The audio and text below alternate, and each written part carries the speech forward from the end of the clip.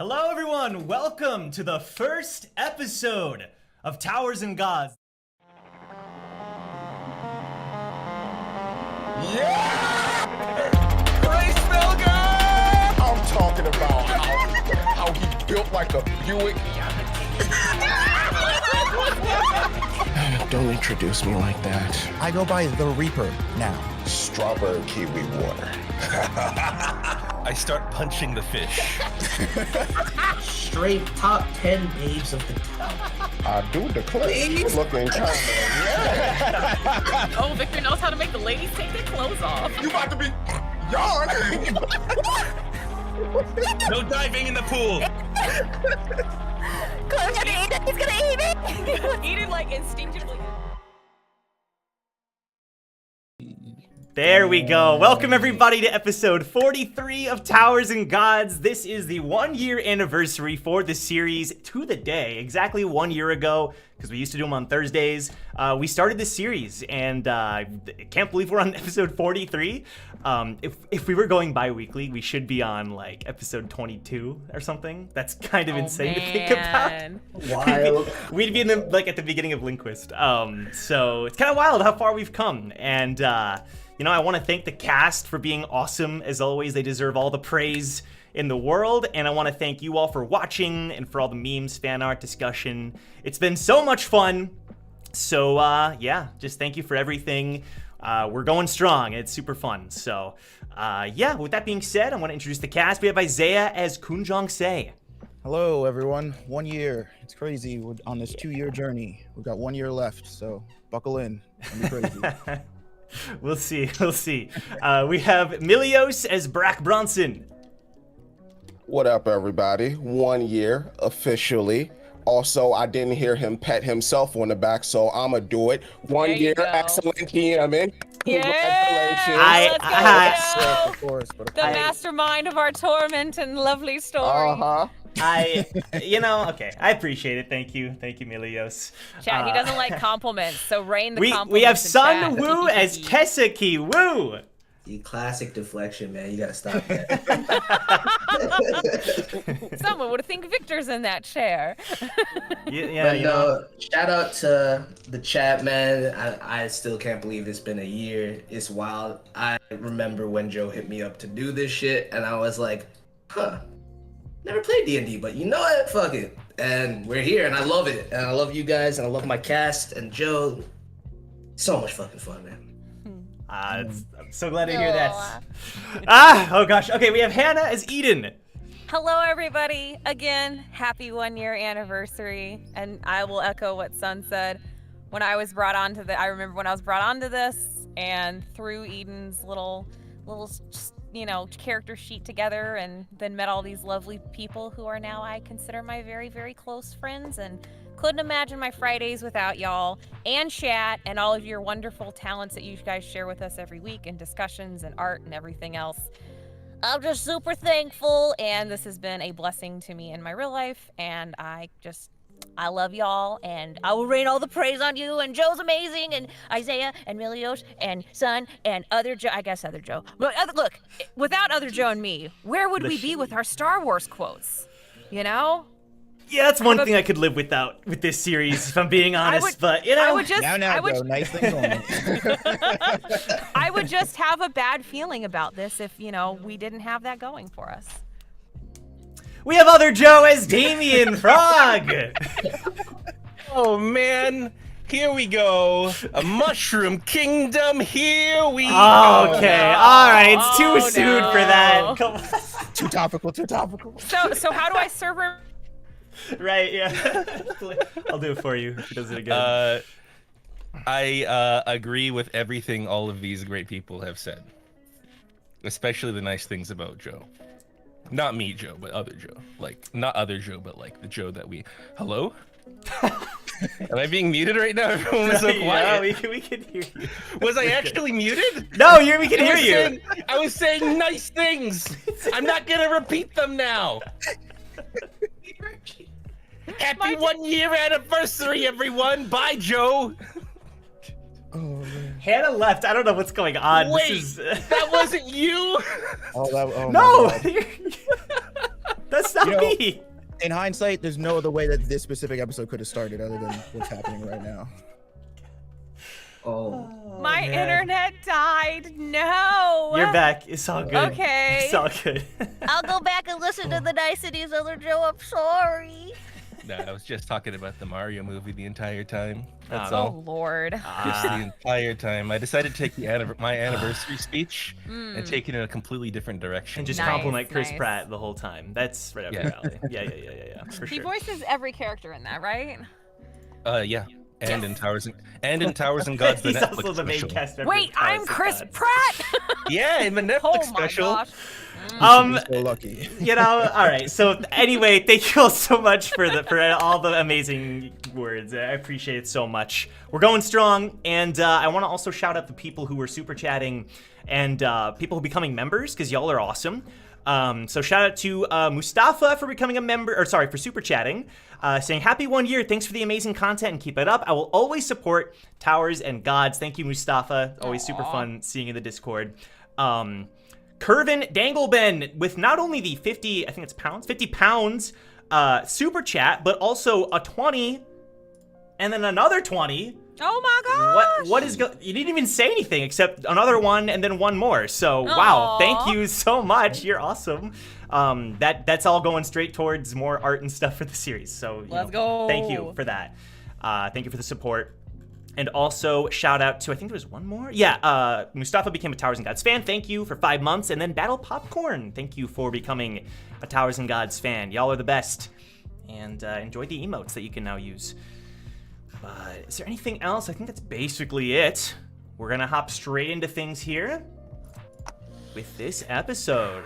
I'll give a brief little recap here for people who really quick. Amaterasu with the super chat. Happy first anniversary for Joe, the amazing players, and the entire Towers and Gods community. Thank you, everyone, for these last 43 episodes. Thank you, Aw. Amaterasu.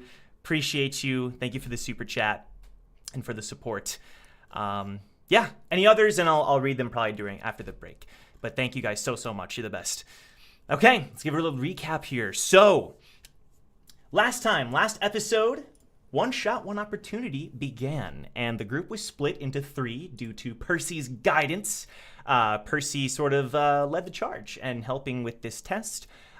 Eden, Leaf, and Brack are currently with Percy over in the northeast side of the map.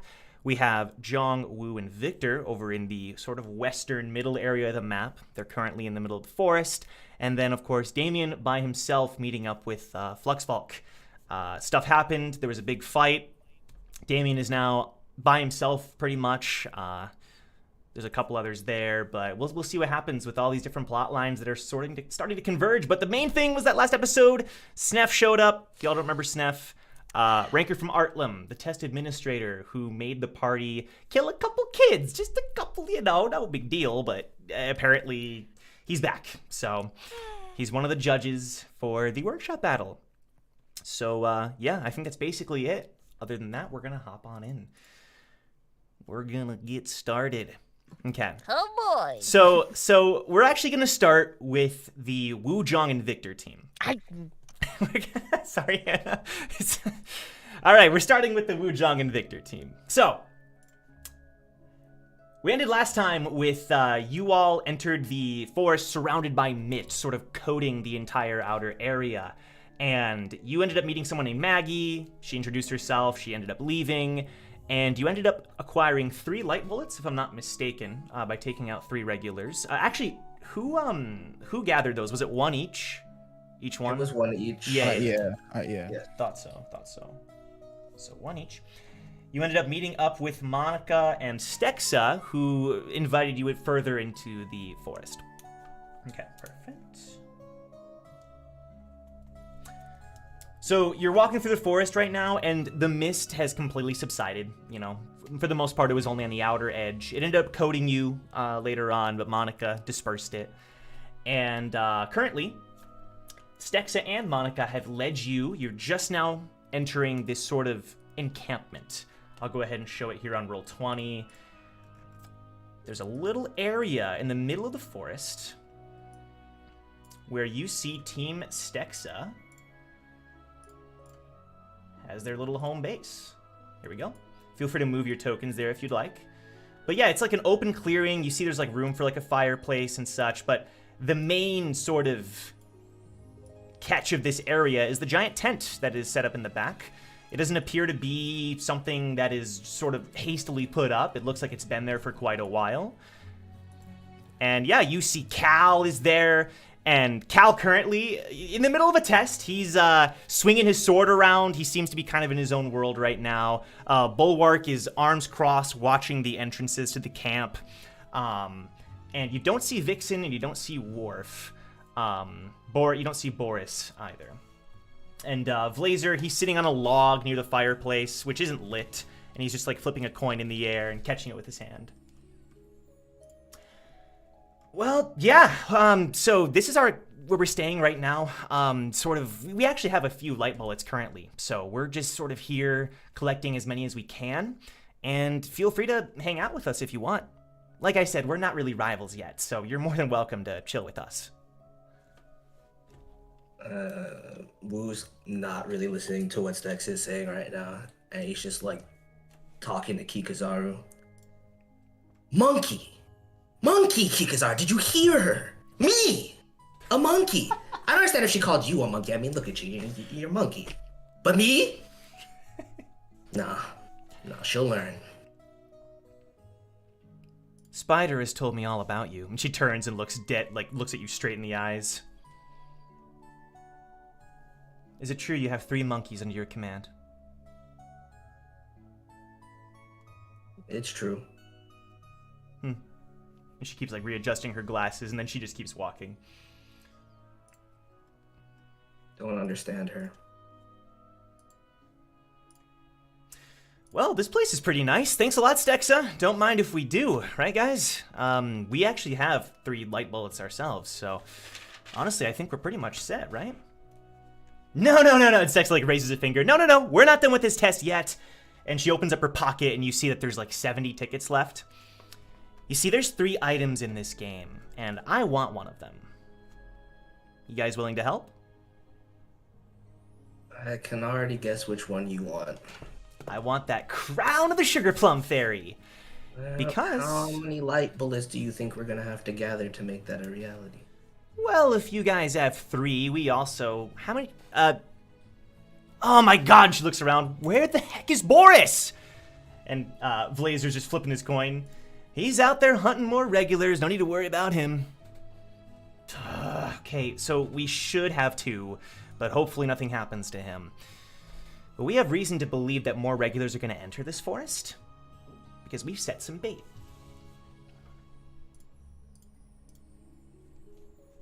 If you guys can help us, I'll use our light bullets to send all of you up, participate in the workshop battle, and as a bonus, I'll get the item. How does that sound? Well, if somebody's gonna get the item, I'd rather it be you, Stex, than one of our enemies, so... Sure, as long as you guys do most of the work. Don't worry, we've already set up our traps and everything.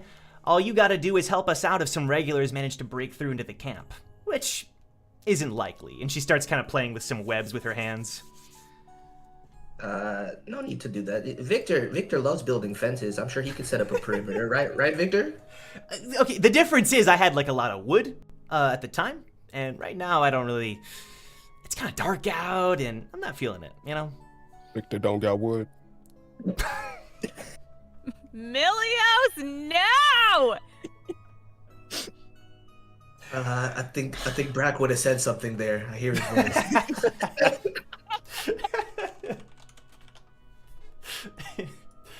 If I had... Never mind. I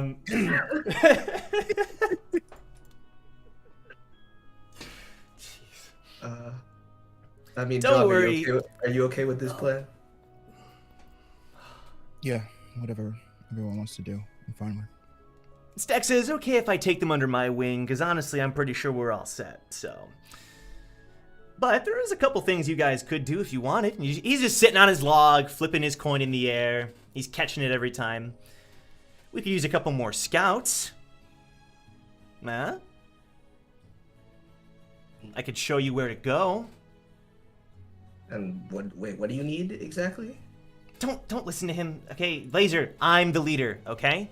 This plan is to guarantee that we receive enough light bullets that I'm pretty sure we'll be able to beat out any other team when it comes to acquiring that crown.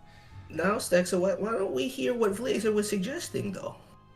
Hey, Woo, we don't listen to Blazer. Okay, he's useful when he needs to be sometimes. Maybe. Is he really? Okay, that's what I thought. So, okay, look, and she kind of pulls you to the side. I know Blazer has a bad reputation, but he's gotten better. Mm-hmm. Especially with the help of Monica. And she looks over at Monica. Oh. Are you telling me that Blazer's into Monica? What? No? Of course not! Jeez, why would he be? Yeah, you're right. She don't look like she showers. Not this again, goddammit. Even on Twitter you were going off about this. I can't believe you, dude. I can't catch a break. Such disrespect, children. Bad.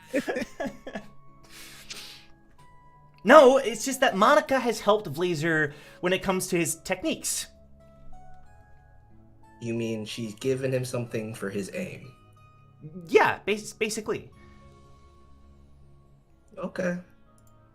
Well, I'll take your word for it. I don't expect much, though. Nah, that's fine. I mean, to be honest, we've gotten this far without him, so we'll see how much farther we can go. But he's still a member of the team, one way or another.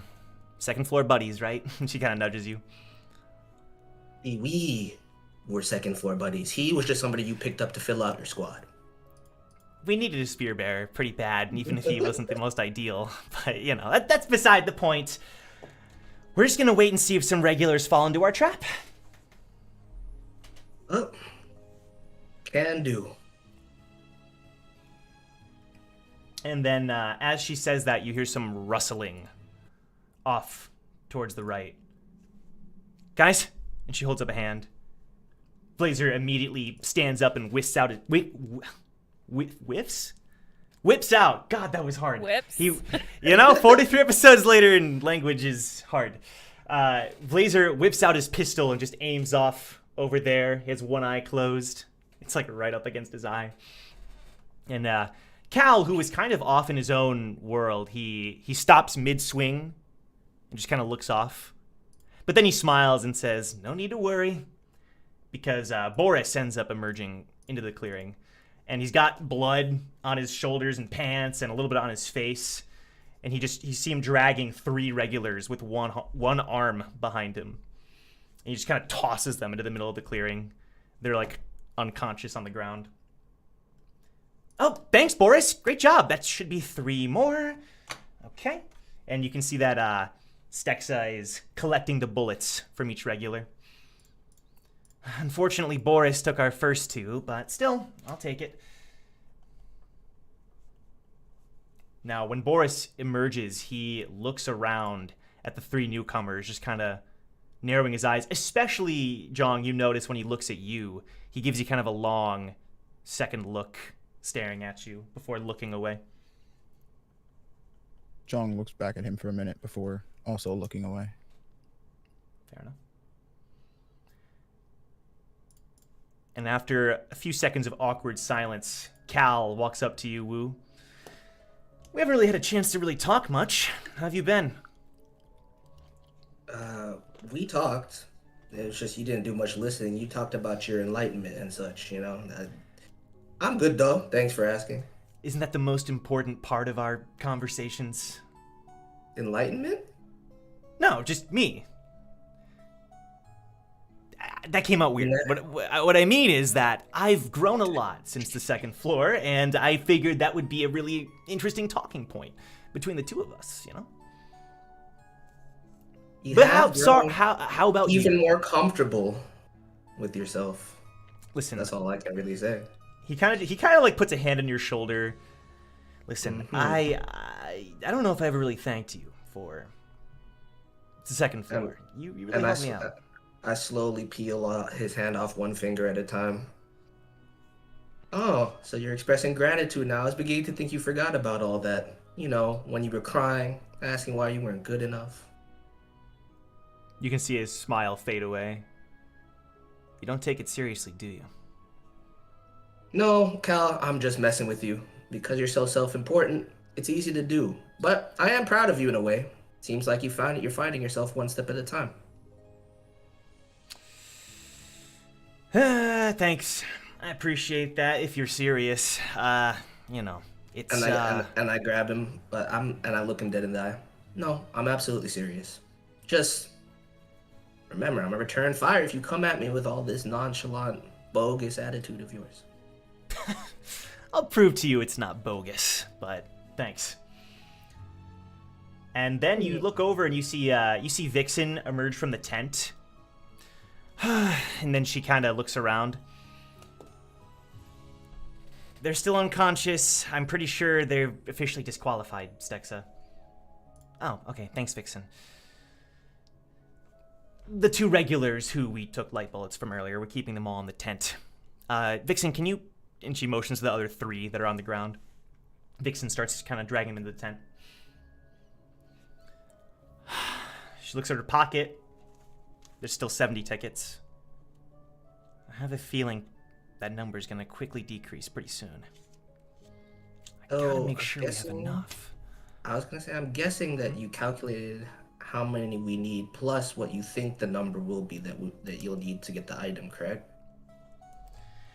Most teams that I saw enter the workshop battle didn't have more than 7 or 8 members. Our team has 8. We're actually one of the biggest teams, which is an advantage if we want the Sugar Plum Crown. We can't assume that every single one of those teams is actually cohesive and working together. People might have betrayed each other at this point. Exactly, and that's the advantage. Mammon's greed was sure to have regulars turning on each other. So, if our team plus part of your team were to work together, I'm pretty sure I should be able to gather enough to get that item. Not to mention if we can convince anyone else to get shot with the light bullets. But that might be hard to do. Do you have any ideas? Depends on who you lure in with your traps. But I'll think of something. Either way, it's nice to see how capable of leader you've become, Stexa. I've still got a lot to learn, but thanks. Appreciate it.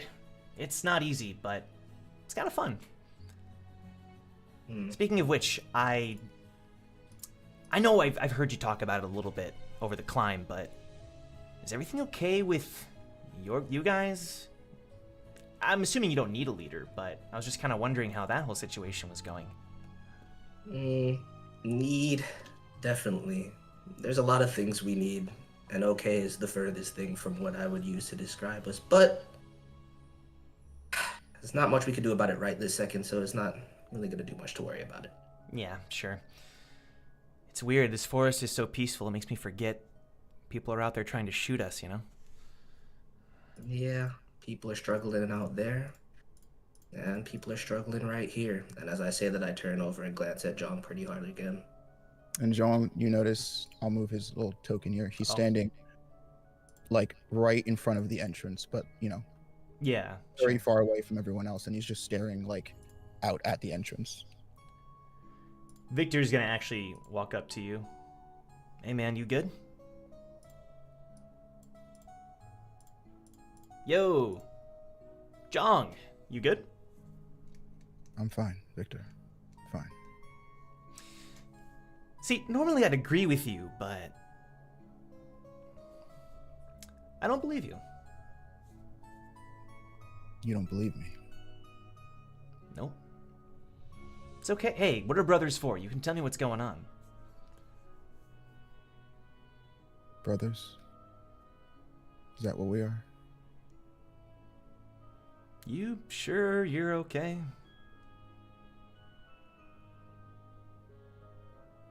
Suppose I wasn't okay, Victor. What could you really do about it?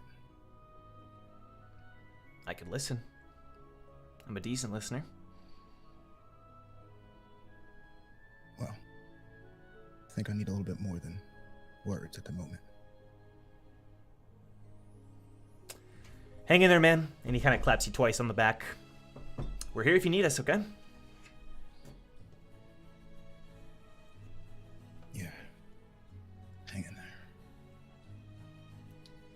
Meanwhile, Stexa kind of claps.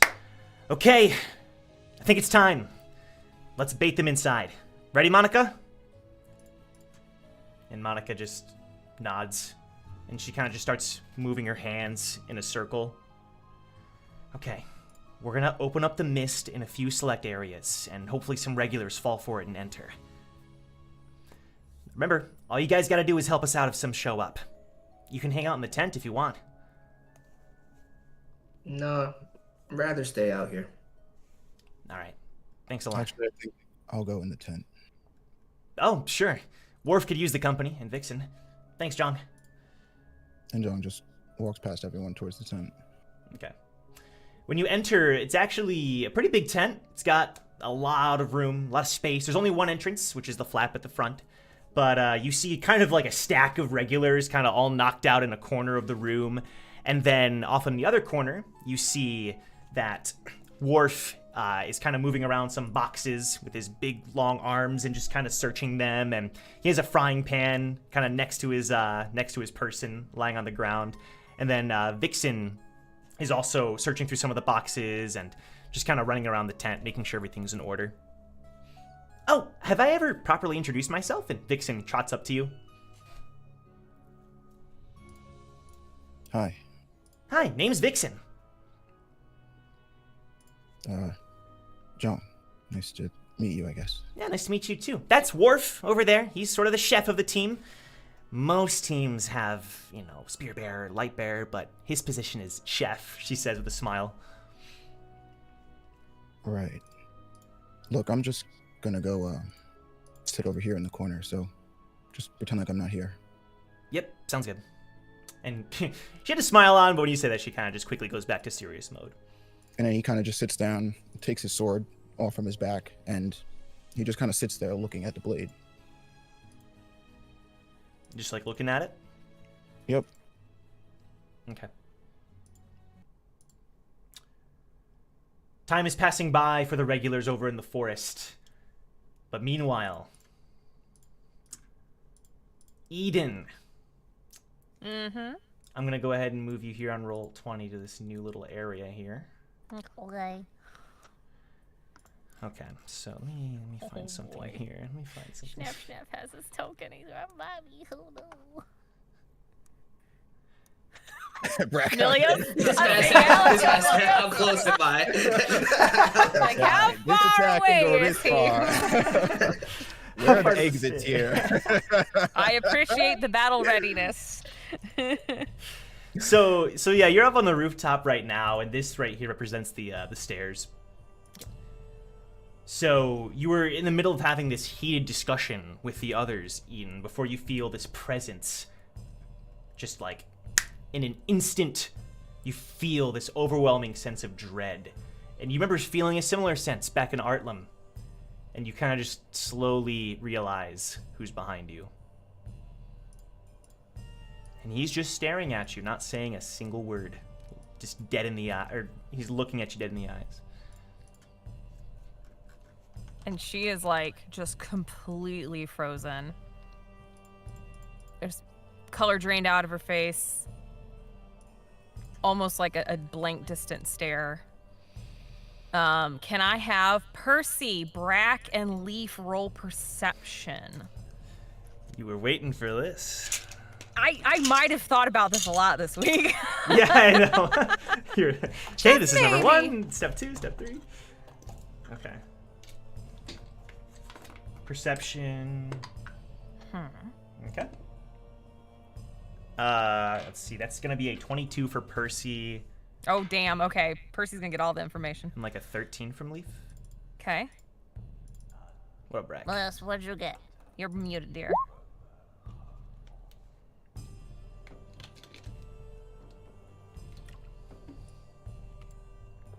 Got a 7. Okay. All right. So Brack and Leaf don't notice this, but Percy is seeing Eden muttering, "Run." Just over and over and over and over again. And in his, like, she is just screaming in her mind for Percy to get Brack and Leaf out of there. But she's completely frozen and cannot move. Okay. Are you so like focused on the? Are you looking at them? Can you see their own expressions or? Well, Brack and Leaf would be to her back at this point, I'm assuming, and because Sneff is in front of her. Right. Well, you were. Yeah. Okay. And then Percy's off to the side where she was yelling at him. So, so I guess Percy would be the only one that could technically see this what's going on. You can tell that he notices, but he doesn't do anything. At least for the time being. Okay. But Brack, you Leaf immediately grabs your arm, and you can feel her shaking. Brack looks down at Leaf. He looks over at the ranker. As he's looking at Lita, he goes, "Oi! Are you a part of this test?" And for the first time, he lifts his gaze from Eden straight at you and just grinds his teeth. The minute he starts regrinding his teeth, she whips around. Well, she was technically facing him, but she like moves and looks up at him and pulls a spear out and backs up. Before you back up, he just grabs your wrist. Oh, well, hell. I just want to have a few words, if you don't mind. Let them go, and we'll speak privately. Just a few words. Just speaking through his teeth. As if he can't stop grinding them, he has to speak through the grinding. It's the worst sound ever. You didn't think I'd recognize you? I knew you would. You don't think I know all the regulars who pass under my watch? I never said that. I remember you very clearly. You live in my dreams every night. He kind of tilts his head at that. I'm honored.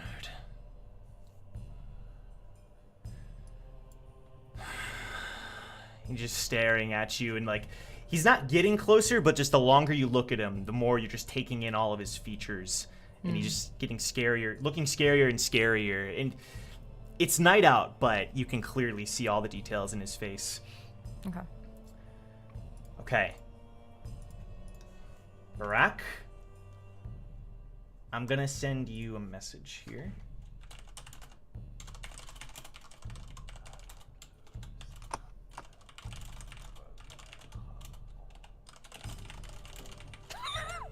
Yeah, your comment. Jeez.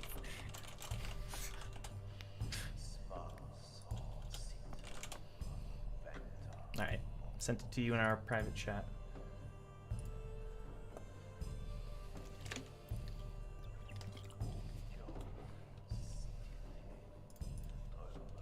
Okay. You're the That's one. what Brack sends back to him. My bad. That's what. Okay, want to make sure. Got it. You're the regular, the leader. You're the one who made the decision, didn't you? Oh, yes. I remember the look of terror on that child's face when you drove your spear through their body. How did it feel? I said, how did it feel? And he actually does get closer to you this time. It's horrible. It's horrible.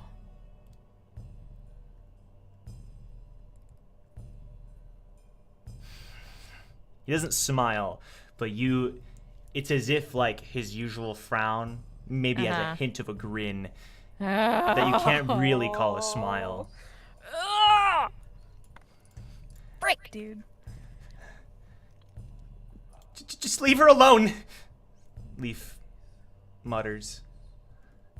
And she lets go of your arm, Brack. She doesn't move forward, but she kind of just clenches her fists at her sides. You've done enough harm to her. Leave her alone. And for the second time, he turns away from you, Eden, just to glare at Leaf. The child. Yes, I remember you too. And then he turns and looks back at you again, Eden. You had a child once too, didn't you? Oh, I know who you are.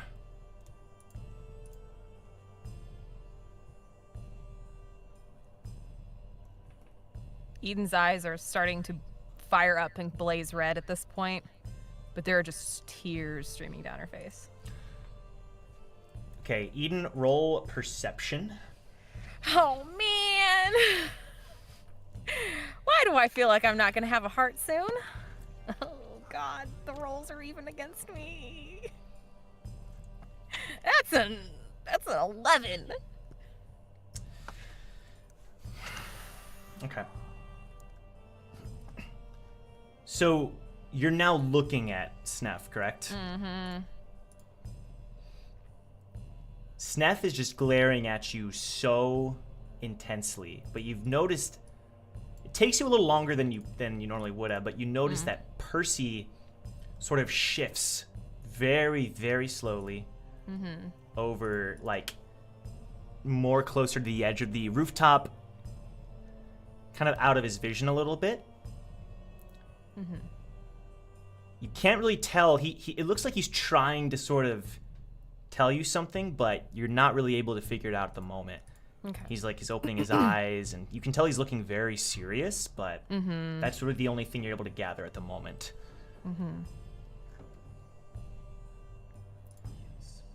I have a fun idea. And then he reaches his arms, like, around your arms, like, turning you to face Leaf and Brack. Yep. Pull out your gun.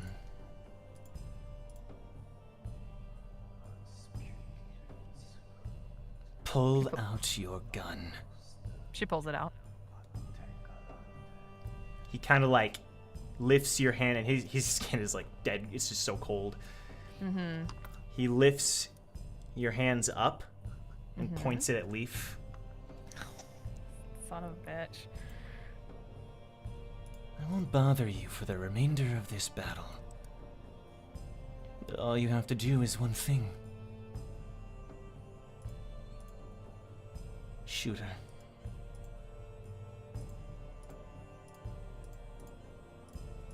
That's it? You notice Leaf has, like, a wide-eyed expression on her face. Eden almost has a very, like, serenely but almost eerily calm look while she's looking at Leaf when she says that. Okay, now Brack, roll perception for me. Put the dice away so that I could use this because I roll better here. Yeah, that's fair. You're not wrong. Your rolls are so good in the roll 20. Oh my gosh. 18, I believe. 18?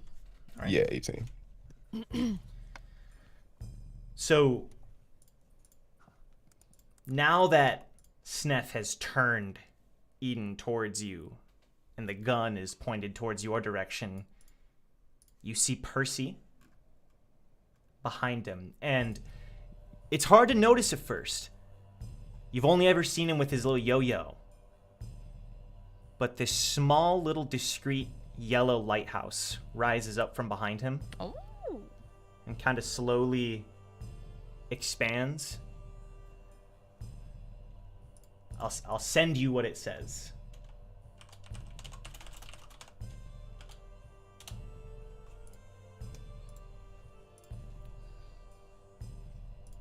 Got you.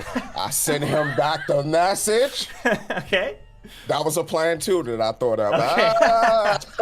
Okay. All right. I'm gonna send him back a message. Okay.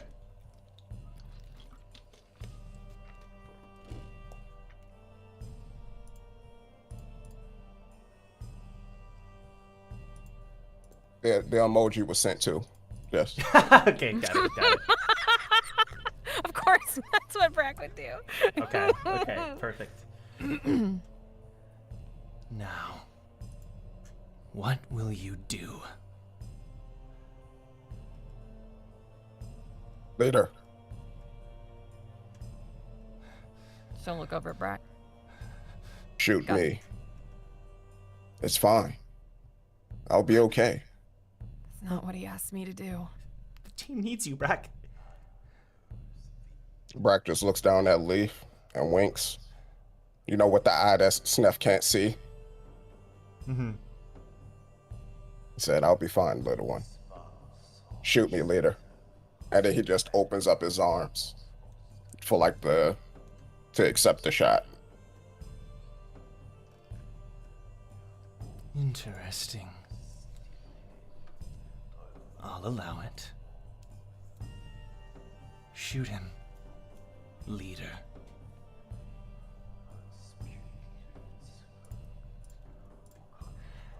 I think we're gonna cut away. What? We're gonna cut away. Bro, you crazy. Cliffhangers in mid. We're gonna cut away. This makes sense. Oh, I didn't know you were cracking. I think we're gonna. I think we're gonna cut away. Wow. Yo, that's... We're cutting away. I am shocked and appalled, Joseph. Wow. We're gonna cut away. It's fine. It's great. Bye, everyone. Forcing her to sit there with all that anxiety for who knows how long, bro. That better be the next cutback. That's all I'm saying. We're gonna cut away to you, Damien.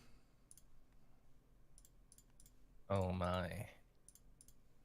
So where are you? Sorry, go ahead. I'd say I just kind of wandered a little bit, Mm-hmm. a little outside of the cave. Sure. Around you, it's just night. There's like the ocean nearby, so you can hear the waves off in the distance. It's night? Oh my goodness. It sure is night. It's a good thing I have my trusty light hat. Oh, wait.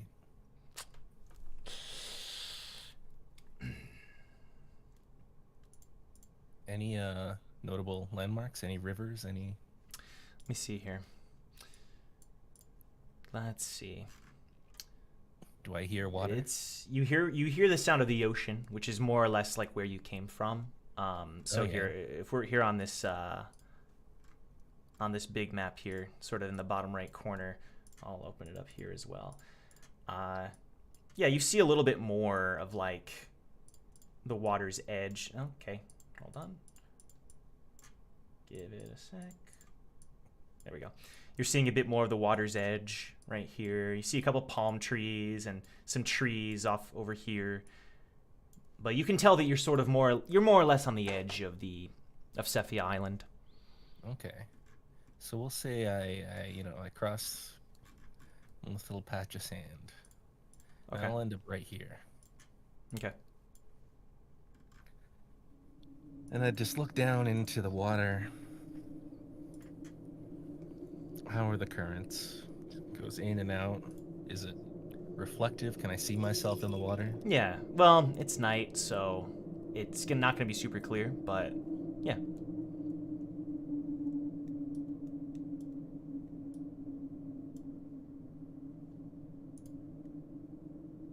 I just look down into the water and just reflect on things. Damien has cried enough tears that he can cry no longer.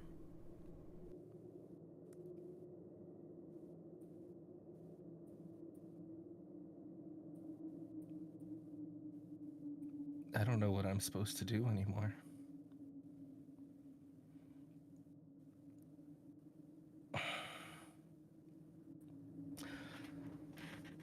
Now that I see what kind of suffering she subjected herself to, can I even help her? Can I even help myself?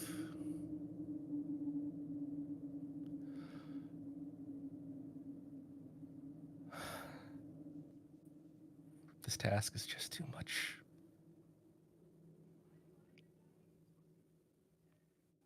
No matter how strong I can be, how strong I become,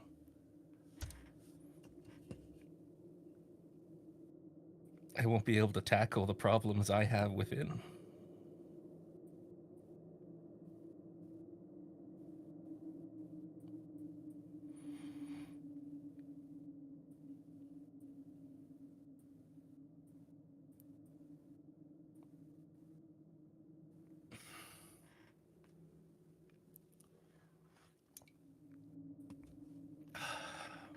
I just keep looking into the water. And that's where I stay. For a little bit. Sure. Okay. I'll stay there for like a pretty long time, I guess. Could you be a little more specific? I'll say 30 minutes. Okay. I'll say about 15 minutes into that time, you hear 4 legs trotting up to you from behind. And you turn and you see Janice's dog slowly trotting over to you. You. That was a foolish thing you did. You see there's some blood on his fur. Come here. He walks over to you. Looks you right in the eyes. Can I pull out like some of my cape? You know, my big fancy cape? Sure. Can I tear it and just like patch him up with it? Yeah, roll medicine for me.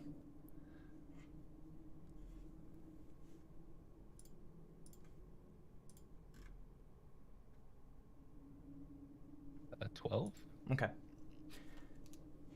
Yeah, you rip the cape and you're just kind of kind of as like a makeshift bandage, right? There you go. Sorry for getting you involved in my stuff. I take it that if you're here, then Janice must be okay. A couple seconds after saying that, you didn't realize he was holding anything in his mouth, but he kind of puts something at your feet, dropping it next to you on the sand.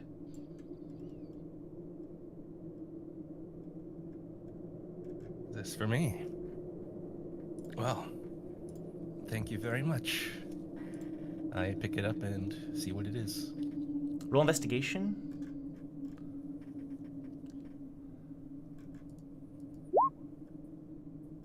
Ooh, an 8. An 8? Okay.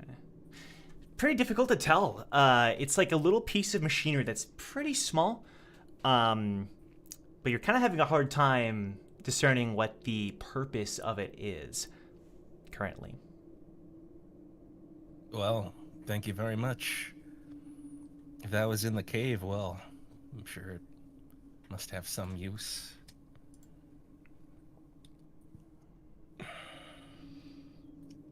He walks over to you. Are you like sitting down or are you standing up? I'm sitting down. He like very briefly nudges your ear.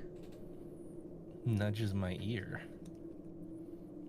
Hey, what's that? What are you doing that for?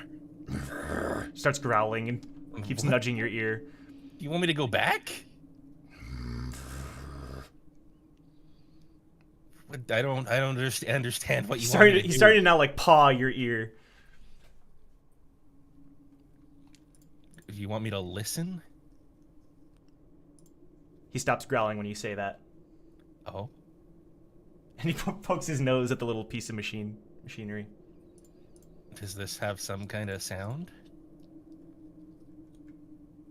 Can I discern more of what this device is? Are they... You already did your investigation roll for now. I mean... Did Flux drop her ear pods? I Hard to say, you know? I can't really... All right. I put the thing up to my ear, and I shake it around a bit. All right. So now roll perception. Bingo. This is my stat. Oh, god dang it. Shouldn't A have said 12. A 12. Okay. So it's like outside your ear, so it's kind of hard to tell. But you think you hear some sound coming from it. Sound that you'd have to like put it inside of your ear to hear. Oh. Okay. All right. Well, this is very cool. Yeah. Okay. I'll shove it in my ear. All right. So it okay. I was gonna make a joke about it exploding. Okay. Let's see. Haven't there been enough explosions, Joe? You hear a voice. Can you hear me? Yes. Hello? Stupid human. And the dog is just staring up at you. Oh. Wait. Is this voice you? It is I, Ku Sith. Ku Sith? The only reason I'm trusting you is because I need your help. And the dog isn't even moving, it's just staring at you. Uh-huh. A talking animal, huh? I am not an animal. And its mouth isn't moving. Right. Have you ever heard of an organization called FUG? No. Good. And he sits down on the sand. I'm what you might call a parasite. Have you ever heard of these species, of that species? No. Nope. Never heard of that. All you have to know is that this is my current form. And protecting Janice means everything to me. Protecting my servant. Huh? So you're protecting her? Follow me back to the building. We're going to find some light bullets, and we'll get ourselves out of here. And then we'll go our separate ways. And I hope she never follows you or your team ever again. And he starts growling.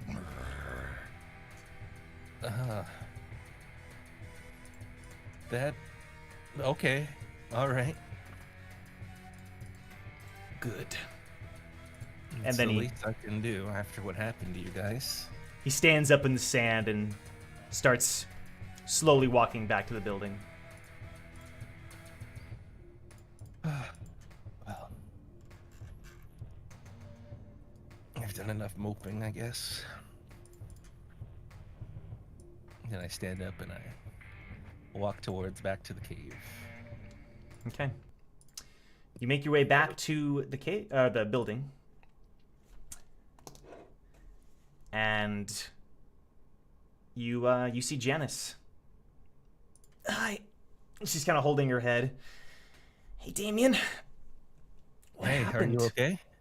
Yeah, I'm okay. And the dog just runs up to her. Oh, hey. Oh, and she starts feeling her ear. Oh, no. Where? Ah! And she's still clutching her head, but like searching the ground, just like looking everywhere. Where is it? Oh. Shoot. I take the thing out of my ear. I think you might be looking for this. No. Yeah, that's it. She reaches out her hand. I try and clean it off as best I can Sure. before handing it back. She puts it in her ear. Oh, I'm so sorry. And she hugs the dog. And the dog, probably the most serene expression you've ever seen, as the angry eyes kind of slowly fade and it just closes its eyes. I'm sure you have a lot of questions, Damien.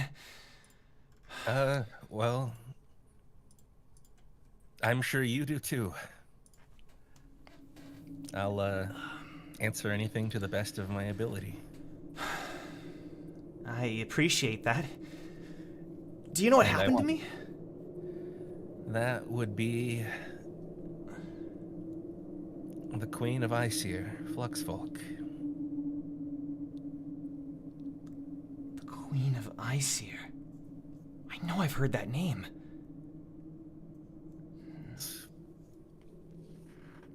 And she looks at the dog. Wait, you know? And the dog just narrows its eyes. Oh boy. Okay. How many tickets are left? Are we? Is the test over? Did we fail? I don't think we've failed yet. You check I your do believe pocket, there and are some tickets. there's about 64 left. 64 tickets. Those will be going pretty fast, though. Probably better go find some people, huh? It would be in your best interest.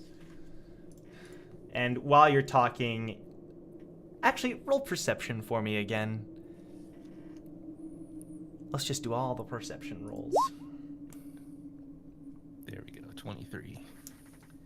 A little frog is off in the corner of the room, slowly kind of stepping out of the shadows. Before I say any more. Hey, bud. Are you doing okay? He's just looking at you. Come along. I think I have a lot of explaining to do.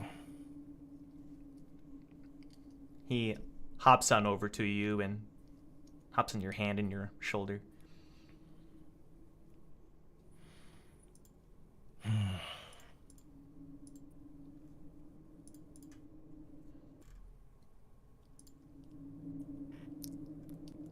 Janice, would you be interested in hearing about Dominic Frog? Sure. As long as we can go find some What? tickets while we do it. Of course, walk and talk. Understandable. Dominic Frog, is that someone you're related to, then? Yeah. You could say he was my father and mentor and the person I love the most. You're I sure grew you're up okay with with telling me? Well, I want Racefelger to know too.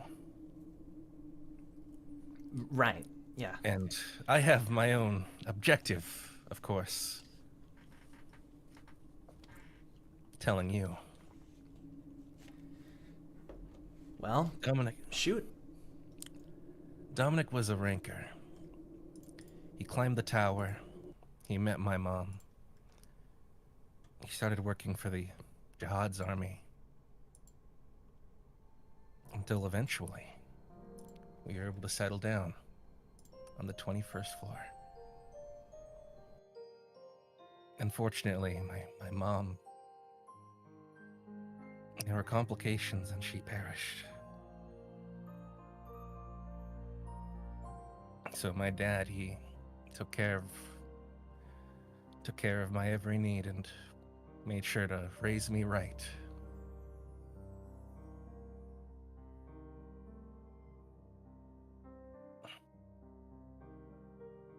The Eon family were very close with my father, and he took on jobs for them for money. Until one day he didn't come back from one of those jobs.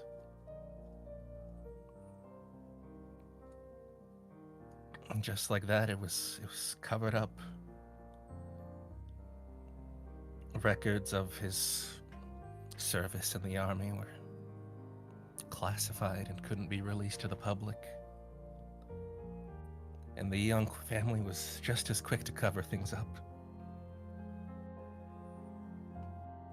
I'm climbing the tower to find him. And that, if I did find him, some semblance of normalcy would return, but I think there's no going back.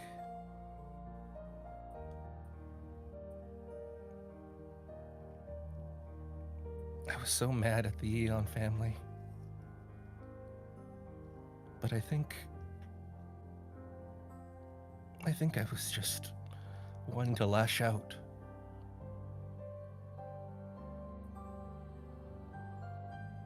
I had lost everything, or so I thought that day.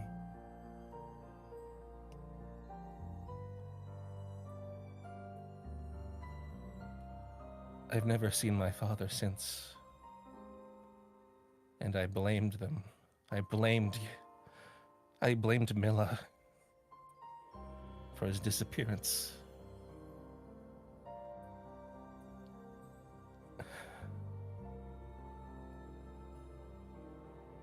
That day, I thought I lost everything. On the 21st floor. But today, I realized that I do have so much to live for. That I do have a purpose here.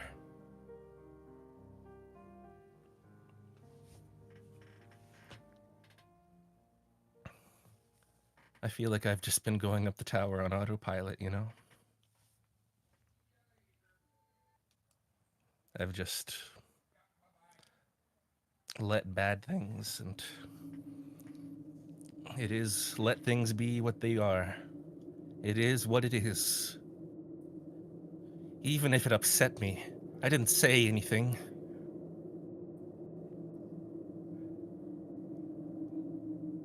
And I let things get to the point where I don't think I was listening to anyone.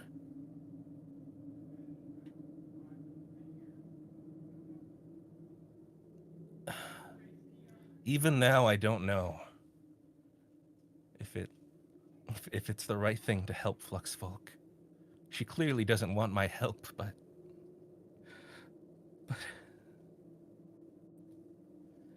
I feel this urge to try. And I feel now more than ever that I found my purpose in life.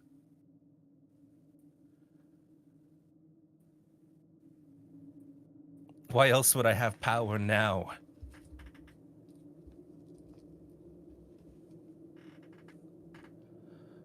I'm sorry for rambling. That must have been incoherent.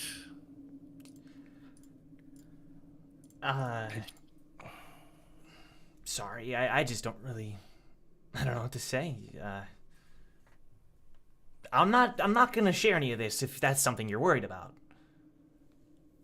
Actually, I'm kind of hoping that you can share the story about my father. He's still missing, and the more people know about it, maybe more pressure to find his whereabouts will come out. Oh. I know that he very well could be dead, but I've never lost hope. As silly as it is to say. And when I get back to my team, I have a lot of apologizing to do.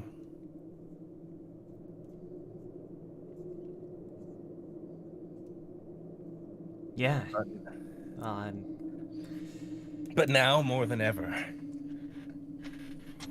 I need to pass this test. Right. That is the most important part. But listen, your team has done a lot for me, even if you haven't realized it. So if this matters to you, I can definitely look into it and see what I can do, you know? Thank you. Thank you, Janice. Sure. Now, not to put a damper on all of that, but I think I'm gonna need you guys to do most of the work. Yeah, you don't... She kind of like blinks. Gosh, sorry, I should have said something. You don't look so good. I gave it my all on my trying to fight her. So... Jeez. And I well, do mean my all. She must have been tough if you struggled with... Roll perception.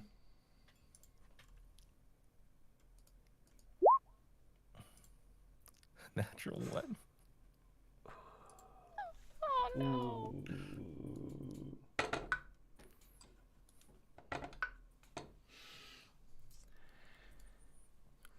So Janice is, look, she seems like she's about to say something. Like, wait a, okay, Damien, make a dex saving throw.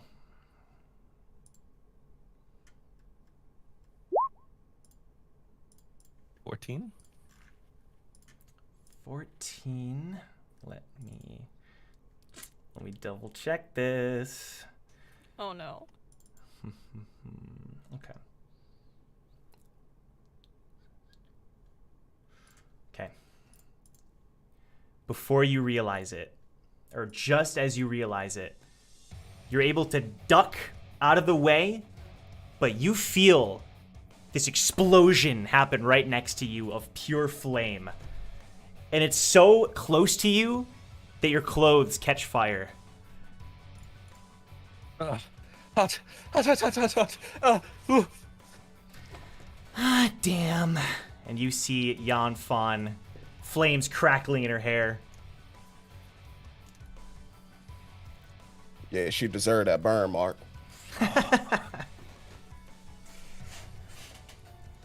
No matter. I'll have to catch you the second time.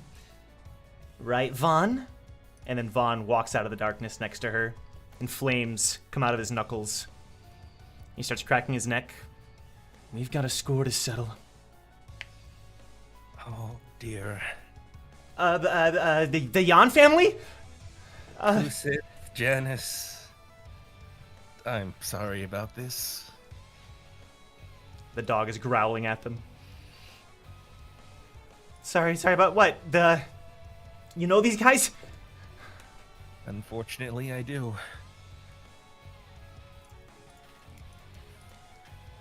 I'm afraid that I left out one little detail about my story.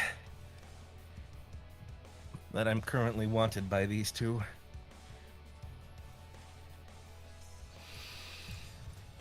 Well, and she pulls out her microphone, just like kind of stands with it. We'll help you out if we can. It's my own damn fault, really. And Kusith gets into an attacking position, growling.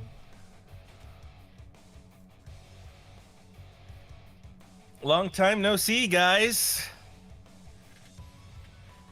Still keeping it up. I see you got some matching face tattoos. Oh, you didn't just go there. There's no way. And he thought I had him staring you out of the window now. Well, I mean... You see this? Whatever side has the burn mark that she's pointing at. You see this? How could I get burned? How could we, she points at Vaughn, get burned? I do think it's a pretty cool look. You're going for like the Prince Zuko vibe.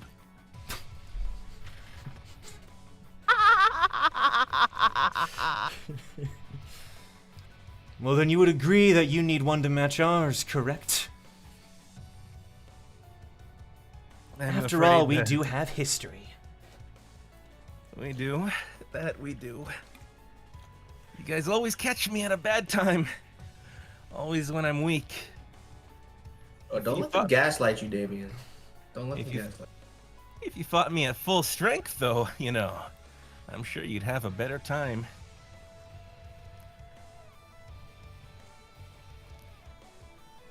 Full strength? You didn't have to ask. And as the flames start to crackle, we're gonna cut away. We're gonna cut away to the team inside the forest. I need everyone, so Jong, I need Wu, Jong, Victor to make perception checks. You're getting too devious with these cutaways. Come on. You gotta develop your third eye, Milios, and you'll see him coming. You know. Not that bad. Ooh, wait, what was it? Perception? Perception, Yeah. you say. Perception, you say. That's gonna be a 19, my guy. All right. That's gonna be a fat 25. Oh my gosh. Ain't getting I nothing can back, tell you were guys. like, perception, huh? That's my favorite stat. Okay. So I'm going to say, Wu, you noticed this before anybody else. You are hearing people encroaching on the camp, like pretty far off into the trees, but you heard like a twig snap. Something that nobody else would have heard. But you You picked up on it. Right place, right time, something. You heard a twig snap. Off to the west. Okay. Can I just follow that up with an observer roll? Yeah, for sure. I'll say with advantage, since you rolled so high. I'll give you advantage. All right, good. I needed that because that first one was strong. Gotcha. The second roll was a nat 1, so I'll take the first roll. Oh, shoot. All right. All right. It'll be 11 total. 11. Okay, Yeah. you shoot your observer off into the forest, and you're picking up on a fairly large group of regulars, somewhere between 4 and 6, that are all together very slowly and pretty stealthily creeping up on the camp. Okay, I relay this information directly to Stexa immediately, and then I give her the coordinates, and I ask her if they are encroaching upon one of her traps or not. She kind of holds up a finger to everybody else who is in the camp. And she smiles. This should be good. And I'm going to say your observer is still kind of in the area. I start recording. Okay. As soon as she says that. I'll do this again. She's counting down with her fingers. And then you hear a scream come from the forest. Ah! What is this? Ah! And you see on the footage that one regular is just like up in the air, midair, and just like can't move their arms or legs. They're just completely up between the trees. Hey, we'll get you down. It's okay. And then Monica whips out her lighthouses. This like dark purplish blue color. All right, gun boy, you're up. Ha! Blazer starts cracking his neck. This should be easy. He points his gun. Yep. As soon as Blazer goes to do whatever he's doing, I cut the footage recording off for a second. Okay. He pulls out his gun and he fires 3 shots straight at Monica's lighthouse, which, you're taking a closer look, are completely surrounded by mist. And it goes into the mist. You don't see anything else, but you hear screams from the forest. And your observer is off, but the recording is off. But you're able to hear 3 bullets hit a target. Yeah, I cut that's cheating a little bit. I cut it back on as soon as that happened. This man, a whole Warzone streamer right now. That's crazy. The body that was in the air is just hanging limply now from the webbing. Let's go, says Stexa, and she charges into the forest. And surprisingly, Boris right behind her, and Bulwark, who was also there. I didn't really mention what Bulwark was just keeping watch the whole time. I kind of forgot to cut to him. He was probably the last person to notice Yeah, it's all right. He's the stoic type. Can we get a little bit of Stexa appreciation though? Because she really got this man someone that complimented his bad aim. Like, clap it up for Stexa. No, she got somebody that was useful, and she's like, by the way, can you help my not so useful teammate? So yeah, Stexa, Boris, and Bulwark all charge in that direction, with Cal, Monica, and Blazer staying behind. I just turned to Victor, and I'm like, pretty impressive. They definitely didn't need our help after all, huh? Well, I wasn't planning to lift a finger if I didn't have to, but you know. Right, of course. But looks like they got it covered, huh? Yeah, well, let's sit back, yeah. Now might be a good time to check on Jong, actually. Yeah, true. Hey, John, what are you up to? And while this is happening, Blazer's still firing bullets into the lighthouses. He keeps like reloading and firing bullets. Sorry, wanted to add that detail. No, you're good. Are they in the tent? No, I guess we're gonna go into the tent. Yeah, 'cause he hasn't left the tent. Okay, perfect. So you're in the tent. And while you're in the tent, you do hear the commotion outside. But I'm going to say right before you do, actually, Worf kind of waddles over to you and hands you a tray full of bacon. Wait, us? Nope, Jong. Oh, Sorry. okay. I'm good. Thank you. He just shoves it at you again.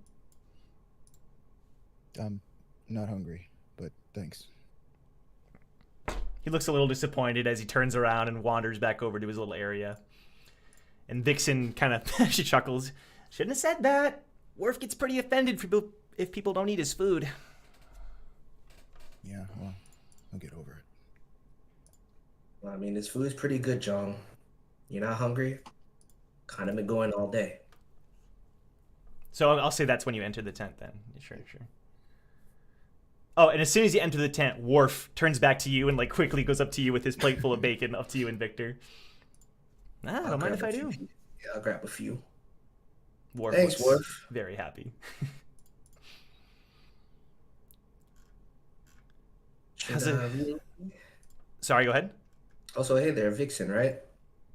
Yep, that's my name. How's it going out there? They seem to have it under control. Good. Anyway, Jong, you good, man? If you're not gonna eat, might as well get some And rest. before you finish that, Zhang just stands up and he walks over to you, Wu, like right to your side, and he just whispers to you, I need to talk to you outside. Alone. And he leaves the tent. Hey, Victor. Yeah. You mind asking Worf to cook up a little to-go lunchbox for me? Is this really the good? I mean, we're in the middle of a test. I guess it is Worf. Sure. Yeah, get one for I'll yourself ask too. him. You know, who knows how long we're gonna be out here? You might even That's have true. some gushers on him. You know, never know. That's true. I'll ask him. All right, and then I head outside to follow John. Okay. You're right outside the tent. So there's nobody outside currently. They all like ran deeper into the forest, right? Cal, so Monica and Vlazer are now also gone. You saw them working together with their lighthouses and bullets, but now they're gone from the clearing. The only one that's there is Cal, but he's just off over by the entrance to the camp, watching it. Okay, I'm gonna walk like to the back of the tent. So like Behind the tent. wait, hold on, let me. Yeah. I see what you're saying. Let me go ahead and show it. I'll show it here. Like here, right? Or back here, something hold like on, that. Roll 20 is not popping up. Hold on, let me refresh. Yeah, right where you are, Will. Okay, I'll move you back over there.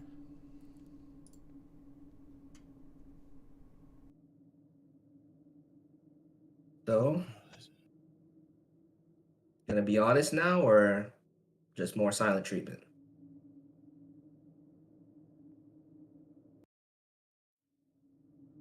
And he just you notice he's staring out into the woods, you know, from the direction that you guys were standing. Hmm? You want to hear something funny? I mean, you're not the funniest guy, John. No offense, but sure, if you can make me laugh. 293. 293. What? That's how many people I've killed.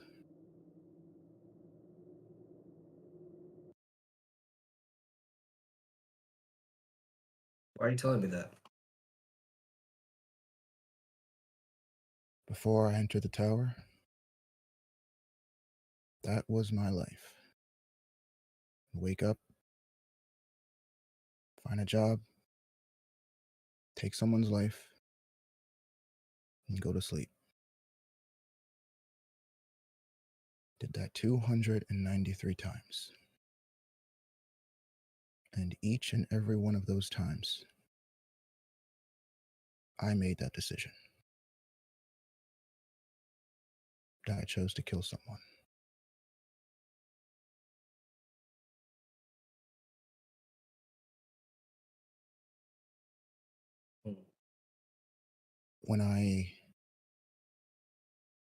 When my master died, I was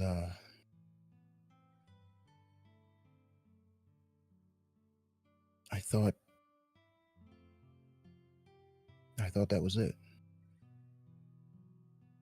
Thought I would spend the rest of my life traveling, killing. But then, next thing I know, I was in front of Hedon. I got chosen to climb the tower.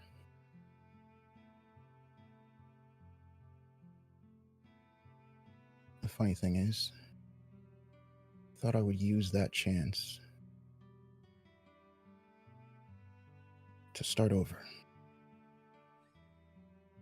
Make something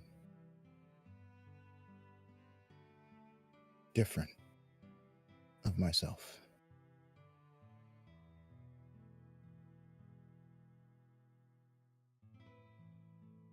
But ever since we've been climbing this tower, all the people I killed on the outside, I remember them. Every single one of them. But lately, my memory's not as clear as it used to be. The people I've killed in here, I don't remember their faces. Not all of them.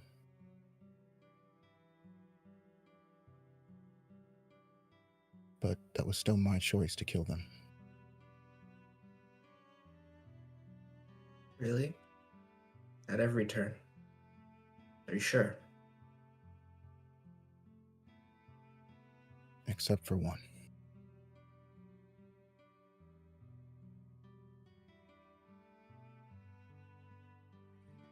Well, when I went to go see Shion, Signe's power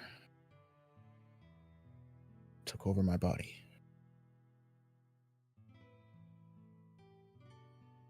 And I But you didn't. took every ounce of power I had not to. I've killed 293 people, and for the first time, felt powerless in doing so.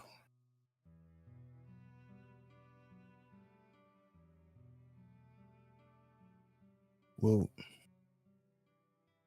I called you out here because I trust you. And I trust you with this task more than every single person that we've ever met. I need you to make me a promise.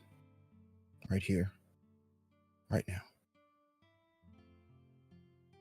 Don't ask me what I think you're gonna ask me, Joe. I want to figure out what's going on with this power. I do. And we will. But we may not. And I am not a man of faith. I believe in having plans, and plans for your plans. I want to beat Signe somehow. You are immediately cut off as the sound of a bullet comes from inside the tent. John turns around quickly towards the tent.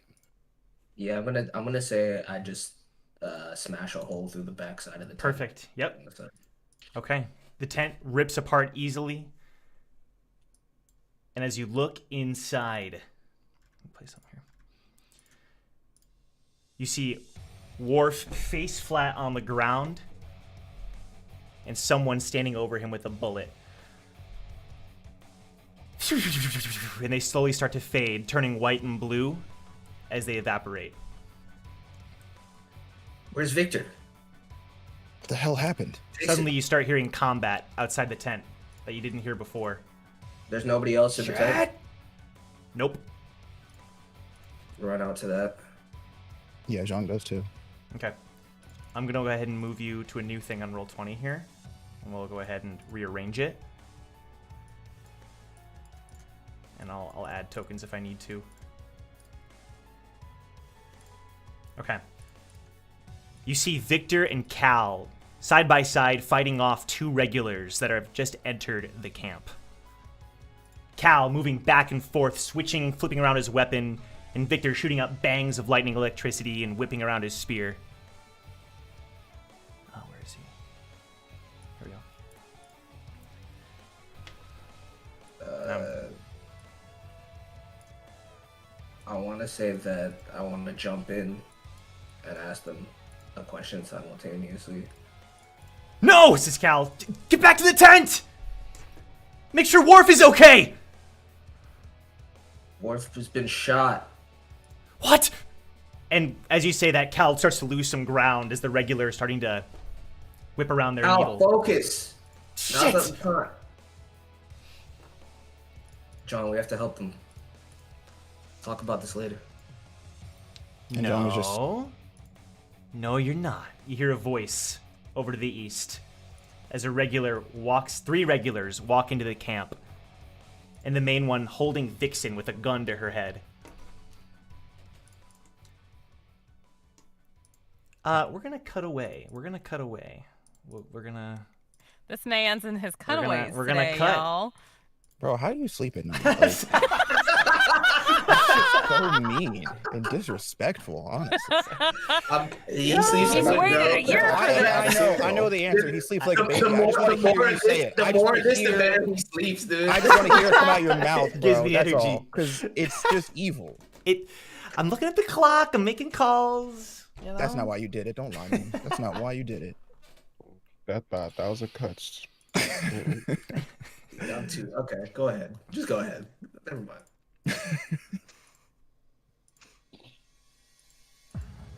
All right. Eden and Brack. You're on the rooftop. Sneff still has... Well, at this point, Sneff will have released his arms from you, Eden, but I'm assuming you still have the position. He's kind of like making sure you maintain the position. Yeah. You can just feel him behind you. You see Leaf is starting to have tears in her eyes. Brack, how are you? What's your situation looking like? My arms are still open, but they're in a ready position to do a certain thing. So they're open, but they're ready. Sure. Eden, what's your expression and stance? She has the gun up. There's still tears streaming down her face. She's looking between Leaf and Brack. And trying to figure out if Brack is, like, bluffing with him being like, come shoot me! Because that's very, like, out of pocket for him to do that. But it also says, looking at Leaf, like, it might be safer to send her. And she's trying to decide what's the best call. All right. Take your time. I'm a patient man. Why do you want me to do this? It's fun. For who? Who do you think? You can see him grinding his teeth above you.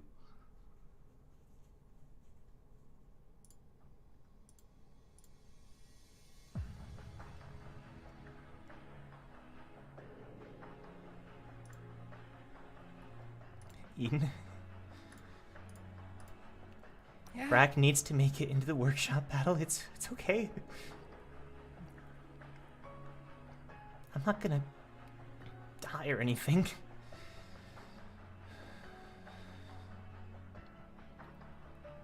She looks over at Brack and is like deadlocking her eyes with him like, are you sure?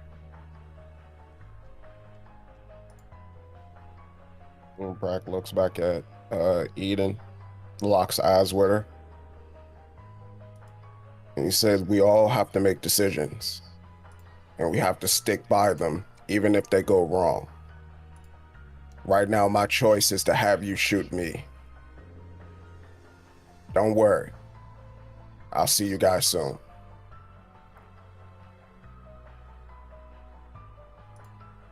And he just smiles back.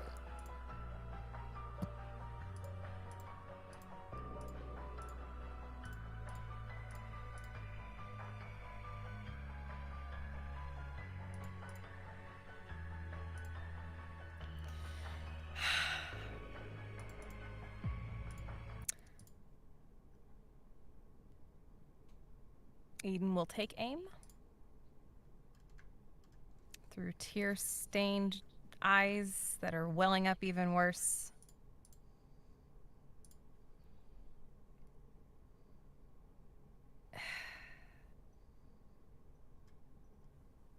And she will shoot a light bullet at Brack. So I had a light bullet. okay. Do I need to Jet- roll to hit? Do she? So I'm gonna say, okay. So really quick, I'm gonna do this. Or do I need to slide a hand to try and switch it to a light bullet in front of Snuff? Well, how long was it on the light bullet? Like, was this like an instant decision or? I imagine she would have left it on light bullet, but like, I don't know if he would have noticed it was already on light bullet. And So would've when changed it. when he would have like guided you, he would have ensured it was on the dark bullet. I figured, I tried. Damn You it. know? Uh-huh. She's gonna trust And he's in watching Brack. you. She's gonna trust in him because she knows she's not gonna be able to flip that switch. Okay. So do I need to roll to shoot or roll to hit? No.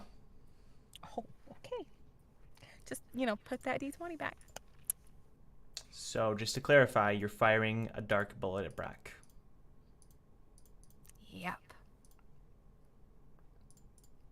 The gun. The sound hits all your ears. The bullet flies from the gun straight at Brack. When I notice that the bullet is in front of me, I immediately pull out my harpoon and I deflect the bullet towards the Percy's lighthouse. Let me open this up.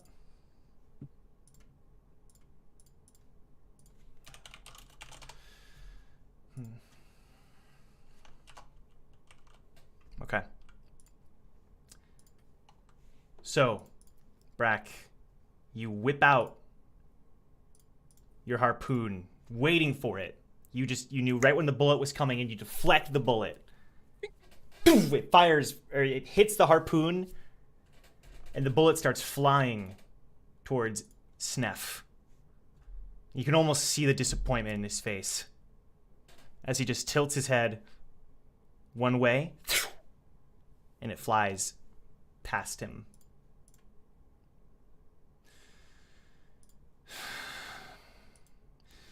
As it flies. Go ahead. I was going to say, as it flies past his head, I just look at him dead in his eyes. And I said, Brack says, I know you don't remember me from the 6th floor. We all were there. I was also one of the ones that objected. This is going to feel so good, what we're about to do to you. As I'm just locking eyes with him. Hopefully by this time the bullet hit the lighthouse. Otherwise my goose. Eden looks horrified at what Brack just did. It flied right past you too, Eden. Yeah. Right, so I would technically be unconscious at this point. I would be falling unconscious. No, you're not. You're not. Oh, okay. You're not. I shot my luck. I don't know what I missed. You missed, you big oaf.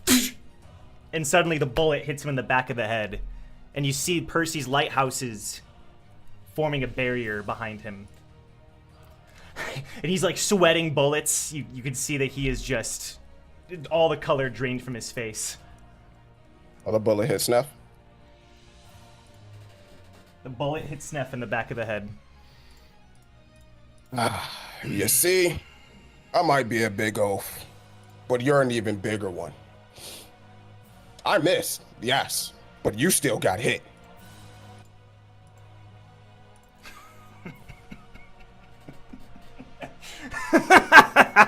And he makes the loudest sound you've ever heard from him. And his eyes like widen. And you can see all his yellow teeth. Now he's completely grinning. Yes, this is more like it. He turns and smiles at Percy. Why aren't you disappearing? Leaf, why isn't he disappearing? I don't know, Brack. I don't know. Eden, you feel yourself starting to fade away. Leaf's look is between happiness but also fear. Oh, so I'm ascending. You're feeling yourself, your body starting to disappear. The light is surrounding you. Can I throw my light bullet to somebody? No. Can't be used. Okay. She's just frozen. She doesn't know what to think at this Yeah. point. He turns back to you, Eden. He's like a big wide grin on his face. You're lucky you have competent teammates. And right before she flits away, she just screams, "Run." You feel your body completely vanish. That's the last thing you remember from that scene. Okay.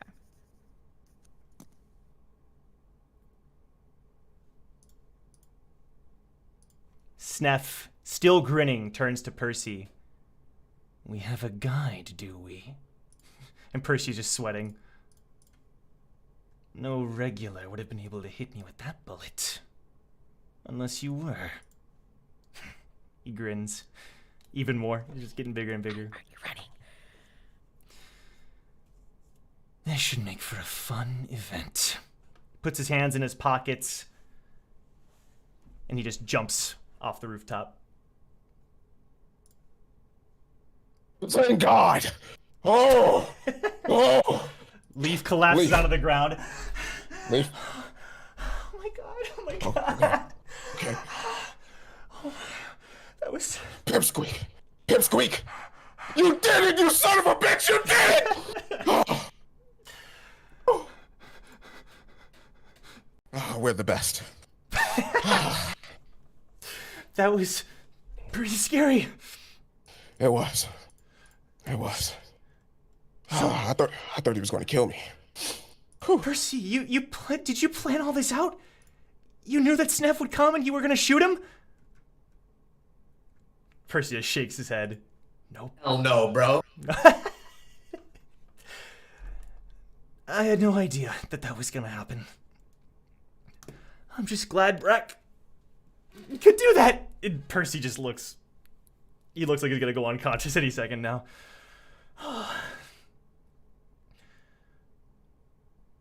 hey. And he points over, and where Eden had disappeared, you see 2 bullets on the ground.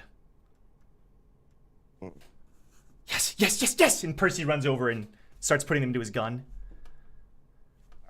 Now, that was totally planned. Yeah, I wish it was. I wish it was. Don't worry about it. And Brack just walks over to Percy, slaps him on the back 2 times, big grin. We made it through. You came up with a plan, we executed it, we made it through. That's all we needed. Let's go find some people to shoot. Yeah, sounds good. And remember, do not say you know whose name.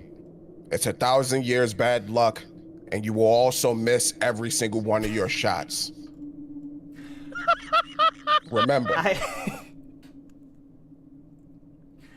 I know who exactly you're talking about. I actually met him once. Oh, that's right! Anyway, let's get going, huh? Wait, can't forget this. And he reaches down and he grabs the gun with the scope. Give me 1 sec. He starts looking around. I knew it! And he's looking off over to the west. I know just where to go. Come on! And he starts like running down the stairs. Follow me! Brack picks up Leaf, put her on his back, and start running behind Percy.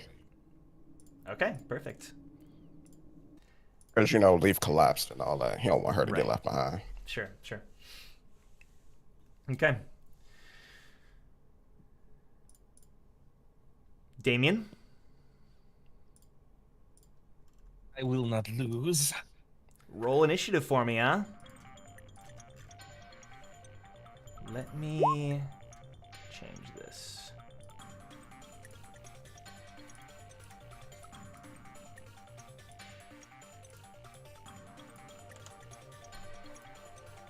What's your initiative at? I got 18. 18? Okay. Perfect. Sorry, I'm just making up a quick little map here that we can use. Okay. I'll place you in this new little area here. Okay. And then we have Vaughn and Fawn, Kuseth, and Janice. Oh, I think I may not have had a token for Janice in roll 20. We're just going to use that for now. Okay. Sorry about that. Oh my gosh. Oh, wow. All right. Sorry. Don't mind me. Okay. Anytime you're happy about a roll, it's always sad for him. Excited, man. I'm just like, this Evil, though. it's so evil, bro. Like, it's crazy because like before, like he was a nice guy, and like slowly evolved into pure degeneracy. I remember the old Joe, man. Don't worry, everyone. I got this. Okay. Awesome. So the first one to go would normally have been Fawn, as her hair starts to crackle as she rolled a nat 20. However, someone else also rolled a nat 20, and that'd be Kusith as he dashes right over to Fawn and just like tackles her with an immense amount of brute force. And he does hit with a bark. He just tackles right into her, and they both go tumbling to the ground. Ugh! Bite her face. You can hear her screaming, "Why is it always dogs?" Oh, we're starting this, huh? Well, I would be remiss to say it's not too late to surrender. Okay. Next is Fawn herself. She's going to try to get Kusith off of her. But she does not succeed as Kusith is still just like keeping her down. And Damien, you notice that this dog, you would not really have noticed it before, but like you can just feel, you can see like the power running through his body. He seems to be like even bigger than before. Okay, Damien, your turn. My turn. All right. Let me see how much movement I get. Oh gosh. All right. I'm going to move forward. Yep. And I'm going to use my ultimate skill that I've been saving since the very I've had the ability to use this since the very beginning of the series, everyone. Oh, 1 year. Let's go. I've never, ever used this action before. Well, it's about time. It is Let's go. incredible. It is incredibly strong, and like, all right, here we go. I take the dodge action. Oh, all right. All right. Is that something you can do? I gotta look this up just to make sure. I know it is, but I want to make sure. I've never Why used you it. dodge my Earthshaker, bro? Huh? Because I have to use that as an action. So when you take the dodge action, you focus entirely on avoiding attacks. Until the start of your next turn, any attack roll made against you is disadvantage if you can see the attacker, and you make dexterity saving throws with advantage. You lose this if you're incapacitated or if your speed drops to 0. All right, so you're just like preparing yourself in a stance to sort of... That's right. Dodge anything? I have both hands behind my back. Yeah. I'm like, your move. Okay, perfect. I'm right here. I'm your target, am I not? So Janice runs up. This is Janice for everybody who doesn't know. I'm just gonna go ahead and give it a little nameplate for the people watching. So Janice kind of runs over here, and her observer goes forward and starts firing at Vaughn. But Vaughn is able to just like slice the bullets out of the air with his like fire knuckles, the flames coming out of his knuckles. Vaughn runs up to you, Damien, No hard feelings, but we gotta get revenge. And he swipes at you. That is gonna be a... Ugh, that's an 18. Disadvantage though, right? Disadvantage. Oh, right! Look at this guy. It still hits. He rolled even higher What? the second time. Sorry.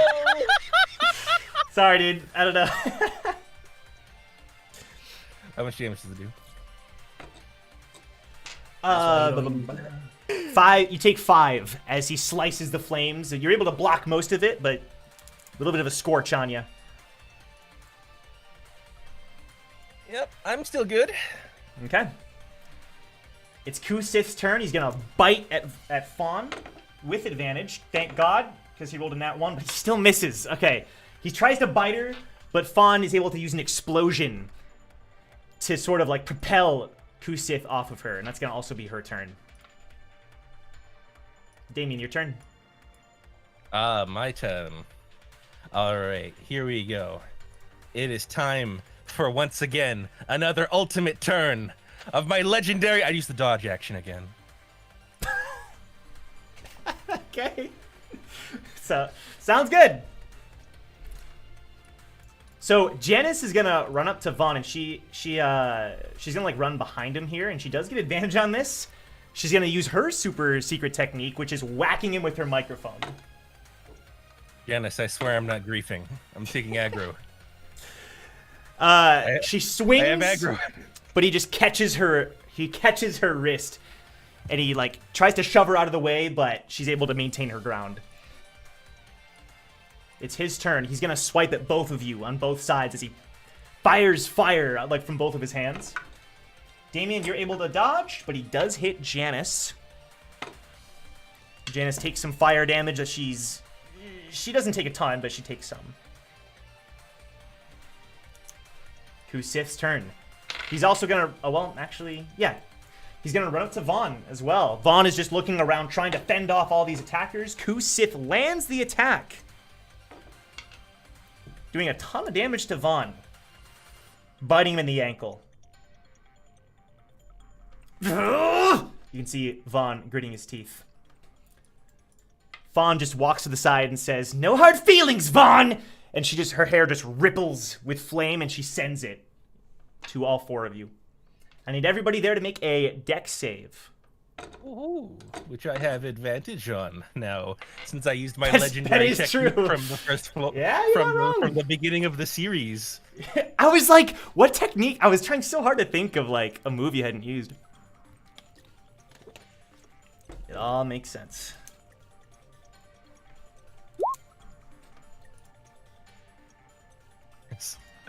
Woo. What do we got? The first roll was a 4. The second one was 18. Okay, yes, perfect. You are able to dodge the attack. However, both Janice and Kusith get hit with the blast. Actually, I forgot to roll for Vaughn. Vaughn also gets hit. Oh my gosh.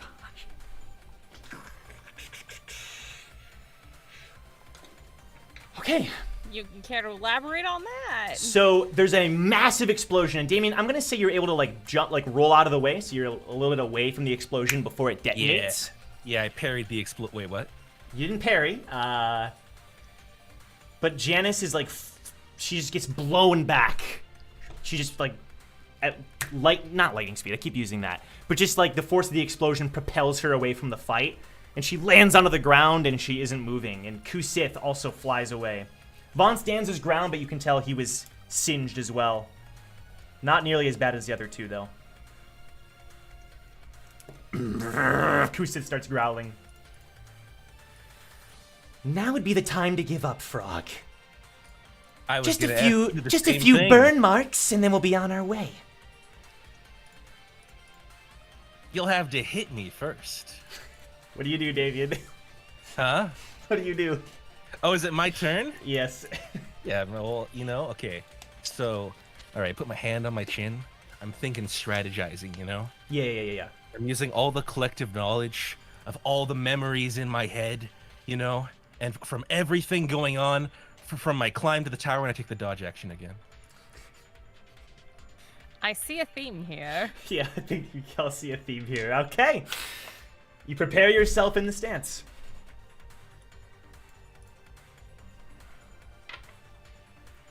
I'm gonna roll for James. Okay. It's Vaughn's turn. Vaughn just like cracks his neck and turns to Fawn. I thought we had an agreement, sister. Oh, shut up. You're from the Yan family. You can take a few burns. And he points at his face where his scar is. And then he turns to you, Damien, and just charges at you with another knuckle flame attack. But he does have disadvantage. He's still... That's a 17.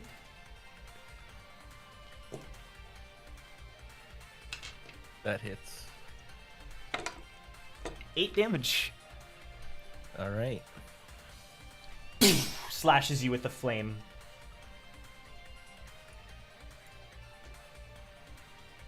Not bad. Not bad at all. Why don't you fight back? Because I don't have a reason to fight you? Kusith runs over to Janice. He kind of grabs her by her clothes and he starts to try to take her away from the fight. And Fawn is just chuckling. She slowly just walks on over to you. Ah, this is sweet. Sweet, sweet revenge.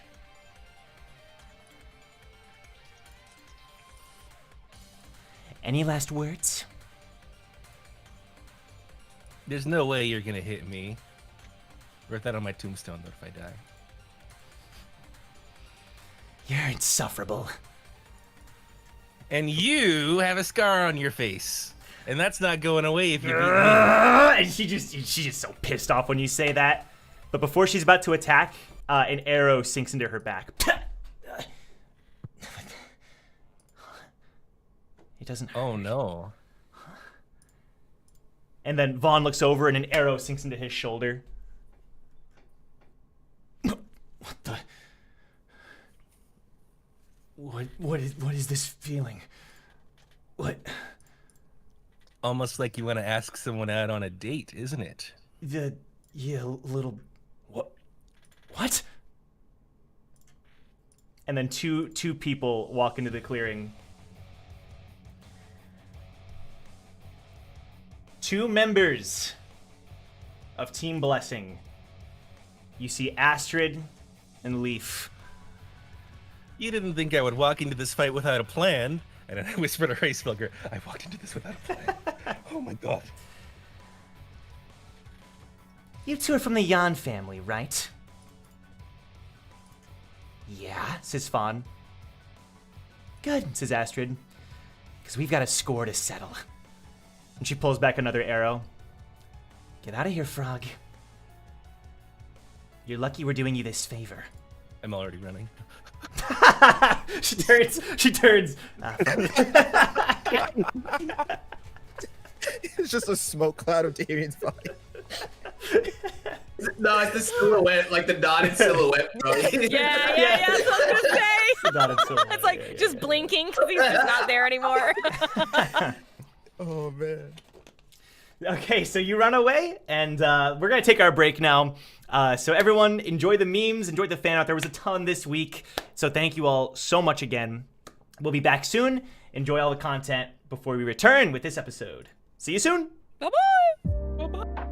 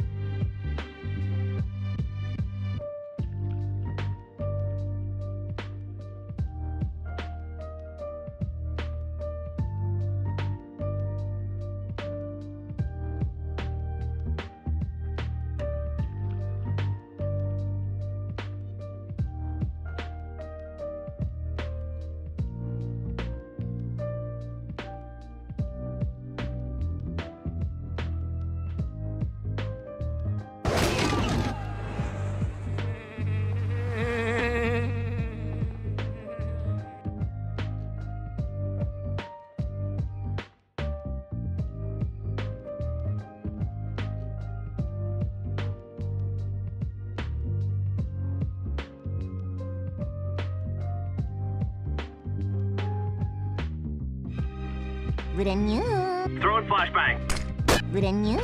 Throwing flashbang.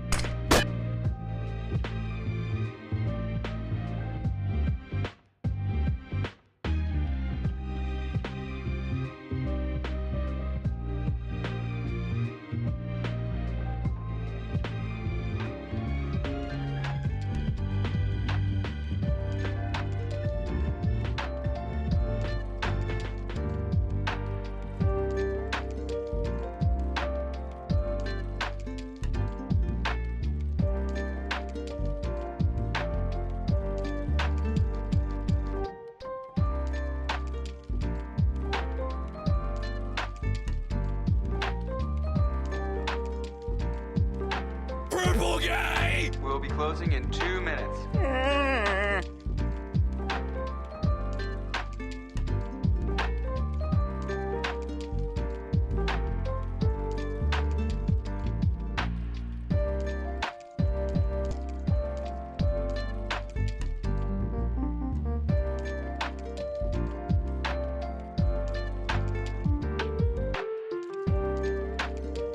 Downward spiral, downward spiral, downward spiral, downward spiral, downward spiral, downward spiral.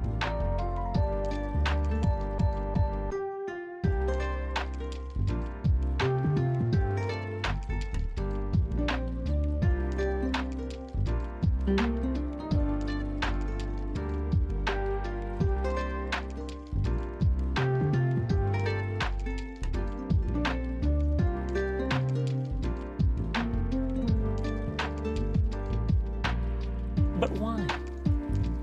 Why would you do that? Why would you do any of that? But why?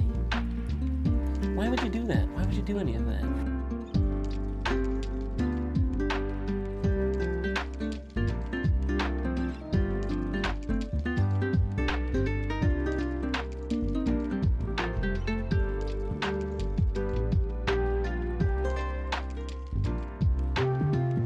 This would be funny if it wasn't so horrible.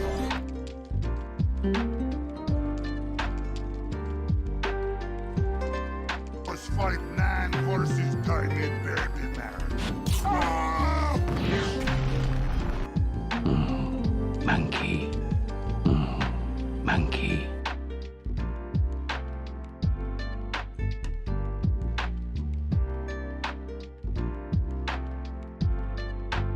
Sorry, I just need to prepare myself mentally. It's the suspense I can't handle. Can't handle suspense, huh? Then you're really not gonna like it when I... What? To be continued.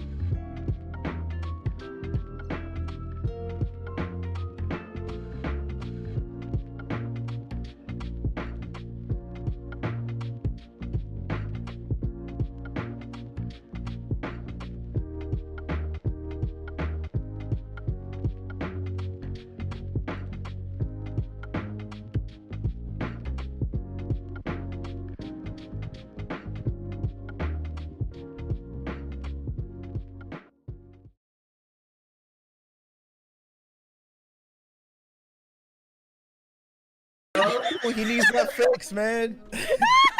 We're back. Hi, guys. He said, any of you guys got any? No, wrong answer. Rips your heart out. Oh, Sneff. Sneff on that shit. Confirmed, chat. Sneff on that Oh my gosh. shit. Damn. Well, That's crazy. thank you guys so much for all the memes and fan art. There's a ton of it this week. So appreciate all of you. If you want to submit your own, join the Discord down below. Don't forget to leave a like on this video in support of the series. Let's hop right back in. Okay, we're gonna cut to the Wu, Zhang, and Victor team. Okay. Let me... Okay.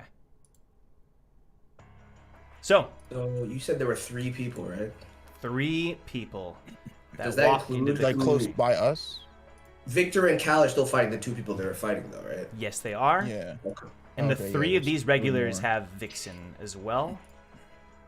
Right. We'll say this one's Vixen. Okay.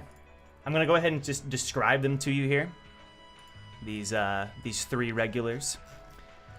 You can clearly tell that one of them is the leader, based on the way they are dressed and the way the other 2 are acting. But you see one man who has this like super dyed, all 3 of them have dyed hair, but this one, it's like super stark yellow hair that's kind of like rising up straight into the air, kind of like a, you know, like a triangle or something that's meeting up at the top. Super yellow hair. He's got a ton of nose rings, lip rings. He has like a lightning bolt tattoo on his cheek. The other guy whose hair is like super duper, like a dark blue. He's absolutely wide, absolutely massive with these huge hands. That he's the one that's holding Vixen, and he kind of has this flat look on his face. But the leader is in the middle, and it's a really huge, I say huge, like maybe 6.5 feet tall, jacked woman with dark red hair and bull horns coming out of her head. And she has her hand on her hip as she's looking at all of you, and her other hand is curled around a club with spikes on the other end of it.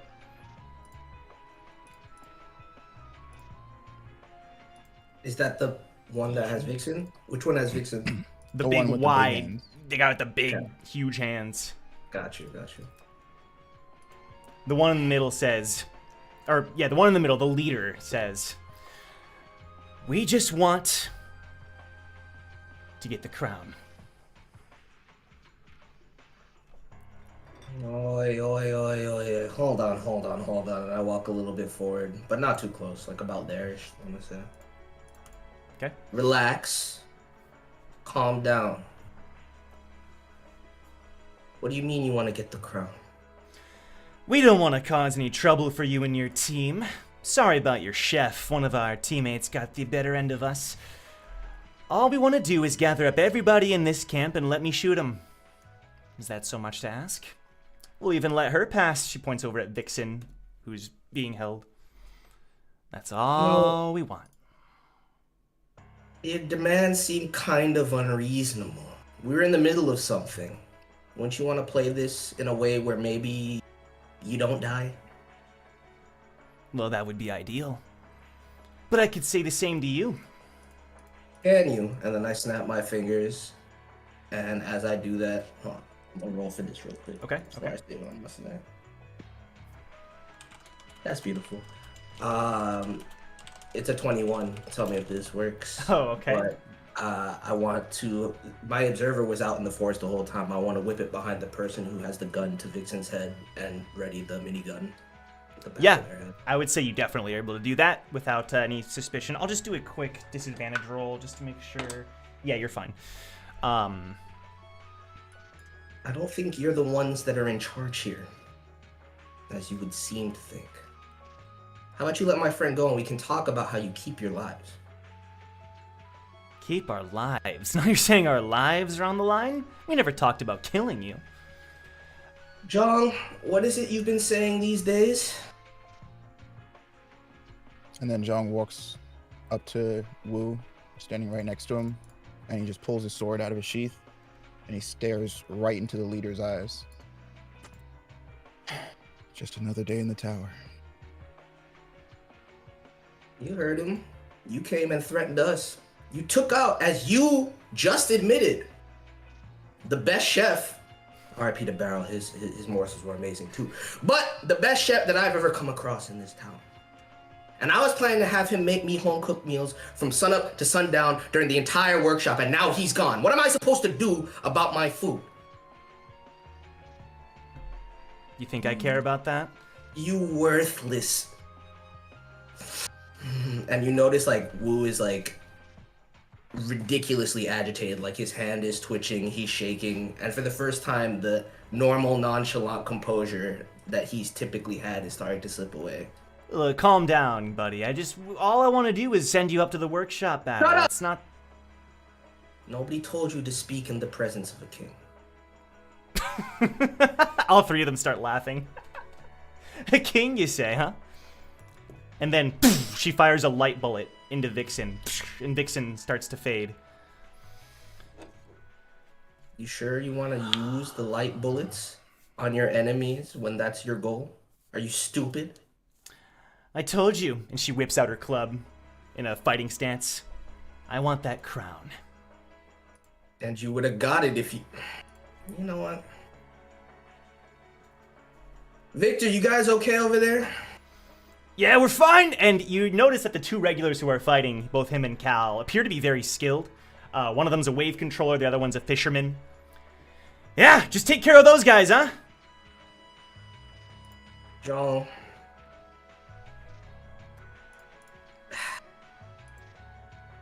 Just cover me. Don't do anything too crazy right now. We still gotta finish our talk.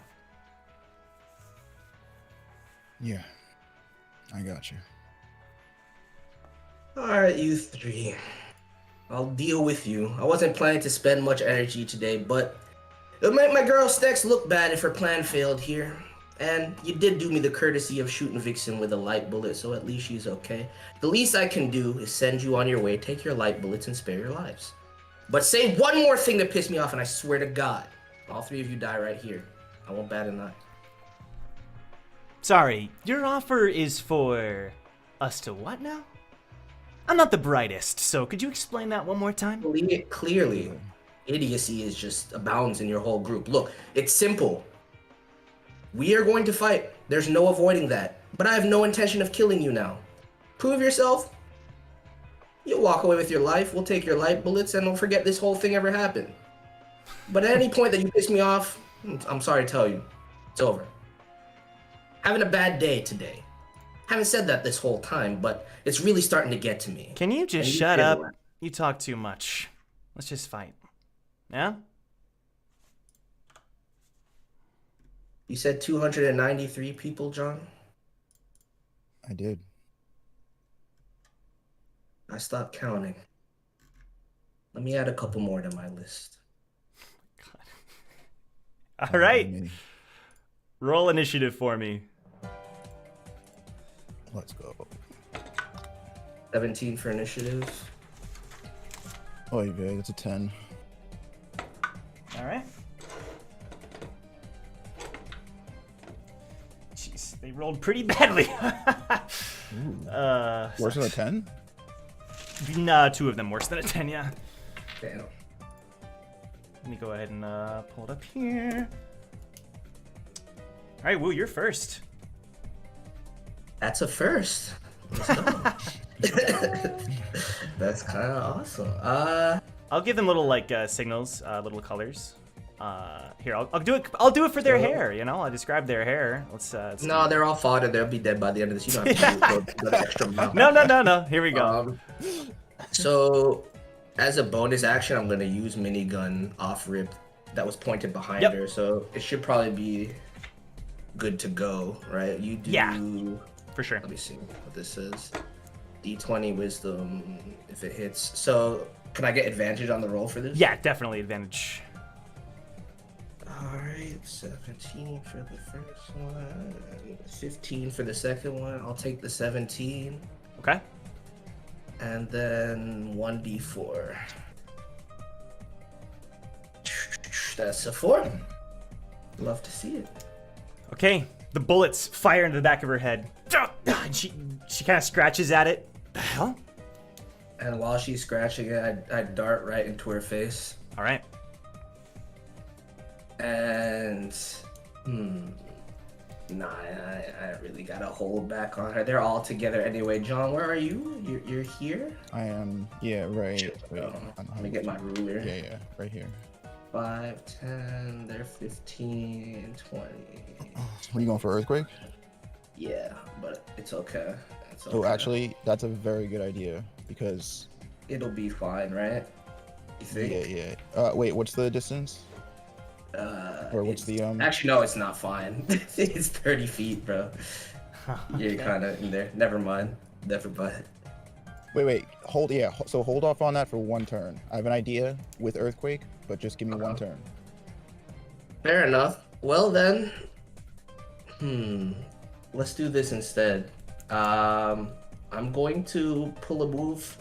Yeah, I sensed the disturbance in the force earlier that I'm not sure was a thing until just now, but I'm gonna use a dodge. You're like, this legendary technique. This legendary technique. How do you know my secret technique? I've been watching, bro. Okay. You taught it to me back on the second floor. You just never used it. You talk in your sleep. Okay, so you're preparing to dodge any incoming attacks. Perfect. So next is the blonde-haired guy, who he doesn't like walk out of your attack range, but he walks like here next to you, and he pulls out his fingers, and a little lightning bang generates at the end of it, and he fires it at you, Jong.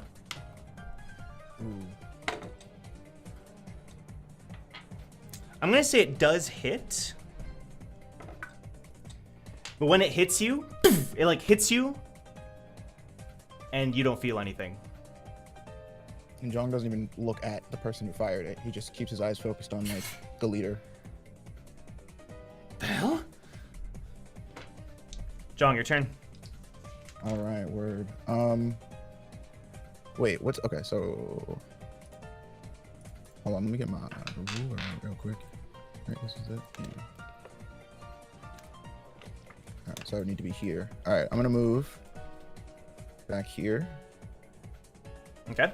Wait, let me just make sure. Yeah. Okay, and then. All right, so if I remember how you were saying like about like experimenting with using techniques and stuff like at the same time. I want to use bolt trap at the same exact time that Wu uses earthquake. Okay, so you're gonna hold your action. Okay. That's kind of the term. So when Wu uses Earthshake, you're gonna do the lightning trap basically, or like right before, right? Okay. Yeah. Okay. Yeah, we'll time it. We'll line it up. Sounds good. So you're just preparing. Yep. So in front of you. The other option. I'll tell you later. Never mind. I don't want to spoil all the secrets. Okay. So the person in front of you, and she's taller than you. She's like looking down at you. She has a grin as she swings her club at you.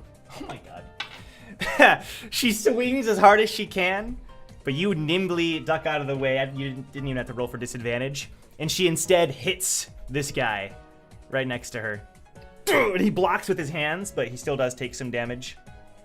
Look, I'm tempering my anger. It's not too late. Just leave your guns and walk away. Oh, sorry, Tesla. Didn't mean to do that. And then, as a bonus action, she tries to, like, slam her head into you. Please stop. But with your dodge action, you're able to duck it. Otherwise, that definitely would have hit. Yeah. Okay. So, now this guy, the big guy, he wanders over to your side. He's still kind of rubbing his arms where she hit him. And he tries to give you a big ol' hug. Now, Hannah, you're kind of I consider you the rule. You know the rules probably better than I do in some regards. And does the flanking cancel out the dodging? Or does the dodging take priority over the flanking? It would be, so Wu has advantage because of dodge. They would have advantage because of ranking, or because of flanking, so it would be a straight roll for the attack. Just a straight roll, instead of an advantage. Okay. Yep. From what I understand, it would be a straight roll, because the two advantages cancel each other out. Okay. Okay, well, He goes in for the hug, but again, I'm gonna say this time you're able to kind of like shove him off before he's able to do so. Can I whack my finger in his face while he does it? Sure, yeah. That's good. Yeah. All right. Conte Matumbo, not in my house. All right, your turn. Your turn, Woo. I give a glance at Jong as to say, ensure that he's ready. Jong just nods back at you. Well, keep your eyes peeled, gentlemen. I got something special planned, and since this should finish you, you guys get to be the first ones that see this. And then, like, as soon as I say that, you see Wu pause for a second. And he hears this internal voice. And it's like, is this what a king has become? Somebody who listens to everybody else. Someone who prostrates himself. No, you are no king. Make these subjects bow before you. And then Wu freezes before trying to do the Earthshaker. I'm gonna roll animal handling, Joe. I'll tell you what I get. Yep. Ooh. That's a 23. What do you do anything, or do you just? No, this is purely subconscious. Got you. So it's up to you, bro. All right. Right now, there's just silence as the battle is continuing on. You're continuing to dodge, but you didn't do a shaker. And John is probably confused. I take it. So it's like, what the hell, man? He's just looking at Wu very, very quizzically.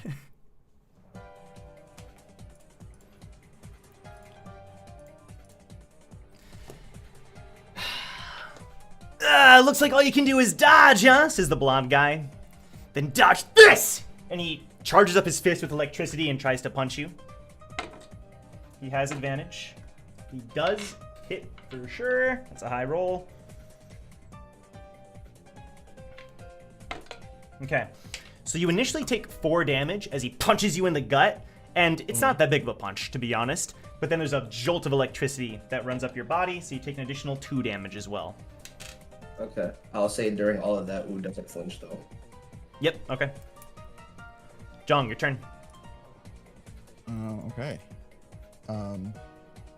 Jong is sort of gonna call out to Wu. Just being like, are you good? And you notice that, like, Wu is, like, moving, but, like, his eyes are just kind of glossed over and he's not responding to anything. Alright, well, fuck the plan. Alright, so we are going to do... I'm gonna... actually, you know what? I'm just gonna fire a bang at... Yeah? Was this the blue one was the one that got hit before by the leader? Yeah. Okay, yeah, we're gonna fire a bang at this dude. Just one bang? Uh... Because I think if you wanted to, you could spend SP to do 2, right? If you're SP. Oh, can I? I thought you took that as a thing. Maybe not. Ooh. I think that might have been one of the like level up. Oh, okay. I'm thinking of something else. I think you reduced the cost of it. Yeah. Okay. Yeah. Okay. Got you then. Yeah. Because now it's for So we're just gonna do a bang attack. Okay. Make an attack roll. And then plus initiative, or I mean not initiative. Plus intelligence. Yeah. Intelligence. Yeah. Intelligence and proficiency. Okay, we got 18 on the attack roll. That hits for sure. If you add everything else. 86. Okay, and then plus. It's gonna be 9 damage. Okay. You fire the bang at this guy, and you can tell he didn't expect it. He wasn't even able to put up his hands. You hit him in the chest, but he still kind of like maintains his position. Just kind of rocks for a minute. Just kind of shakes his head to sort of shake it off. Anything else for your turn? Whoops. So wait, all right. I have a question about. Yeah. So bolt trap, can I withhold the activation of it after I use it? Yeah. Like, so if I use it, let's say, and wait, hold on, let me get to roll 20. So if I use it and I like sent it, let's like, here, like somewhere in this area. I can it doesn't have to, it won't go off automatically. Like I can. Yeah, just you'll have to tell me that, I guess, beforehand. Okay. Otherwise, it'll be like an automatic. But that's Okay. fine. Yeah. All right, cool. Then I'm gonna do that. I'm gonna use bolt trap. And yeah, what's the range? I want to say 20. 30 feet. 30 feet. No, wait. I'm sorry. Hold on. Right? So it says 5 feet. Like initially, I think that's too short. I think I would have upgraded that when you upgraded it before. I'll say 15. Okay, and then as a bonus action, you can like move it further.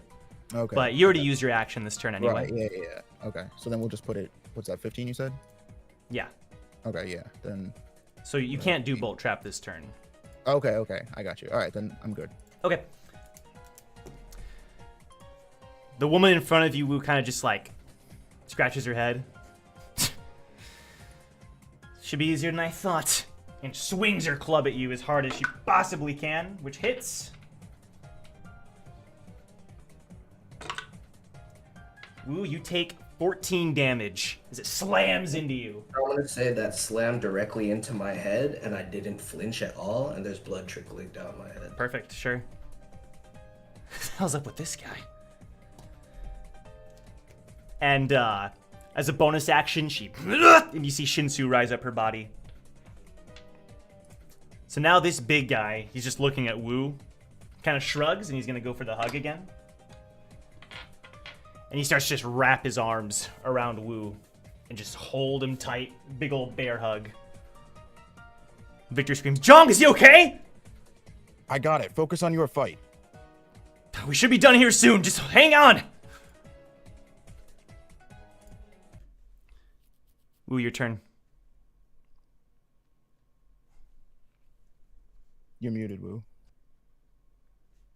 I said something before too. Did I mute after I said that? Did you hear me?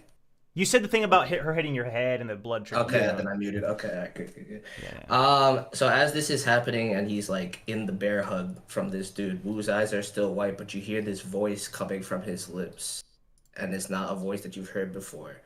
It's very distorted, and all you hear is, "You insignificant fools! You dare to put your hands on a king.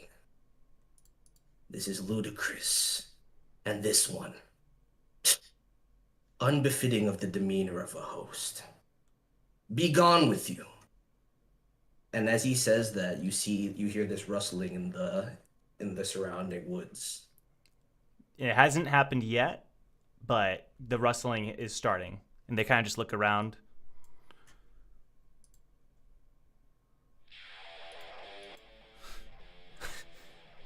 This guy's a freak. Let's take him out before he can do anything else weird.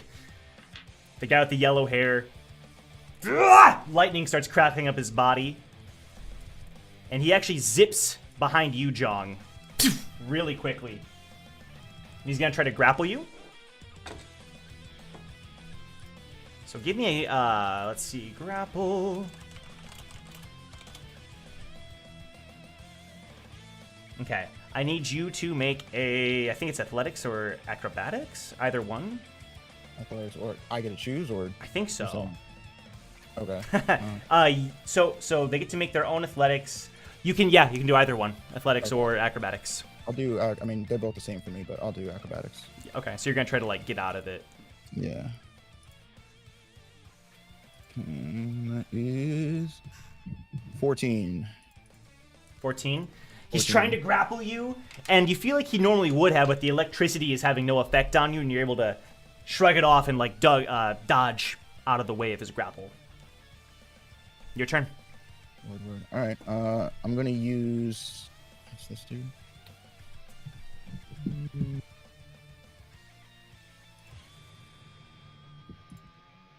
I'm gonna use cross slash on this dude. Sure. Okay. All right, so you have to make a dex saving throw. That's right. Okay. You're just gonna slash once. No, we're gonna slash. Hold on, where's my TP? We're gonna slash 3 times. I guess he only makes. Wait. Or it's. Target must make a dex save. Okay. You're slashing 3 times? Yeah. Ooh, I'm so sorry. That's a 20. That's a 20. Son of a bitch. So you still restore half the TP, but this guy, the lightning also seems to affect his speed a little bit, because he is dodging every cross slash you throw at him. Alright, I mean, yeah, that's it. I can't do anything else. Okay.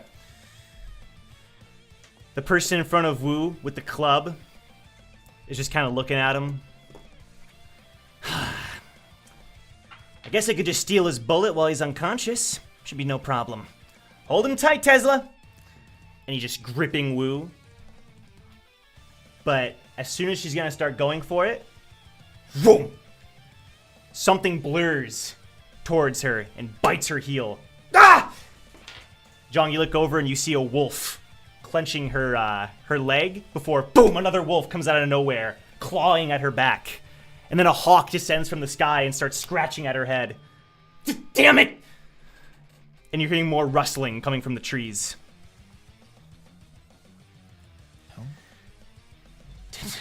Okay, that's her turn. So now it's the big guy. What? He's gonna use his action to try to just keep everything from attacking him, swatting the birds and like kicking away the animals. Wu, your turn. Wu's still in this trance, but you hear the voice again. Useless. Witness the power of the hierarchy of nature and succumb. Okay. This guy next to you, Jong, he's gonna look around. What the? Jong, how are you reacting to all this? I mean, Jong is occasionally glancing back at what's going on with Wu, but he is pretty much, I mean, he's very focused on this guy next to him, or behind him, or in front of him. Yeah. In front of you, yeah. Okay. Shit! And the guy just starts kicking and punching you really, really quickly. Make a dex save. Dude. Dex. It's gonna be... Ooh, that's not great. 11. 11? Okay. He is landing punch, and they're not doing that much damage, but he is landing pretty much every attack on you. You're blocking, but you're still taking some damage. I'm gonna say through all of his punches and kicks, you take about 5 damage. You feel like his body is pretty weak, but his speed is pretty impressive. All right, your turn. My turn? Yep. Okay. I'm going to... I'm gonna use Light Sparker on myself, and so he's like, we're looking at each other, like he's in front of me. Yeah. Okay, I want to. Can I roll for acrobatics? I want to use Light Spark on myself, and then I want to attack him, but I want to like aim for his legs. I want to trip him up. Ah, okay, sure. Okay, so that's acrobatics. Yeah. Okay. I think that's fine. Yeah, because you're doing it while also dodging his attacks. I think that's a good roll. Cool.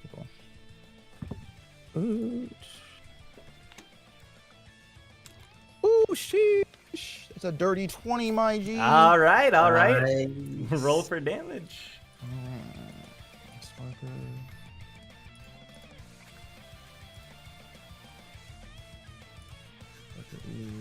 What is it? 1d6.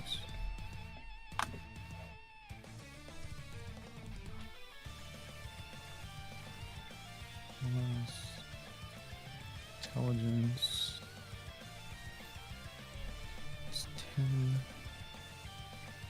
And then like an unarmed attack, that's just D8, right? Yes. No, yeah. D10? An unarmed attack, actually, and I just learned, I'm pretty sure it's just if you hit, you add like one. It's like 1 plus strength. Is that right, Hannah? I know I've kind of been doing it differently. So it might be like a D6. Huh? It's a D4 plus strength. Is it? Because if you're not proficient, it's a D4 plus strength, if I remember correctly. Like, that's what I used to do for Eden's Yeah, this is saying you're always proficient, which are melee attacks, and deal 1 plus strength modifier. That's what this says, which I didn't really realize. I kind of like the idea of like the D. John, I'm gonna say for you especially, did you light spark your body? Yeah. Yeah, make it a D6. Okay. Thanks. So then it's D6 plus strength modifier? Yeah. Okay. Yeah, thank you, chat. I'm gonna go with this for Jong at the moment. 7. Boy. I'm about to. I want to give a shout to Gray Rose who says I'm almost caught up. Shout the frick out. 17 damage, my guy. 17 whole ass points of damage. You swing your fist. You're trying to hit his legs, right? So, well, yeah, what I want to do is I want to like do like a sweeping kick to knock him completely up off the ground, and then I want to grab one of his legs and just snap it. Oh my god! Okay. So you just said it so matter of factly. You sweep him, and he kind of maintains his balance almost, but then you're able to like push him to the ground. The lightning sends him to the ground, I should say. We'll say that, and then you're able to snap his leg. Ah! Gives a yell. Not without that leg, though. Okay.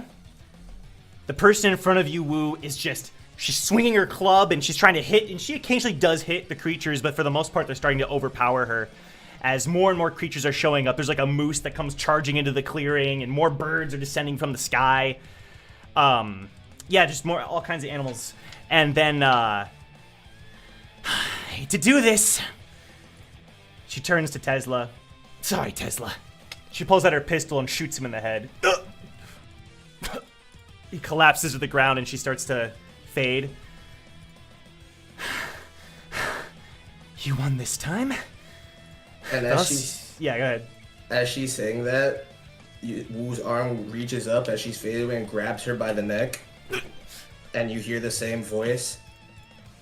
Insignificant bug. You will not escape the judgment of a king.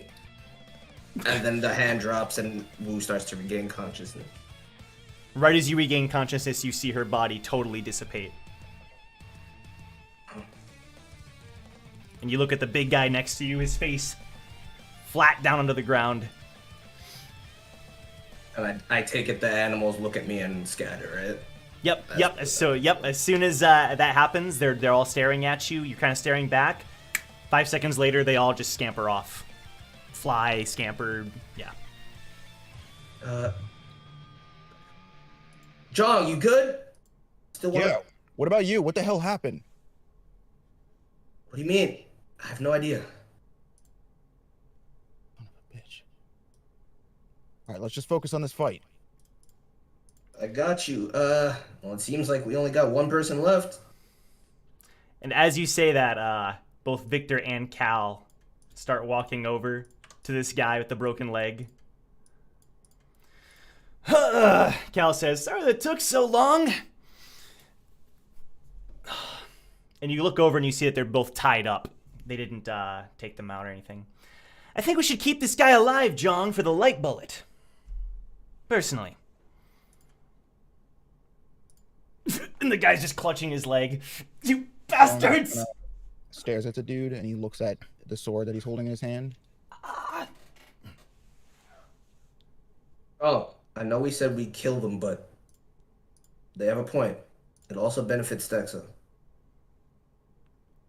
John, just this once. You don't have to kill everybody you come across. And the guy's eyes go wide. Sorry? I do want him dead, though, but not this one. No, I wasn't. And then John just drops his sword to the ground. The guy sighs in relief. I walk over and pick up the sword and put it back in Jong's hand and clench his fist I put my hand around his shoulder. I know you weren't, but you're not dealing with this burden anymore alone. And I turn him away from the dude.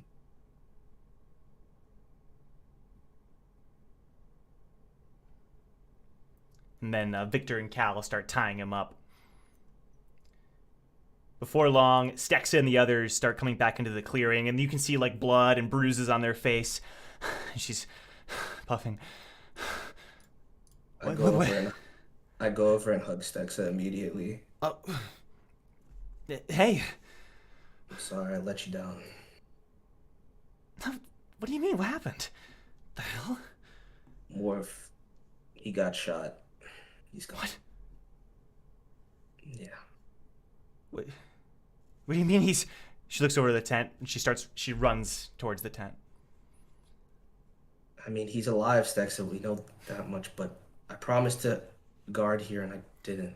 So you're telling me... Bulwark walks up to you. That while we were off collecting bullets, you couldn't accomplish one job? You're right, Bulwark. I said I would do it, and I couldn't do it. I'm useless. Yeah, you are useless. You can tell he's a little bit unsure, though, when he says it. Boris doesn't say a word as he just stands there looking around the clearing, and then he looks at you again, Jong, and locks eyes with you. And this time, Jong immediately like cuts his gaze from Boris. And he goes over. I go over to Stexa in the where the tent was, and I put my hand on her shoulder.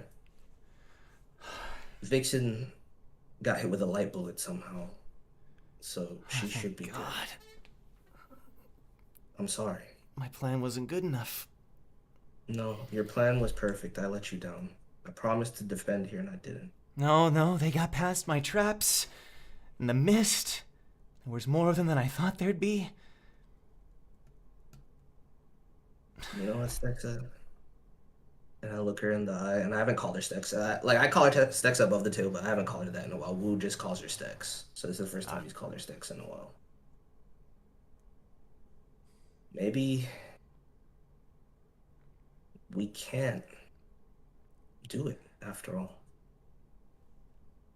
Not alone, anyway. Maybe.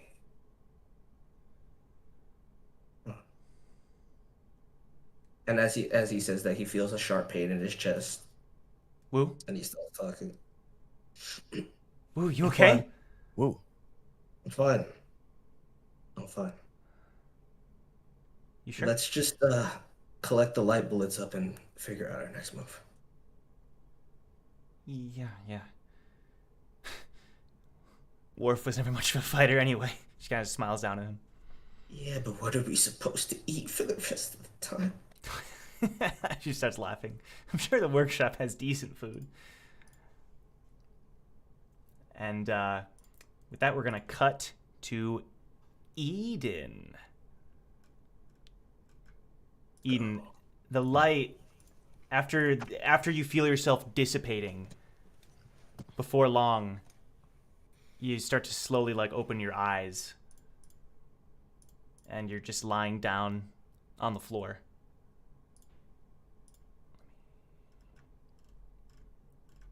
In a room, outside. Sorry, I want to make sure I... Oh, no, you're good. Yeah, so you're feeling like a cold, hard floor below you. You're hearing some noise around you as well, people talking. There's a monitor that's speaking, someone speaking on a monitor. Before long, you realize it's actually Oreo who's talking over the monitor, but everything's kind of blurry at first. And you sit up and you look around and you realize you're on this huge ship. And everything looks fancy and sharp and shiny, and there's vendors all around you, and you're seeing people, mostly regulars, you can just tell. Some of them have blood on their face or dirt on their clothes. Some of them are sitting down, or some of them are just waking up like you. And there's giant windows off way down on the corners of this room that you're in, and there's just clouds in the sky.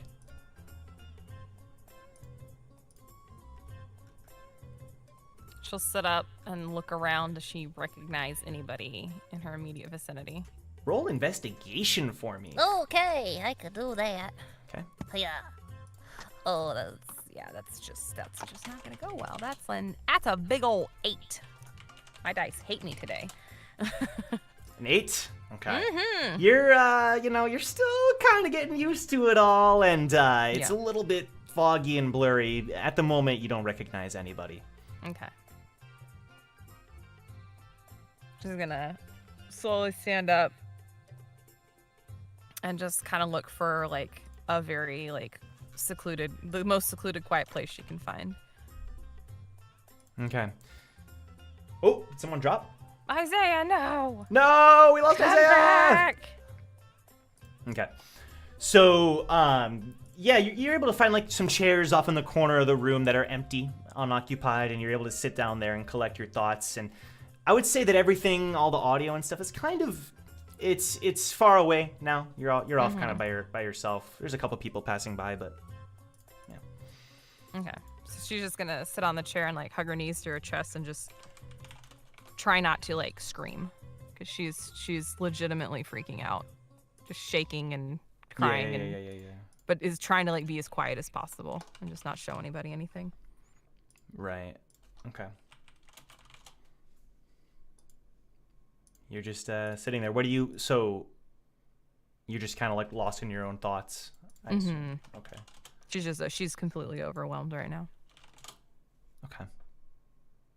Make sure. Okay. Hello? You hear a voice in front of you. Hello? She'll slowly like peek up over her knees, see if she recognizes the person. You okay? You see Dahlia standing in front of you. Oh boy. Just kind of like looks at him and shakes her head no and just kind of puts her head back down. What's wrong? Anything I can help with? He kneels down in front of you.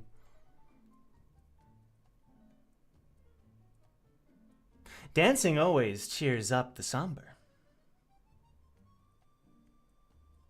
Kind of like peeks her head back over her knees again.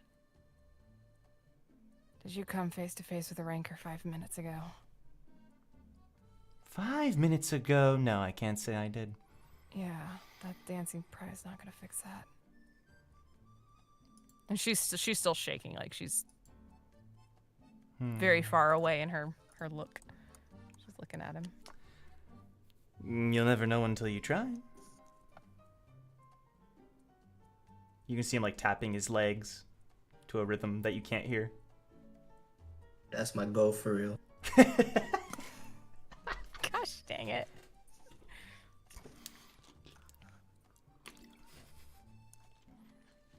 I'm good, man. Seriously. All right. I hope you're okay.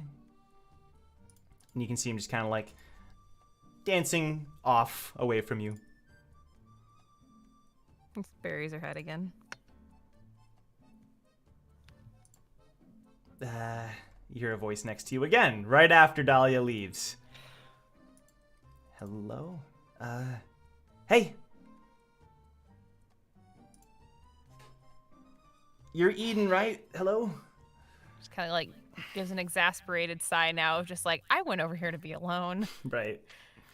She'll Sorry look up. if I'm bothering you. You see Vixen in front of you.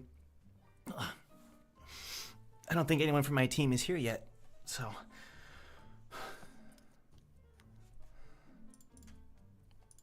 Can I help you?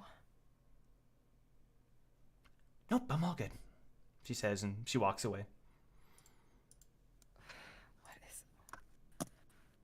What is going on? Hey, you hear a third voice off to your left.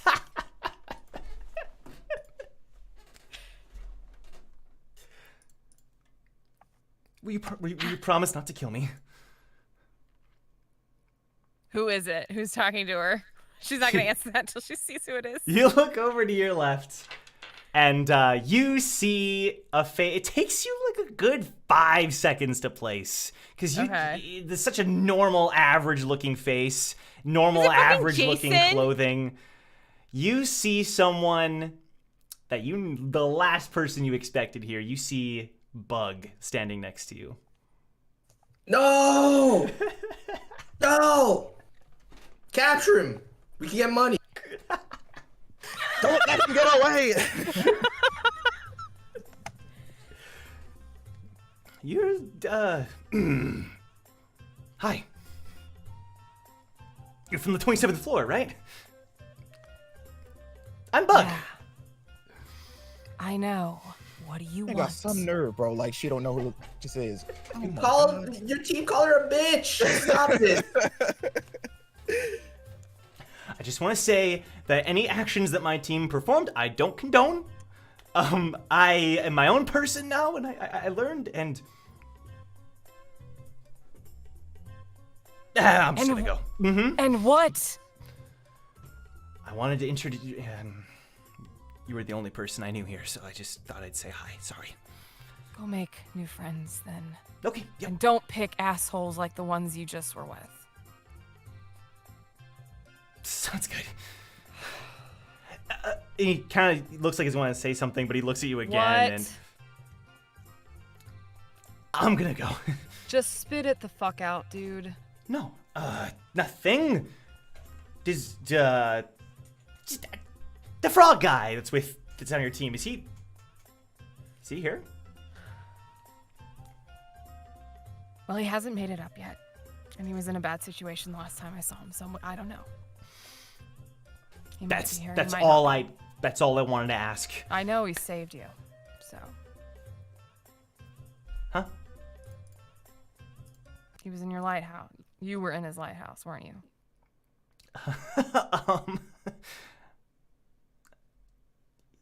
Yeah, I was. Yeah.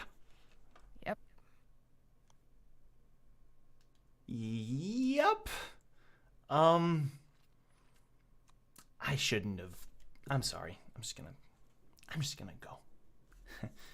Yeah. And as he's leaving, some workshop officials start walking towards you.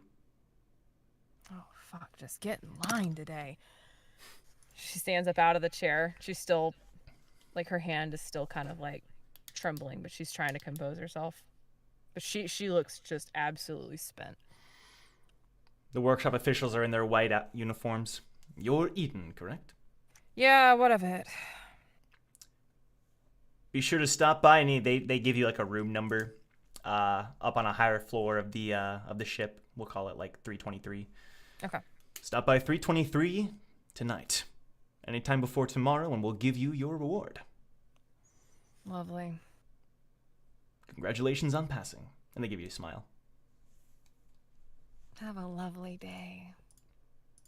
And they walk off. And Bug is not there. You don't even see him. You have no idea where he went. He's Shocking. away. This is this man's MO.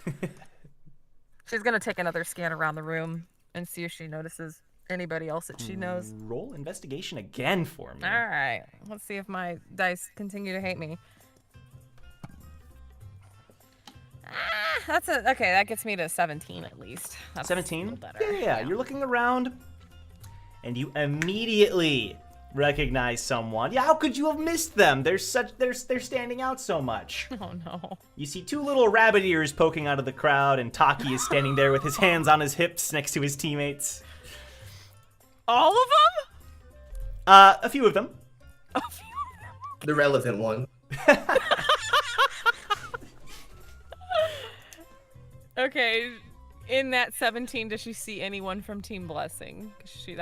That's who she would actually be looking for. Oh, Team Blessing? Yeah. Not at the moment. Okay. And it could just be because you're in the corner of the room. Yeah. You're not able to get a good view. Okay, she's gonna start walking around, and trying to like keep looking around and just try to explore the place. Just try and calm herself down. Eden? Hey, Eden! You hear a voice as Shion runs up to you, Jason next to her. Sounds supposed to be funny. Well, it is. Sorry. Above the table, it is. Of course, Jason weasels his way through. Where the heck is So Young? Hey, you made it. I'm glad. Yeah. Where's the rest of your team? I was just gonna ask you the same thing. We got caught in a pickle. Oh, shoot. The ranker? Yeah. Wait. She has her look of realization. Don't tell me it was... Was it Sneff? The one on the announcement, the very one. Shit, I'm sorry, Eden. It's all right. Just another day in the tower, right? What? No. Yo, that's my line for real. I was gonna say you gotta get that trademark, bro. You do it too much. She's heard the team say it for 10 years. Leave her alone. I'm gonna start charging y'all. That sounds like some syndicate business. Yeah, Join the syndicate. We can get you your royalties, brother. Join the syndicate. Right, we have those T-shirts made already, right?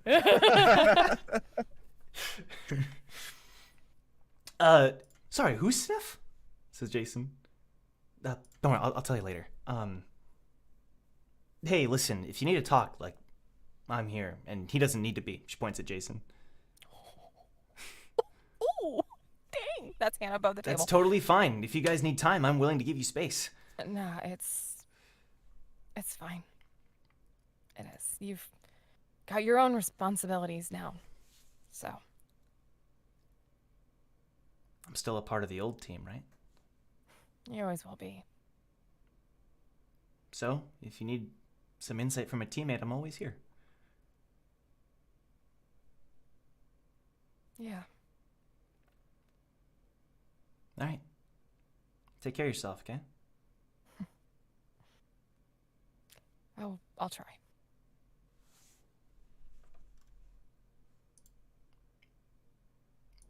They just kind of turn and walk away.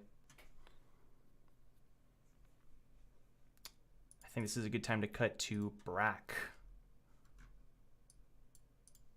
So I'm going to time skip a little bit with you, Brack. You were with Leaf, you were with Percy, and Percy ended up taking you like west of the forest. West towards the river. So I'll go ahead and show you here on the map here. West of the old building on roll 20. All right, let me make sure that y'all are there. Okay, so you were right here in this building. Well, maybe you can't even see it. Off to the right. Yeah. There we go. If you shift ping, it'll like bring everybody to the location, which I think is pretty sick. So he led you this way towards the river, which is where he was looking with his telescope. He leads to this little patch of bushes here, and you're able to sort of take some cover. It's like a field of like different kinds of plants. Some of them have like little berries growing on them, and you're all kind of huddled in the bushes. And you find it's a little harder to hide there, but you were able to make do. They should be around here. He's looking through his telescope. All right, Perk, what's the plan? By the way, he's the one who collected the light bullets from Eden disappearing. Yeah. The plan is, I have 2 light bullets, so all I need to do is shoot the 2 of you, and then shoot one of them, and we should be okay. He looks at his pocket, and the numbers are now like dwindling from 40, 39, dwindling down. We don't have much time. You're okay if we do that, right? I'm fine with that. I think for right now, just go ahead and shoot Little Leaf with the light bullet, and we should be fine. And you and I, we can ambush the last guy. Make sure I get that guaranteed shot. Yep. Or I could, well, since you took the light bullets, I could have shot you and then I could have did something cool and went, to the top, but I guess we could do it your way. Oh, sorry, I didn't mean to steal your cool scene, your cool stuff. You said you know everything about me. You know I like to do cool things, but okay. I'm sorry. Hey, I gotta say, that was really cool what we did with that bullet. Like, now that the ranker's gone, I can finally think about that. That was really cool. I'm so glad I got to do that with you, man. Likewise. All right, let's go find this person to shoot. Cool things with this big bro double B, bro. Damn. That was really awesome. And I'm glad you trusted me, he says, and he smiles. If you don't trust the people that you're working with, you never get that far. So, since leader, decided to trust in you first, I thought it would be alright for old Brack to give you the old try. You didn't disappoint, So, I think I can trust in you to actually pull off another plan. I got lucky. The ranker didn't know I was a guide. But even aside from that, I don't think Eden really does trust me, you know? But that's okay. I've come to sort of understand it. It hurt at first, but I think she had good reasoning for it. I did kind of disappoint all of you. So, it's okay. It wasn't that you disappointed all of us. It was that you put one of us in a very peculiar situation. For your own reasons, I have to add. But I think everything will work out in the end. Or at least I'm trusted in the frog to have everything work out on his end. Otherwise, I'd be just as panicked as everyone else, and we don't need that. We don't need this 8-foot jolly giant running around screaming, flailing with his arms out. No, we need him focused on the task with his little, a guide, right? That's what he called you, a guide. I have no understanding what that is, but with his little friend and old Leaf here. Right, Leaf?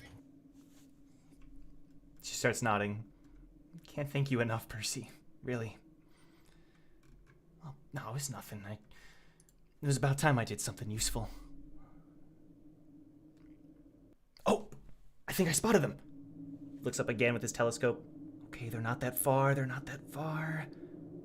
Oh, I guess we should shoot Leaf, huh? Yeah. Leaf, make sure that you find Leader once you get there. Let her know what Perk and I are doing, and let her know that everything will be fine. She's going to need you. Right now, she's probably broken. She seemed very, very stressed when she thought that she was actually going to shoot me. I don't know why she was stressed in the dream that I had a while ago. She shot me in the heart with no problem. It seemed like we were even piling and joking about it. I even gave her a thumbs up. What are you, what? Oh. Wait, you dreamed that? You don't remember the dream? His eyes are wide. He looks at Perk. He like, oh yeah, that's right. You don't know. Don't worry about it. It don't matter. You stay out of this. What did you... No, family business. Only in the family. Only in the family. Hurry up and shoot Leaf. Oh, okay. Yeah, totally. That's cool. That's what I'm saying, Vin Diesel. Like, keep it in the family, damn. All right, Leaf. Here we go. Yep. On the count of 3, right? And then he shoots her with the light bullet. Oh, that works too. She starts evaporating as the light pulled that envelops trigger her. a little quick, my G. Relax. Damn. I didn't know any better. Shit. He said they got a hairy trigger finger. It got a hairy trigger. Oh, the light was in my eye. I didn't know. As she's evaporating, she just waves as her body's just dissipating. It's better to pull off the band-aid quick. All right. Now, to get this guy, how do you want to do it? I could wave Walker over there, grab him, hold him down on the ground. You come up, execution style, boom. That'd be so cool. Sorry. That'd work really well. We should definitely do that. Yeah. Now, Okay. what does the person look like? There's 2 of them. Ooh, we can make this even more fun. That means you don't even have to shoot me with the light bullet. I still got my own bullet, and I've been meaning to bust this gun. They gave it to me. I want to use it. Wait, so you want to steal a light bullet and then shoot the other guy with the dark? Wait, what's your plan? You're right. Never mind, shoot me with the light bullet. I would have. No. If you really want to shoot them, we can make that work. You go in, you pop with your wave walker, and then I pop with my Brack didn't remember the rules. Brack didn't remember the rules. What you just said just reminded Brack of the rules, and that means that I would kill. Okay. No. I mean, it could work out, but I think what we should do is you use your wave walker to dark bullet one of them, and I'll dark bullet the other. Sound good? I'll take a light bullet. It's okay. I'll take a light bullet. Brack doesn't want to harm Sure, anyone. I know it's gonna hurt your. It's not gonna hurt your pride or anything. Nah, pride is overrated. Let's go get this done. All right. Sounds good. Okay. Whenever you want to, I'll be ready. All right. So, just to reiterate, what do you want to do in this situation? As they get close, Brack is going to wave Walker over. Okay. He's going to hit one in the back of the leg, like before they can notice that he's there. Yep. And Percy's going to shoot me first with the light bullet, and then he's going to shoot the other guy in the head. Since he's quick with the trigger, since it looks like he could just bop. So he's gonna go. Well, so he only has one. Oh, I see. Right. Yeah, because he has one light, one dark. So he should be able to hit me with the light, then hit the person. And with then the dark. while you restrain him, hit him with the dark. Yeah. I see. Okay. So you're gonna wave Walker forward. Go ahead and give me a just a general like strength check for me.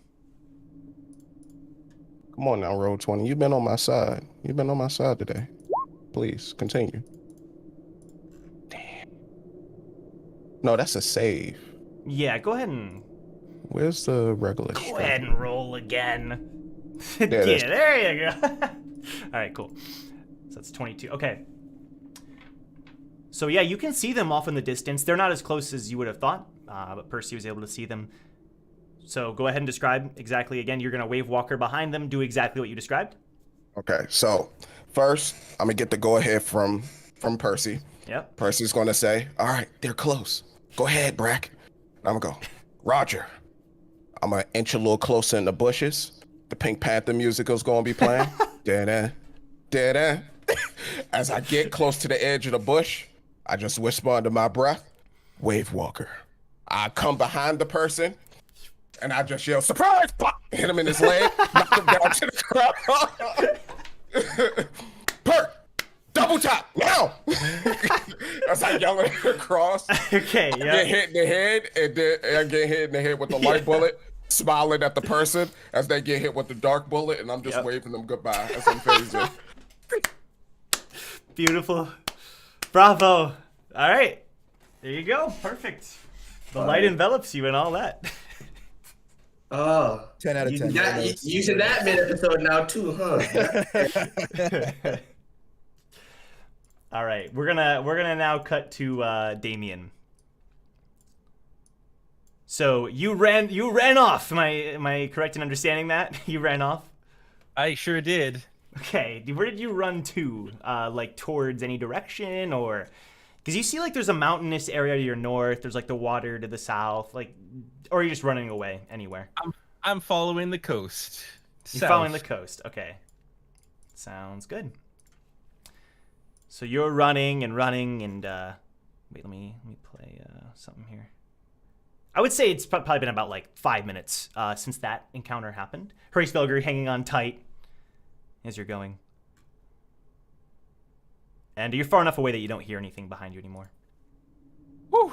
Oh, man. I think I beat the record from my previous escape. Hraesvelgr's looking at your wounds. Oh, these? Yeah, I'll be okay. I think I just need a one of those rests that I classically have, you know? I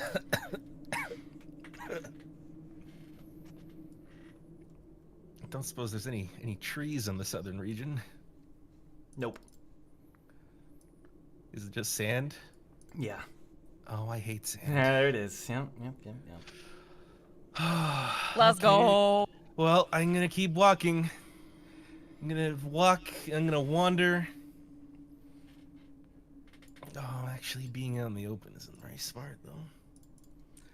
As you're walking, something blurs past you so quick you just feel the wind rustle your hair.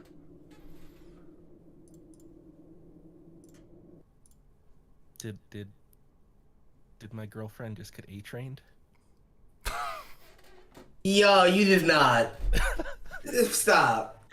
I love the references. Keep them coming. Come on, that's like 5 references in 5 minutes, man. Jeez. What was that? Hraesvelgr, I don't understand.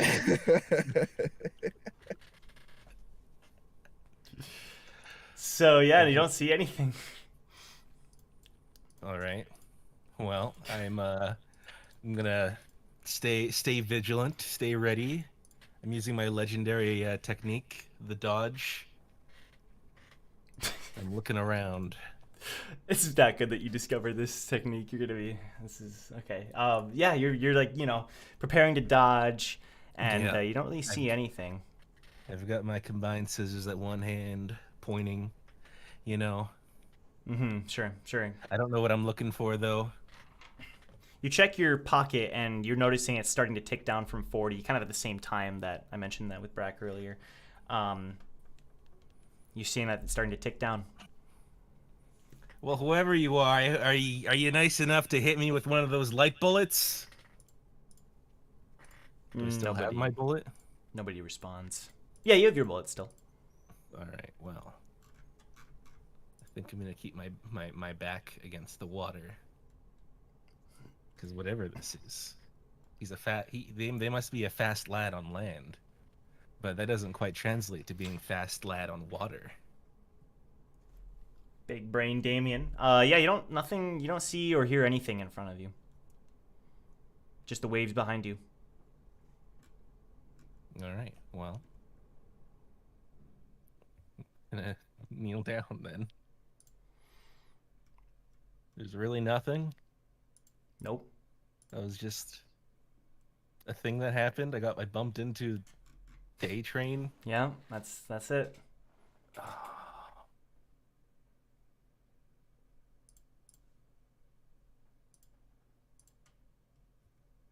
I can't give up, if that's what you're wondering. It's just anybody silence. still there?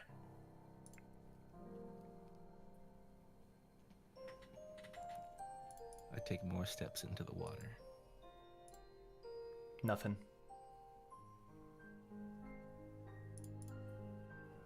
Yeah, I don't like this race failure. Let's just keep following the coast, but stay vigilant. Watch my back. You get the impression that whatever blurred past you is no longer in the area as you continue walking down the coast. You're seeing the number of tickets falling. All right. Well, I'm walking slower, but I'm ready for anything. As I use my scissors to walk through the sand, which I really don't like this idea that I've gone through sand. The tickets are still ticking down, ticking down, ticking down. Roll perception.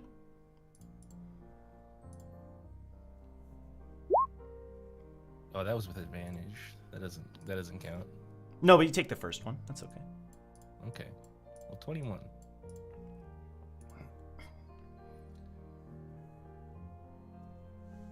You're realizing that nobody's really around you. The tickets are starting to fall. But then you feel like this warm feeling inside of you. And you feel like the wounds aren't hurting as bad as they used to. Would I be familiar with said warm feeling? Mm-hmm. You do remember from the 20th floor.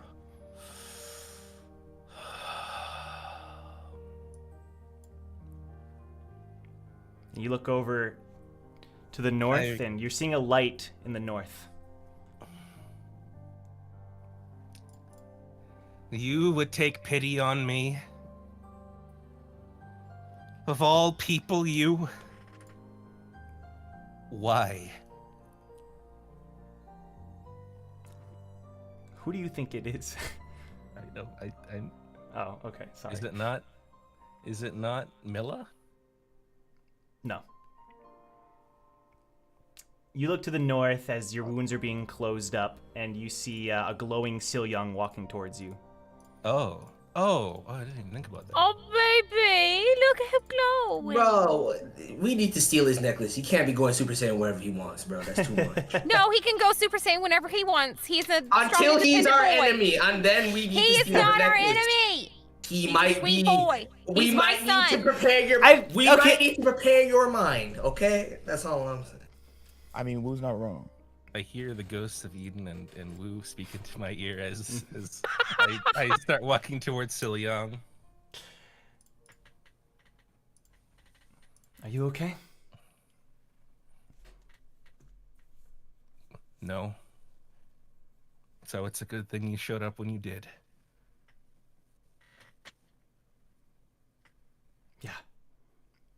Leaf and Astrid are on their way here now, too. Oh, and that's okay? Yes. No need to worry. You're gonna be okay. He puts a hand on your shoulder. Well, I feel a lot better now already. Astrid, for some reason, blames the Jan family for what happened to the Lindquist family. She thinks Milla may be responsible, considering she was there the night that you all were. And so when she saw those flames, her and Leaf took off. I'm glad they could save you. Weren't they best friends before? No. Friends in name only. From my understanding, anyway. Astrid doesn't... Astrid could never make any real friends. Yeah. It's In gonna a be way, okay, I Damien. kind of pitied her. And I really don't deserve any kindness they give me.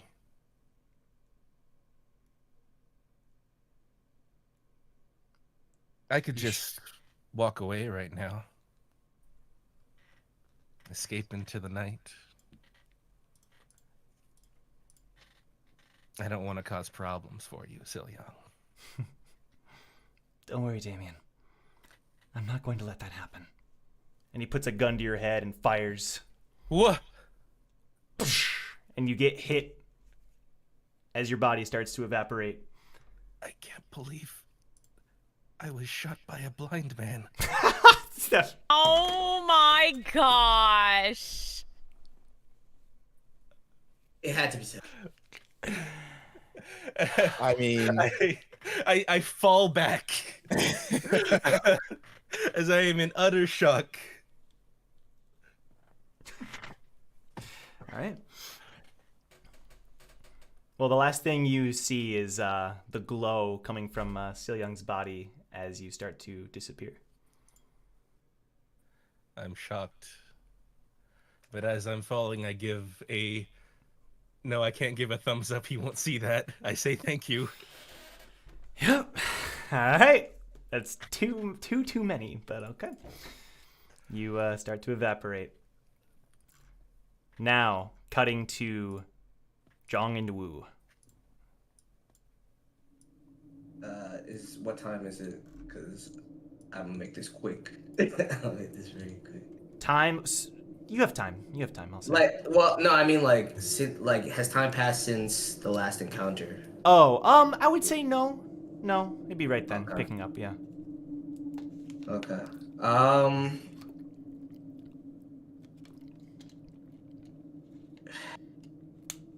Stex, come over here. What's up? All things considered, do we have enough? I think so. If we have a hostage, I've gotten all the light bullets. There was a ton of regulars we beat back there. I'm pretty sure we'll be good. I'll shoot you all with the light bullet, and then I'll fire a dark bullet at one of the hostages. In fact, that guy might be a good target. And she looks over at the yellow-haired guy. Finish it off with him, and we should be good. Absolutely save him for last, but save us for right before too. I need you to do me a favor. I need to talk to Zhong, and I don't want anybody around, so start loading people off. Sure. And you see her walk over, and she starts shooting the teammates with the light bullet. Blazer, Bulwark, Monica, they're all getting shot. And as she's doing that, I call Zhong over to go back to the spot behind the tent where we were interrupted. And Zhong walks over to that spot. And as I'm leaving, I'm like, Stax, give us 5 minutes and then you can come over and shoot us too. She nods.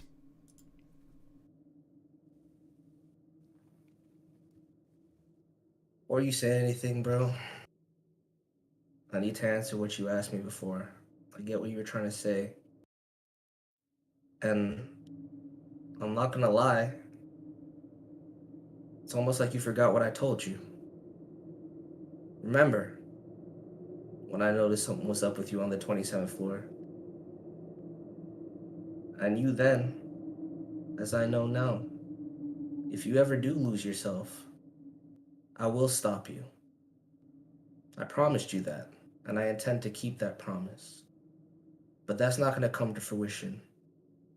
Not just because we all agreed to it, but I learned something just now. I have no idea what just happened back there. Or, to say that would be a lie. It's not entirely true. I have some idea of what just happened, but I haven't put the pieces together myself.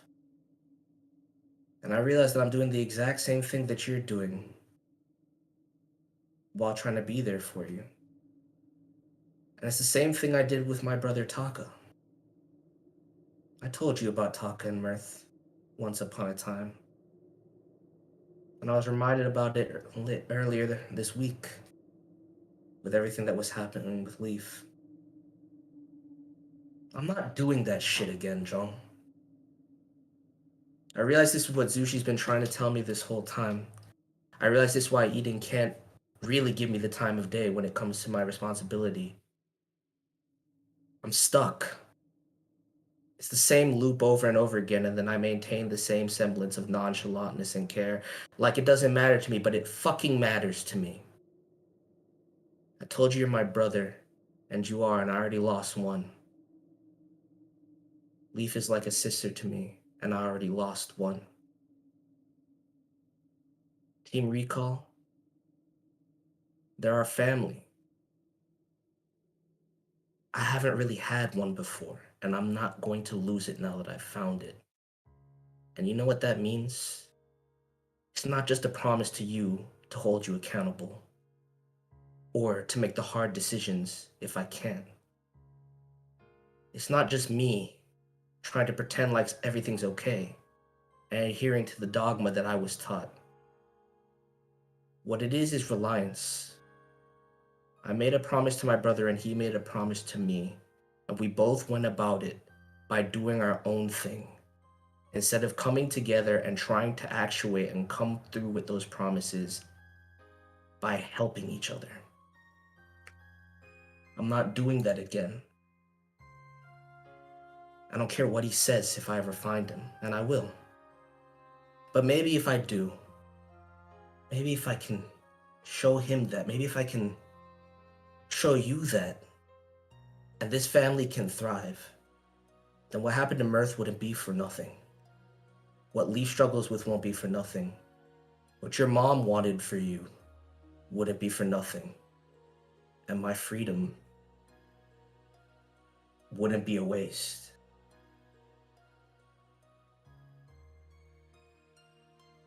And then he pulls out a little blade from his gourd, and he slices his finger, and he holds it up to Jong,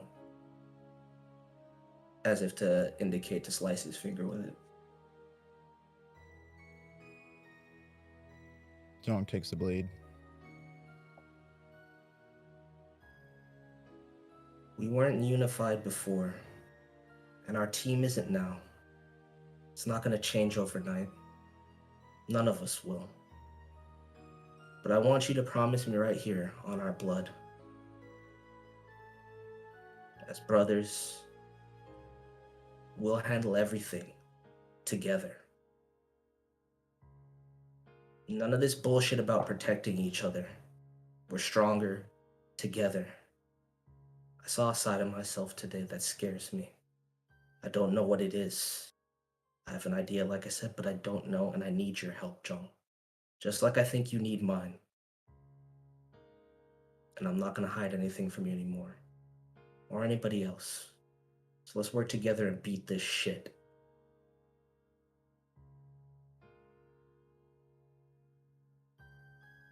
Ooh, I wasn't gonna ask you to stop me.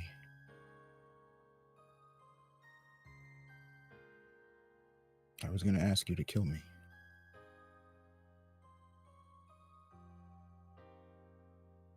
Ooh, you said that you've never had a family before.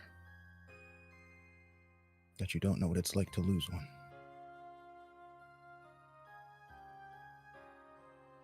It's a hollowing feeling. No, you misunderstand. I did have a family, and I do know what it's like to lose them. It was the family I chose. The ones that birthed me never gave a shit about me. They used me as tools. They discarded me. They shunned me. When I finally found something that meant anything to me, it was me that ruined it, not them. My selfishness, my arrogance, my pride. And even though I thought, I could do better, it happened again and again and again. It's not going to happen again. I know what it's like to lose that, John.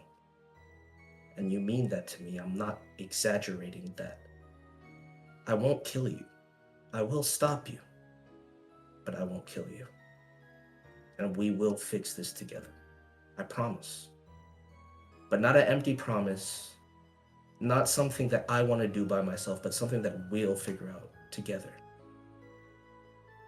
And I'm going to need you too. And Eden's going to need us, and Brack is going to need us. Damien especially needs us, and we refuse to see it. We don't have a lot of time to waste. That shit's going to get even crazier. So, again, I'm asking you, take that blade and promise me.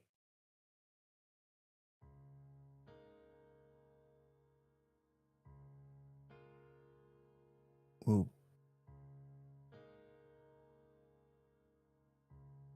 my mother was the only family that I had.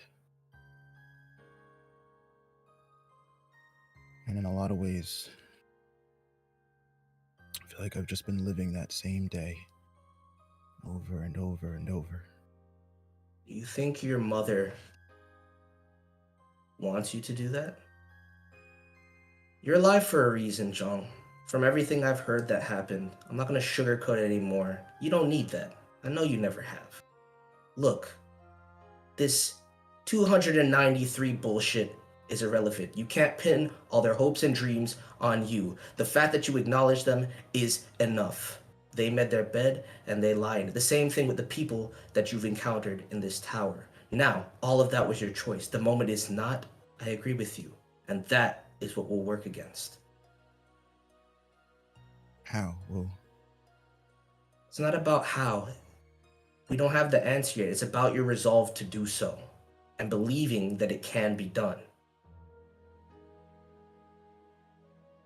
Your mom wants you to be happy, Jong. I want you to be happy. It took a lot for me to understand that people like us actually deserve that shit. Everyone deserves that, and they gotta fight and scrape for it. And we're not done fighting yet, Jong. I won't let you go down this path of self-deprecation. I'm here for you. You need to understand that I will die for you. Damn it, Wu, I don't want that. I don't care. I don't want this. It's a lot of pressure, Jong. I get it. I get it. It's hard to feel these things. I get it. Nobody wants it. It's hard. That's what life is. But it's gonna get a lot harder. And this nonchalant facade that me and you put on all the time isn't gonna carry us through that. What is us being unified. I want to share your burdens, and I'm going to put mine on you. And I hope you can handle it. Just like everybody else in this team, and I promise you, more so than anyone that I've made beforehand, this will work. As long as we believe in it and strive for it.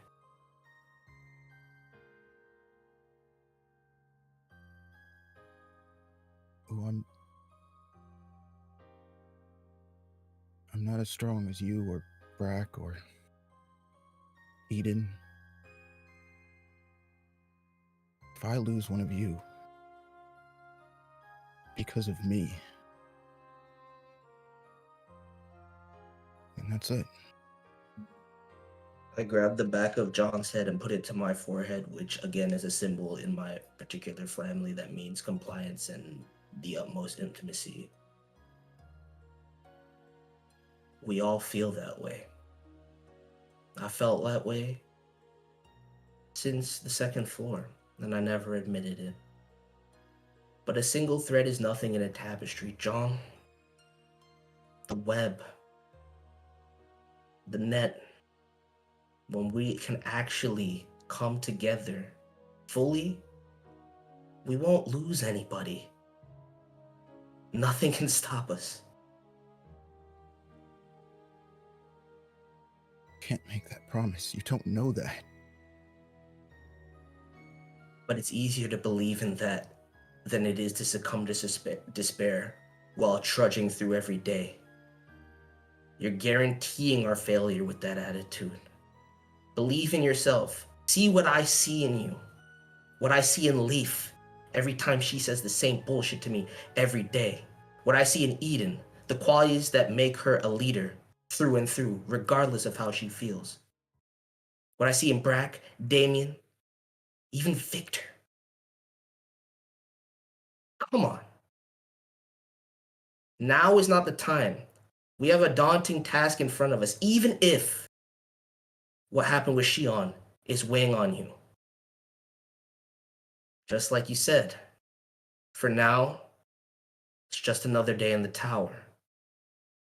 But at the heart of it, we know what we need to do. And we'll make those strides and it'll happen.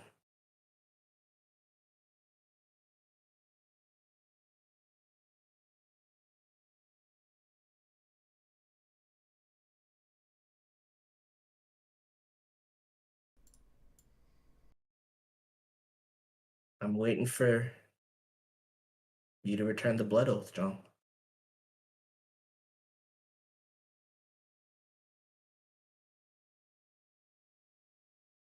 John looks down at the blade.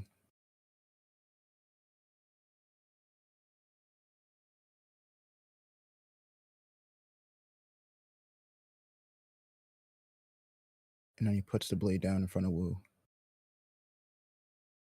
I'm sorry. But I'm not as strong as you. No, you're stronger. No, I'm not. Hey, No. hey, guys, I don't mean to interrupt, but time's running out.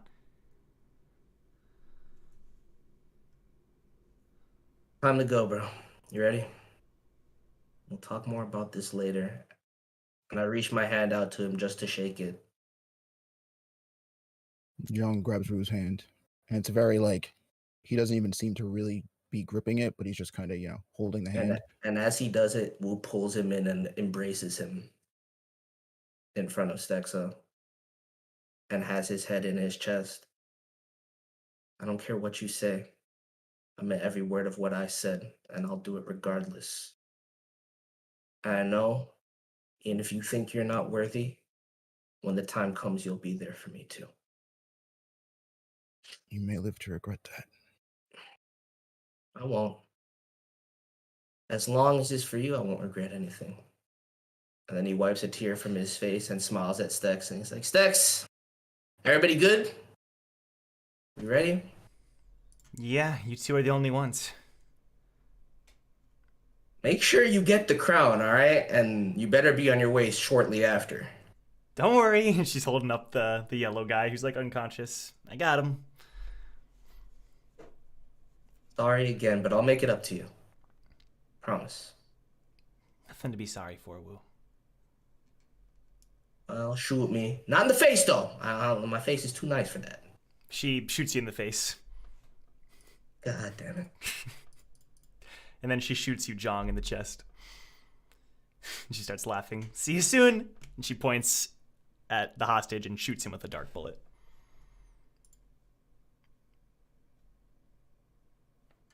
Your bodies evaporate. All of you. Brack, Wu, Jong, Damien.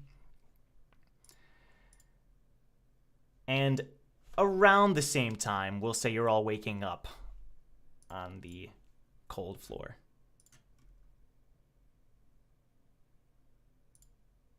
Is that around the same time? Yeah, I'm gonna say you got there different times, but you're all waking up at relatively the same time. You see the same thing Eden did, you're in the same spot she was, except there's a lot more regulars around you. As soon as you start to wake up, you hear Oreo's voice. And that's it! Those are all the tickets for the One Shot, One Opportunity game! Whew, that was so much fun, regulars! You all did so well! Tomorrow we'll announce the winners of the items. And with that, I hope you all have a wonderful stay here on the Euclid! The monitor turns off. That's it then. What about where we stay and stuff? Is there a place with a bed? You expect them to tell us that? We probably gotta figure that out on our own. Victor starts cracking his neck. Wait, where's Eden? You guys seen Eden? No. Damien, wait, Damien! Gives you a fist bump. I didn't realize you were there. My arm is a little bit tender, but good to see you. Hey, you good, man? You Yeah. seem a little out of it. Yeah, I got to use my, my fate power. My arm's a little Sorry? bit numb, but, well, I'll explain it all when we all meet up. Let's make sure that Eden's okay. Agreed. And then, Brack, as you're waking up, you feel Victor give you a big hug. Brack! Oh, it's good to see you, buddy. I missed you, man. But before the hug and all that, when Brack wakes up, he feels the coldness of the floor. He hops up. That bullet actually hurt. Leaf? Leaf? Has anyone seen my Leaf? Leaf? She's not around. Okay. Oh, Victor, hey! Hey, Victor, man! Hey, good to see you, man. Good to see you, get off buddy. me, embezzler. A big happy reunion. You all start hearing shouting coming from down the hall, down this huge room. You're hearing two people shouting at each other. You might be the ugliest yawn I've ever seen. You sure you're from the yawn family? And you're hearing Astrid yell. At least I don't wear makeup to cover up my scars. And you see Fawn's hair start to light up. You know that person you serve, Milla? She's a simple-minded bitch who betrayed her best friend. Oh, that's it! You know what? You only got saved from us. Sorry, never mind. Wait, that's that. Never mind. I was writing some stuff down. Opposite. They're just fighting at each other, yelling at each other, but then you see Vaughn is holding Fawn back, and Leaf is standing next to Astrid, but he's not holding her back. He's just kind of watching everything happen. But Sil Young is between them, and he's talking much quieter. He's just kind of trying to hold them back, or calm them down in the middle of the two arguing. Can I, crawl underneath the crowd and get to the front? You want to get to where they're arguing? Yeah. Okay, sure. In the back, Hey, guys. Brack is just, Oh, sorry. Go ahead, Brack. Oh no, I was just gonna say in the back, Brack is just yelling, fight, fight, fight, fight, fight. You only got saved from us because of Speedy Boy over there. She kind of tilts her head to one of the regulars. Oh, that's rich. I would have roasted you in 2 seconds if you gave me the chance. He just saved you. He didn't save us. Right, Vaughn? Vaughn's just shaking his head. Hey, guys. They all turn to glare at you. Oh, No. there he is. You always get saved right at the right time, huh? How lucky are you? Yeah, I am pretty lucky. I agree with that. That's gonna change when we go at it in the workshop battle. You hear me, Frog? All of it is gonna change. Yeah, sure. Yeah, and sure it will. I mean, unless you want to bury the hatchet right now. Oh, that's rich. Maybe with 3 or 4 scars. Then maybe we can bury the hatchet. I mean, I wish I had the cool firepower to scar you guys. I mean, I wouldn't use it to scar you guys, but I'm just saying, if I had that power, it would be really cool. But I wouldn't do it to you. Guys, it's okay. You see another regular walk up to them. It's okay. We shouldn't be fighting, right? It's a good thing I saved you all. Can you go ahead and look at my screen? Who dis? Once Is again, that you fat shouldn't have Jason? saved us. Once again, you shouldn't have saved us, Dungoon. Oh no, it was my pleasure. I'm just glad you're all getting along now. No. Okay. He looks Number like 10. a dumpling. That's what he looked like. Man out here on his greatest Dr. Eggman. Yeah, he ain't got no mustache. You're not worth arguing with. Sorry. Is his You're not worth smile, arguing like, with. Is Dungyun's smile genuine? Hard to tell. It's hard to No, tell. he has kitsune eyes. Nobody with kitsune eyes has a genuine smile. Or again. Again. Favorite character, please. Brack? Leaf suddenly is there and she runs up to you and gives you a hug. Leaf. All right, okay, good. You're safe. All right, Woo, now. She looks at Woo and gives you a huge hug, tackling you. I knew you'd make it. As she does that, I cough up a bunch of blood. Like onto her, or? No. Okay. No. Oh, okay. Are you okay? Here, I can try to help. And she tries to. No, I don't need healing. Honestly, we'll talk about it later.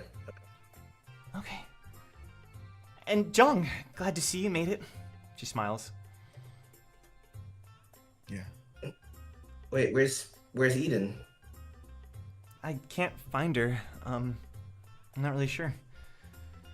You guys all made it, right? Yeah, she was the first one to go through. You should have seen it. It was amazing. The deflection, the lighthouse, switching the bullet, changing it, bringing it through, hitting the ranker right in the back of his head. And all he could do was laugh and jump off of a roof because he's crazy. It was amazing. What is Brack talking about? Eden shot the ranker. Wait, you guys shot the ranker? You got the item? Yeah, I think so.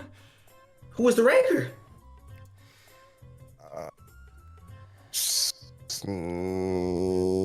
Sleazeball? No.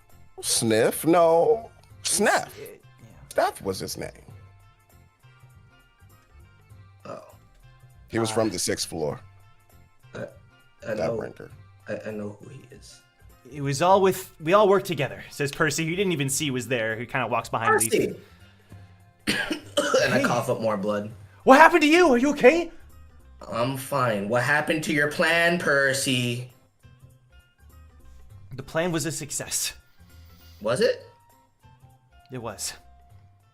I'm glad. Would it have worked out if you had told us a little bit more information? Like how we wouldn't be able to communicate with each other when we got there? You know, how we were never planning to meet up, how you had everything in your own grand I don't design? I don't know everything, but the paths just told me that this would be the best option. Guide shit, huh? I wouldn't call it that, but yeah. Oh, wait, that's what we're gonna call it, Percy, because I don't know how to explain it. I knew that your friend's team, I knew that they'd be in trouble, and I wanted to send you their way. Well, it all worked out. I'm giving you a hard time. Just next time, maybe a little bit more of the plan. Even if you don't see the whole picture, just a little bit more The information. problem might help. is that sometimes if I share those sort of things, the paths change. It's not so simple. It's a hard life tampering with the future, isn't it, Percy? Wouldn't want to be you, though. And I pat him on the shoulder. Yeah. Okay. Eden, I'm assuming you're still in that corner. Kind of away from everyone? Okay. She's away from everybody. Okay. No one else had approached you since the people approaching you nonstop. So what were you doing during that time? Like, regulars were starting to arrive one after the other. It was getting louder and louder. So I'll cut to you here. She just kind of kept to herself. She wasn't really keeping an eye on who was coming in or out. She was kind of letting fate figure that out, and she was trying not to worry about it. Okay. So she's got her own stuff. Right. Okay. So you were just still sitting there processing your thoughts. Mm-hmm. A couple minutes go by. And then you hear, "There you are." And Victor runs up to you. "Eden, I'm so glad you're okay. Are you okay?" Yeah, I'm good. How are you? What happened? Have you talked to anyone else? Barely. Right. He sits down next to you. "You can tell me what's going on." Remember how you and, we were saying that, you know, Sneff wouldn't be part of the test. Well, y'all were wrong. The he was part of the test. Yep. And,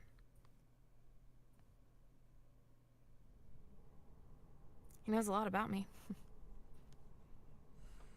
And, wanted me to shoot my own teammate with a dark bullet. And he was happy about what happened in Harlem and what I did. He just gives you a hug. "It's okay." It's not okay. It's not. He "It's okay, Eden. It's not. He can't hurt you anymore."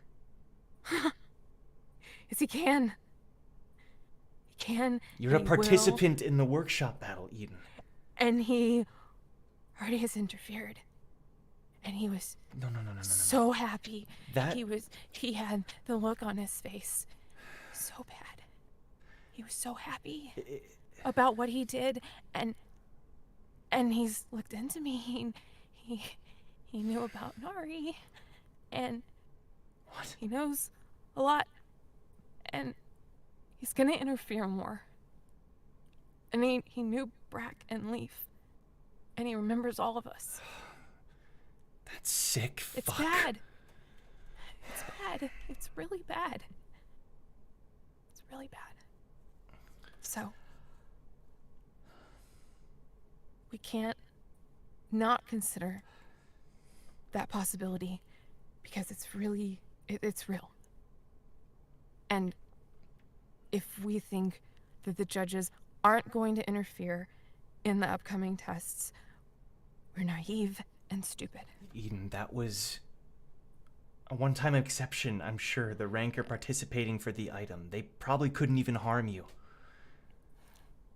I know he still did harm you, but in a different way, and I'm sorry that I made you feel safe when you weren't. That's on me. No, it's not. I already knew. I somehow knew he was gonna do that. And I don't want to consider that Percy led me there for that. I think he's nice. I think, but He's Icier. So, who knows, right? he tried to keep me there. When I learned he sent Damien to meet with Fluxvalk alone. What? And I wanted to help Fluxvalk Damien. is involved in this? Yeah. He sent Damien alone so that him and Fluxvalk could meet because Fluxvalk doesn't want to see any of us anymore, on only him, and he was We need worried. to talk.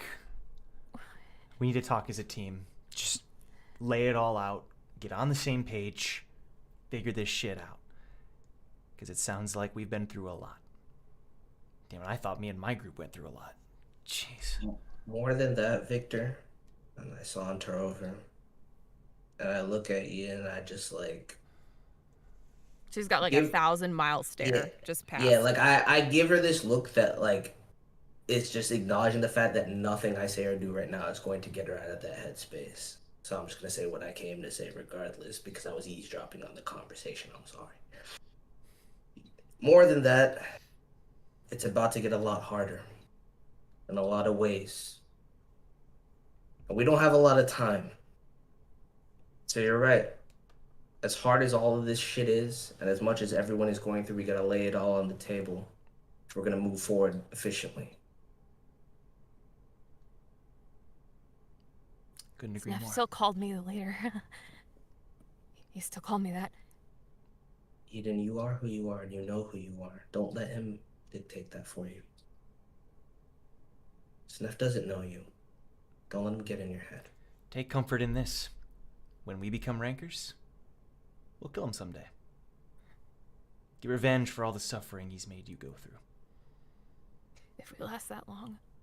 We are going to last that long. Okay? Well, we will if, again, we actually figure some shit out. Yeah. I'm done playing games here.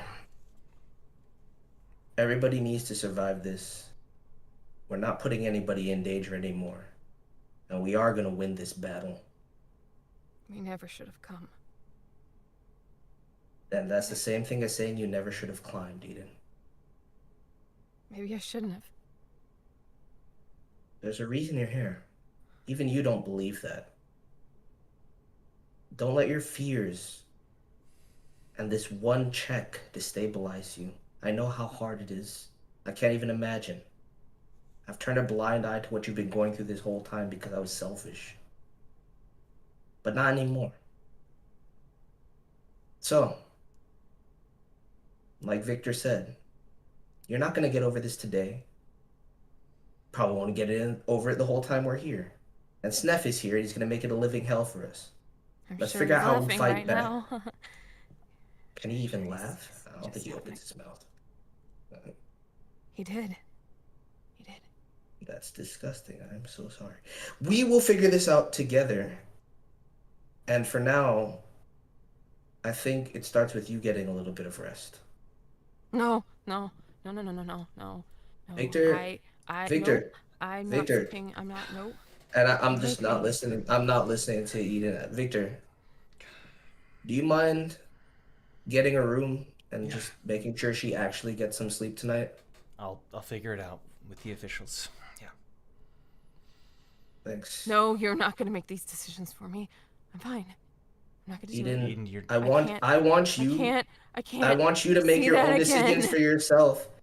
And if you can't face your own fears, I've been facing them this whole time. I know, but And no one asks. I'm everyone's sorry. just like, lean on me. We'll take your burdens. Eden, I'm sorry that I wasn't And if I type of person I that put could have them been on there you, for won't they you. you break? No, we're stronger than you think we are. You can lean on us just like we've been relying on you. It's not all cut and dry. We're family. You gotta believe in the people that you trust and you care about. It's not for you to take up the burden yourself. So, I do, and that's why I'm trying to protect you. no, you can't protect us. That's what you have to understand. You can't protect Leaf. I can't protect Leaf. That's why I've been trying to tell you guys we need to allow her to make her own decisions. We can only be as strong as we are if we protect each other simultaneously for all our flaws and our faults. Rely on each other, trust each other. Without a shadow of a doubt, we're strong together.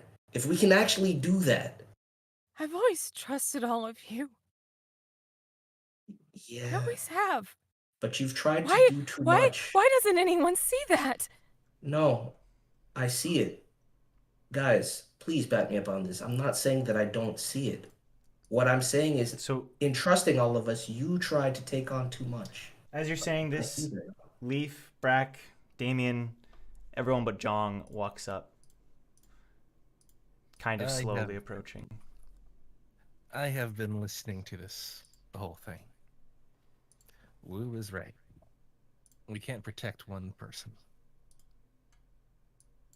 In the end, we're all gonna have to face danger, but we do have to come to rely on each other. We do trust you, Eden. Completely. I trust all of you. But so things are so dangerous. They are. You don't understand. No, I do. I do. Damien, yes. you said your scissors can take away memories, right? They can. But it's not a permanent thing, though. How permanent can it be? It's not permanent, Eden. It doesn't last forever. Those memories, they will be repressed, but they will return.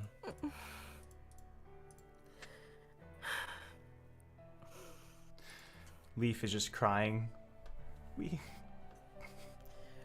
I'm sorry, Eden. You don't have to be sorry. We love you so much, and you don't have to take all the burden on. I am sorry as well.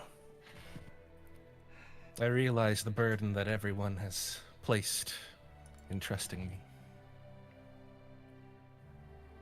But know that I should be able to withstand it. This is what I was prepared for. This is Eden. No. Just stop. Please. No matter what you prepare for, you're never going to be truly prepared for anything. Look, you've done more than should be expected of you. If it weren't for you, we'd all be dead. If I'm being strictly honest. I was blind, I was selfish, I was arrogant, and I can't promise that that part of me is dead. Something in me drives me to be that way, and I realize it now. And the only way I can stifle that is if I rely on all of you. In the same way that I want you to rely on me and everyone else here. We don't have to do anything alone. That's right. Nothing. I realized something while I was on my own. It made me think. All of these events spiraling out of control. And I just wanted to save people, but I really should have been trying to save myself. I never realized it. There's a lot wrong with me, and I want to fix that. And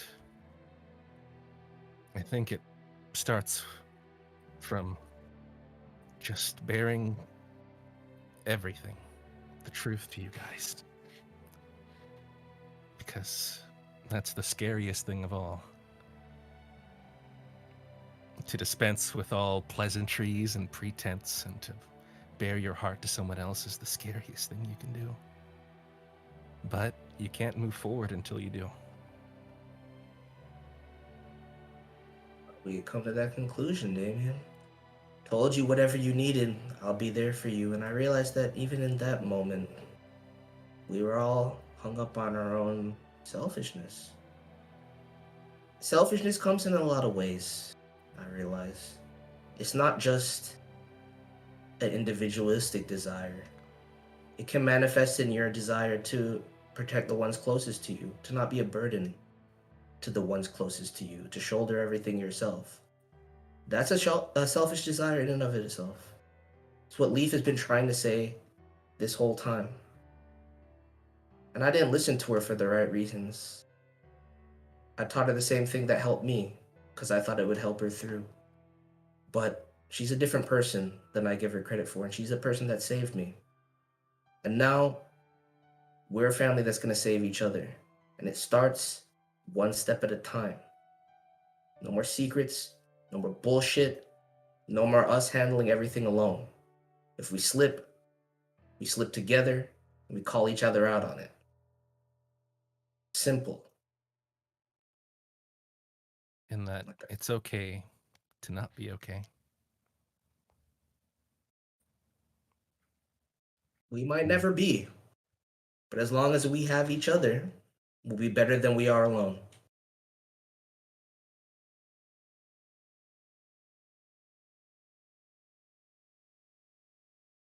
To find the strength to continue when all strength has left you. Yeah, I could use a drink for that. Thank you, Damien. Oh. Well, I mean... Oh, my chest hurts. I feel kind of woozy. You okay? Well, I think on that note, we should probably find maybe somewhere to lodge, something to eat. Let's just please find Stexa before. Oh, did anyone see Janice, by the way? Janice. Yeah. And Kusith as well.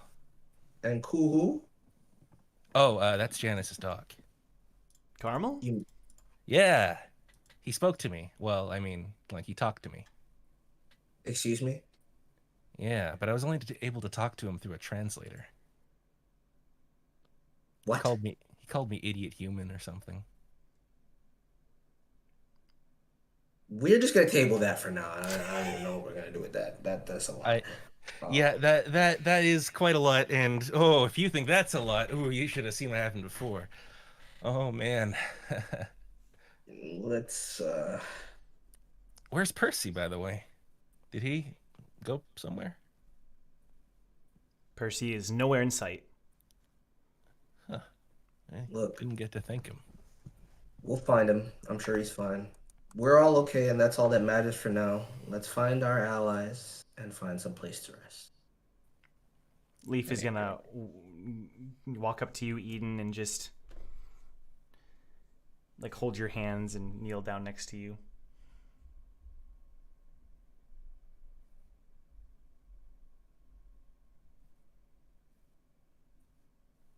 Leaf, why don't you go with them? I'll stay. Sure. Mm-hmm. Well, Victor, it's in your hands, bro. We'll meet you later. Sounds good. Jong, while this is happening, what are you doing? You're muted. Oops, my bad. He is wandering the ship. Wandering the ship. Looking for anything in particular? A quiet place to think, I imagine. There's like a corner of this giant room, because you see the only exit is sort of being blocked by an official, a workshop official that is standing there. But in this giant room, kind of behind one of the vendors off in a corner, you're able to sort of be completely by yourself. The vendor's kind of blocking the view from most of the regulars. Okay. Jong just walks in and he sits down and takes his sword off his back again. And he just holds it and looks at it.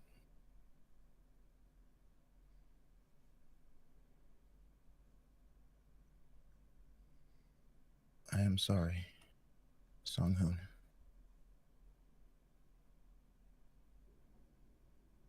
I can't be like you.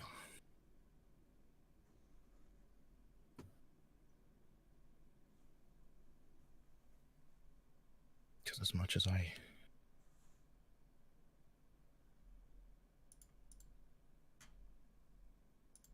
do care about them,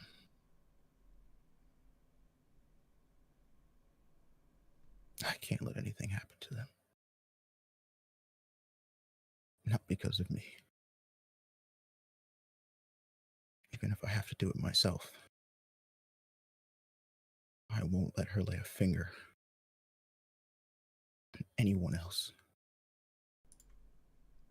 You were so lost in thought that you didn't even realize, but you feel a hand touch your hand. He looks up to see who it is. You see Shion sitting next to you.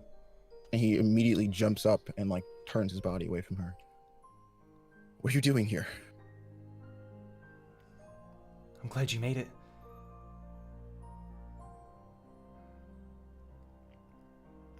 Sorry if I scared you.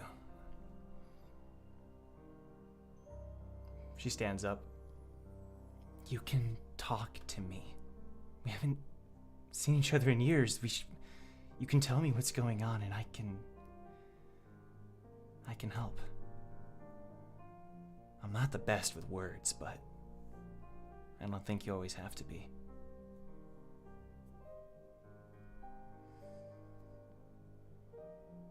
How can you help when I don't even know what's wrong with me?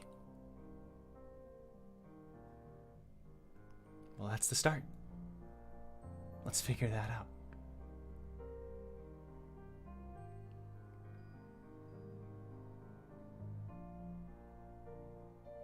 Shion.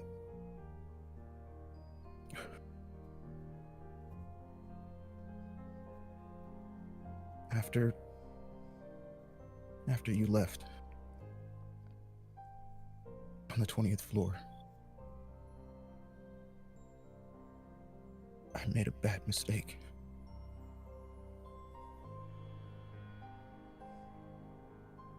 I did something I shouldn't have, and now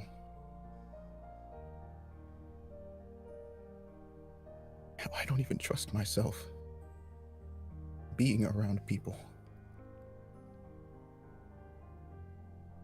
What happened the other day could happen again, and I can't stop it. So please, just stay away from me.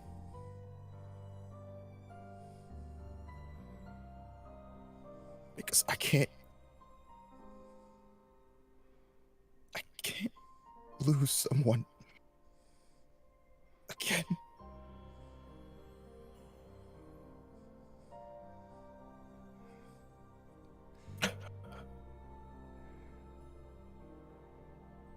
I can't.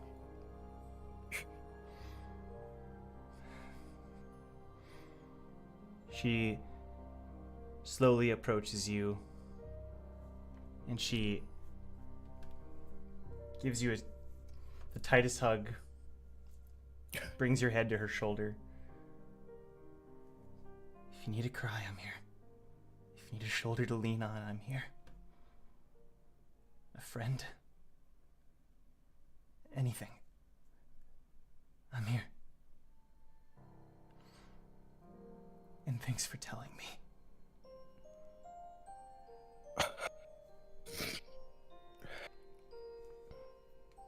This problem's not over, Shion. I don't know what to do. We'll figure it out. We'll figure it out together. You don't have to be alone.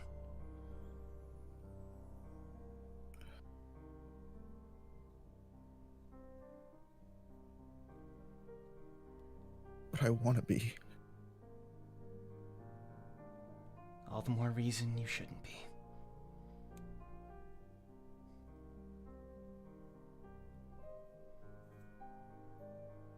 And she's not letting go. She's still holding you tight. And he, like, you know, the first couple times would have tried to, you know, break from her grip, but then he would have slowly taken a breath and just kind of stood there. Hey, that girl, what you doing? In the works, bro. Shion. It's kiss the girl, John. Sorry. I just want you to know, I'm not gonna let anything happen to you. Even if I have to take care of this myself. We'll I've already died once. What's one more time?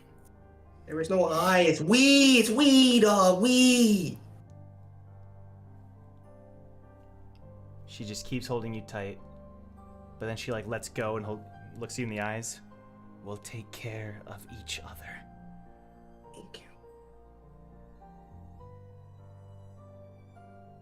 And after this workshop battle, if you'll have me, I want to join your team again.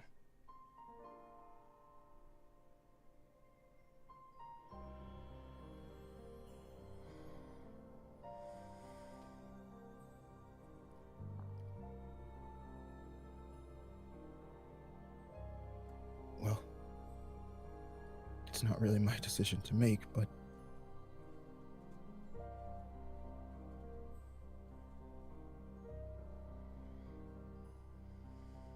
yeah, I think I'd like that.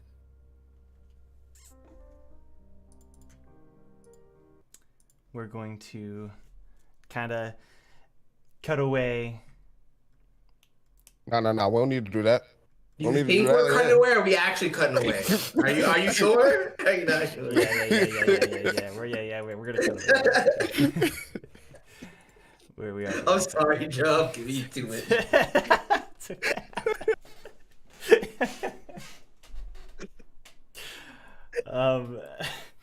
I would say that's a win moment. He didn't say no. He said, yeah, I like that. Cool. Progress. I like. It's okay. It was as best as it could have been for now. I need more. Move on. So, I do want to see. Hannah, do you want us to cut to you? Does Eden? Should we do anything with Eden here, or what do you? Totally thinking? up to you. You command the ship, sir. Okay. I am a humble participant. All right. So I'm gonna then say that after the. You know what? I am gonna cut to you, Eden, here. First. Yeah. Everyone is now left. Victor's sitting next to you, and Leaf is kneeling down and holding your hands. They're not saying anything. They're just kind of there. And it's just silence.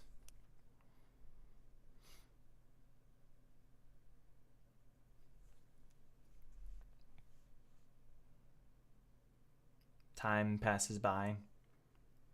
I'll say like a good 5-10 minutes later, Leaf slowly gets up. She lets go and she looks at Victor and kind of nods and walks away.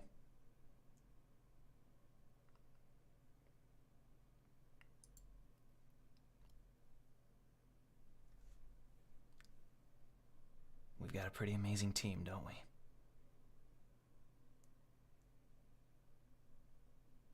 Yeah.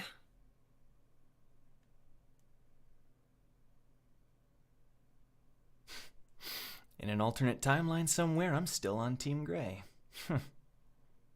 That's the bad timeline.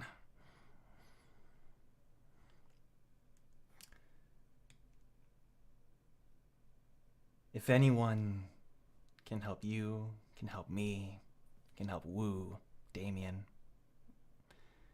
all of us. Jong, let's not get started on Jong. It's this team.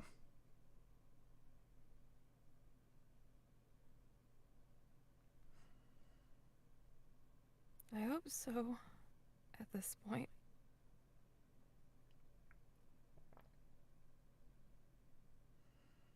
I hope so.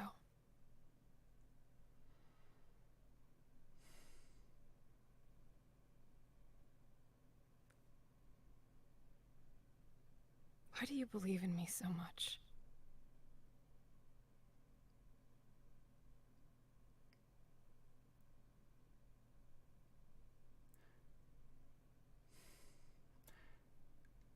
When I first met you, I wasn't sure what to make of you. Some pretty girl, just some random leader of a random team. Didn't take long for me to realize that you were the strongest person I knew.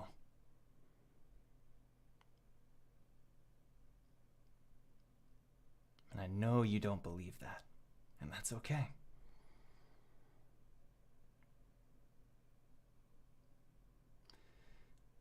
But you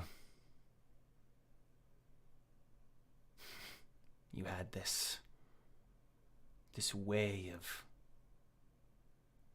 connecting everybody. So much so that I'm sure it started to tear you apart before long. That's on us.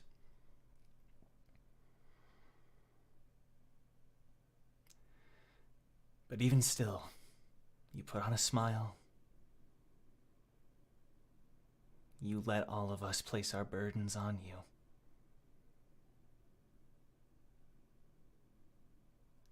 And that, to me, that proves that you're the most special person I've ever met.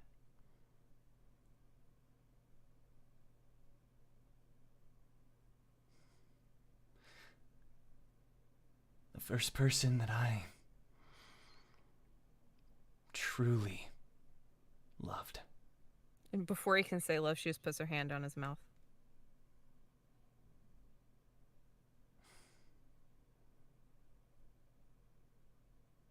Don't. Don't say that. He just very lightly takes your hand off.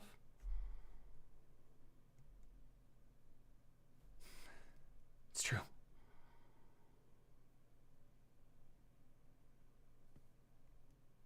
You shouldn't. You said you didn't want to hurt me, but I'm gonna be the one ending up hurting you. And the longer I stay here, this team, these really good people, even though some may not see it, you don't sometimes see it in yourself. I'm just putting you all in danger. Even if that tearing me was up. true, It's true. It is. then we'll gladly share. Can't have more people die because of me.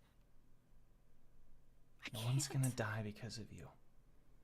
You don't know that. Yes, I do. I do. Victor, that's foolish. Because we choose to be here, Eden. It's our choice. No one would blame another teammate in your position. We're one unit. We're Team Recall. We help each other. Through everything. You heard what they said? Damien, he's been through a lot. Wu's been through a lot. And they, more than anything, just want to take those burdens from you, even if just a little. Because we're all equal on this team. We're family.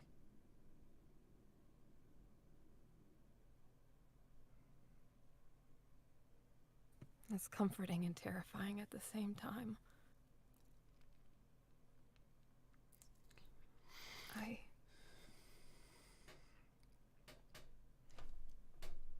don't think I could withstand losing family again.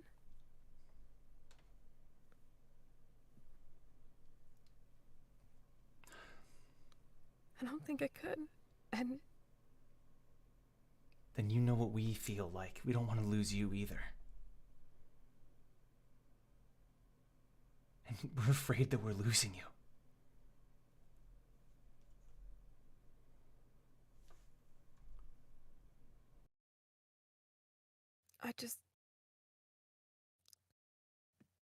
I don't understand why you'd attach yourself to someone so defective and dangerous. Like I said, you're the most special person I've ever met. No. And I think they'd all agree. We'd do anything for you. All of us. And we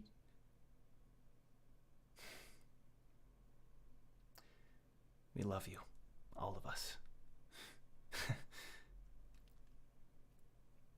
Not the dangerous Eden.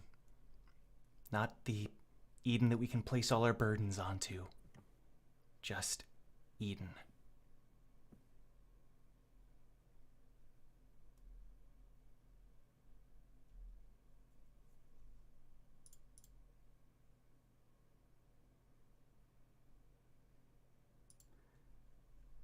And silence after that.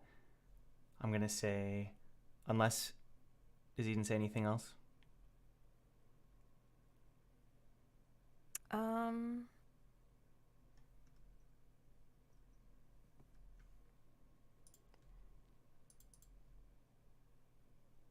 I guess not. Okay. So meanwhile, everyone except for Leaf, except for Victor, except for Jong. So Wu, Brack, and Damien. Where were you heading? Wait, where did Jong? Oh, you talk about everybody else. I don't know. We were just there. You weren't. You wanted to do something? You're just kind of standing around. We're looking for a place to stay. We were looking for lodgings, bro. Okay, like looking for something. lodgings. Yeah. Okay, just wanted to make sure. So you end up You want me finding. to like sing a song or something? Like I didn't know what you were doing. I didn't know what you guys wanted to do. So That would be lovely, though. that's true. That's You want weird. to sing for us? I'm down. I got nothing, dude. I'll probably sing like that Zazu song from fucking Lion King. This fucking- So you end up. You're standing sort of in the middle of the area, and so you do see that the only exit is sort of being blocked by this workshop employee wearing that uniform. Does anyone approach him? That's kind of, you feel like that's one of the only, because you see the vendors and you do see a couple of other people that look like they're from the workshop scattered around, but what do you do with that info? Well, yeah. I literally have no energy to approach anybody. Okay. Guys, I need to borrow money. How much you need, Damien? I don't know how much, but I broke all my lighthouses. Here's money. Don't spend it all in one place. I am going to give Damien. Let me look at my funds here. Yeah, that'll work. You can have 60,000 points. Can I look up how much lighthouses cost? How much a lighthouse costs? Wait, 60,000 points! Holy crap! Just Wait, take them what? and shut up. Oh. God damn. Just take the 60,000 points and buy whatever else you may need, okay? And just move on. Amazing! I could buy a house with this! We're not buying homes. We're passing the right. test, bro. Of course. Absolutely. But you know, if the Alright. testing doesn't work out, I mean, this is a pretty nice place. No. Just live on the Euclid. Jeez. I'm gonna have Mizaru follow you until you spend the 60,000 points. If you don't spend it on what you said you're spending on, he's gonna blind you. I don't want to be blind. Oh no. I don't want to be the second blind character. Okay. All Okay. right. I feel like you went out your way to attack It's him. a little there. too That much. felt That was too sudden. Yeah, that was out of line. God. So you're gonna go off, Damien, or are you gonna try to? Oh no, I'll talk to the workshop guy. Like, hey, Okay, looking for lodging and maybe a shop to buy lighthouses.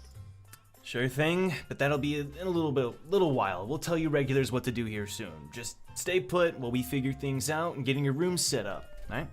Wait, is the test not done? The test is done, but the judges and all the officials are figuring out. The higher thing to get their act together is taking too long. I'm tired. I'm sorry? I said, tell your boss that he's taking too long, and I'm tired. What's your name?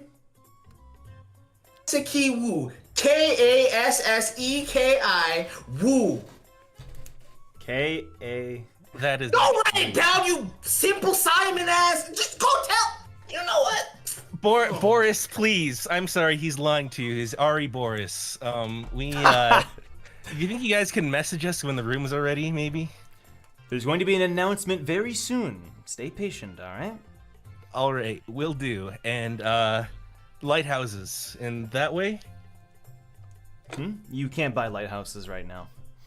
But there'll be a time for that once we open up the shops. Right now, you can get some food at the vendors, though. Food? Food sounds good.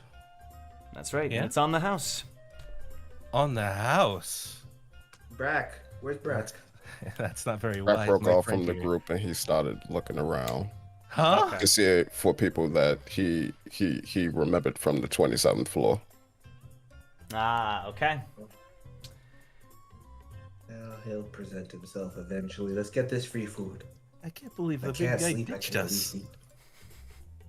What'd you say? He ditched us. He's probably out snacking on the free food already. Look, whatever Double B's doing, it's in the name of the syndicate. That's you true. have to believe that's true. I know he's okay, but he's missing out on the free food. He'll show up eventually. As a matter of fact, as soon as I get my plate, I have a feeling he might swoop in and take it. Oh man, I'm dying for some florma, dude.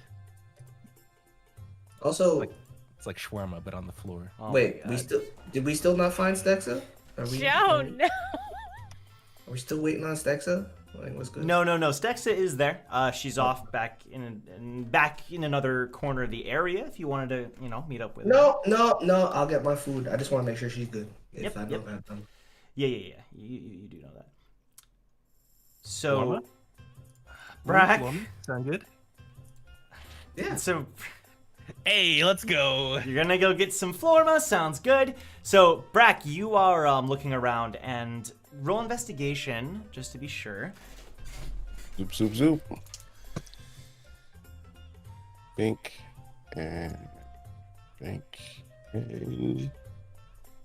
Godly. 15. We're going with the first roll. The first roll was a 15. Yep. We ain't looking at the second. Yeah, that's a 15. Yep. And you're looking for anybody from the 27th floor? Yeah, just anybody that I would recognize from inside the labyrinth. Okay. Oh. As you're looking around, immediately catching your attention is a very loud team that seems to be celebrating a certain something, and you see Lopo Biataki leading the charge with the chants and like the woo, yeah, woo, Team Loud and Proud, baby! From behind, Brack runs up. Taki, I want to say Taki can like hear the footsteps, so he hears the. Yeah, okay, yeah. As Brack gets behind him, and he just grabs him from like the knees up, puts him on his shoulder, and he says, "Super Bunny!" Hey! hey, Brack, good to see you. You can put me down. It's okay. And then Team Loud and Proud just starts being like, "Hey, Brack, it's good to see you," and they're all like super happy. Hey, what's up, guys? You guys been treating Super Bunny well?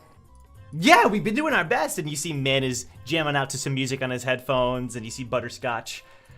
There is one problem. One of our teammates didn't make it. Poor Walter. He got shot. But aside from that, we're all here, so, we're celebrating. It's a good time. That was Min who was saying that. That's good. That's good. Just like he got shot, but it's no big deal. He just got shot. It's like, oh, he's like super done, but we're cool. Min is like always the one because that looks at it. I think that for way. them, it's like, at least he's not dead, you know? Like, I think that's what they're really on. Funny out of context. He got shot. Took one right between the eyes, but we're cool.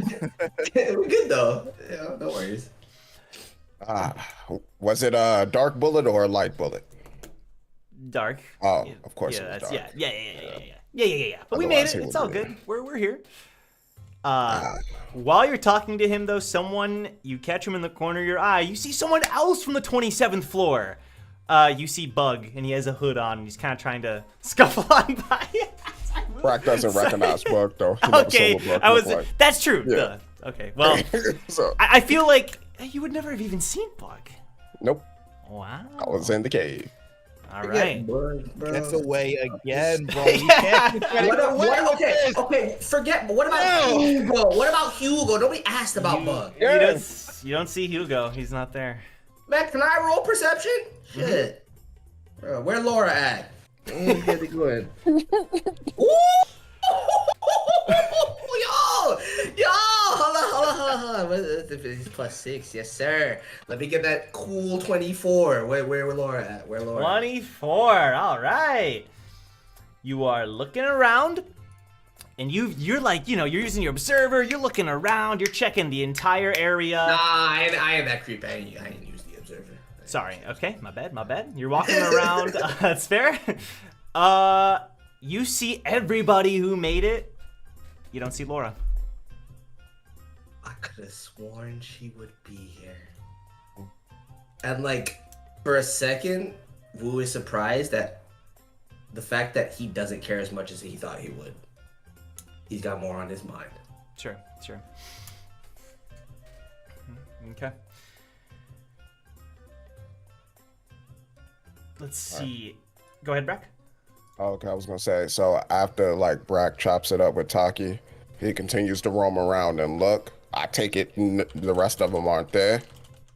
So he then pops out his pocket and he starts a conversation. Well, he calls Kilt and he starts a conversation with Kilt. Conversation with Kilt? Yeah.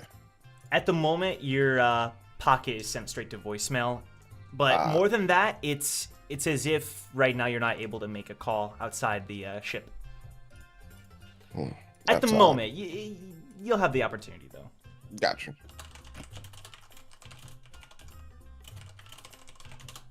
Sorry. Okay.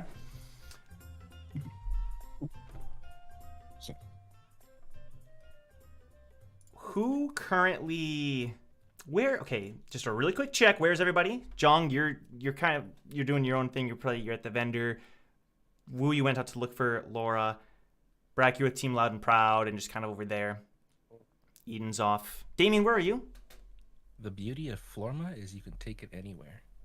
Okay, got it. I'm gonna say then, Damien, as you got your Florma and it looks delicious. You're hearing over by the entrance. And anyone else who would be near the entrance is sort of hearing this off in the distance too.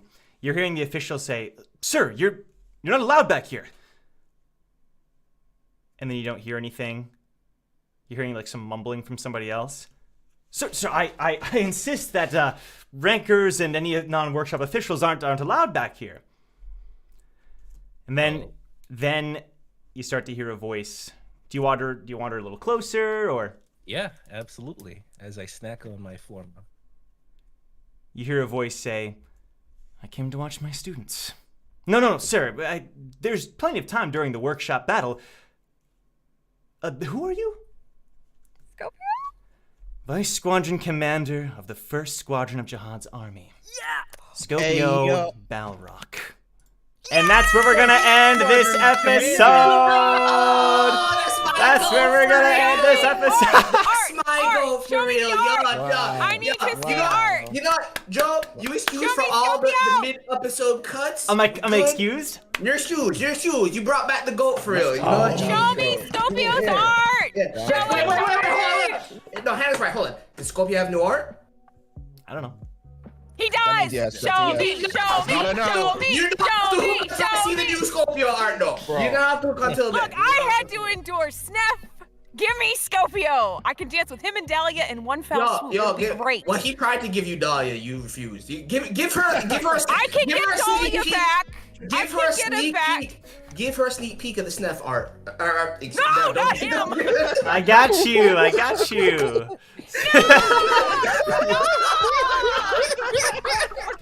I want to be my fisherman teacher. Scopio art. I'm so Stop. Scopio, you look so different. Emotional. Damn, Scopio, you really let yourself go, bro. Let me see Scopio. I'm so mad. Oh, man. That's so funny. I need. Okay, I'm done. I have no more jokes. Scopio, please. I have no more jokes. Yeah, please. I don't even need a new art for him. Actually, just like make sure that like he's looking good. You know, just make sure he's looking good. Just polish his old art. You know. Give it a couple. The saturation on the old PNG. You know what I'm saying? Like make it brighter. Contrast going. You know what I'm saying? I want that vintage X, bro. Like. I've been through so much. Give me. I'm gonna say this: new Scopio art would be loved, like especially one with him fixing his glasses, like he Captain Kuro from One Piece. With the hat Look, Scopio doesn't need to adjust his glasses. He's that cool. Wait. Real talk. If Scopio comes back now, isn't he literally a direct lateral parallel then at that point? Because what's his purpose here? What's he trying to do out here, dog? Help me, Scopio. You're my only hope. Bro, he's trying to take down Icera, bro, from within. Bro, maybe Nissan triggered him to want to take down Icera, though, for real. He was like, yo, I can't have that. Maybe, bro. Maybe. And he's like, Vice Squadron Commander. Is he a high ranker now? Scopio can do whatever he wants to do.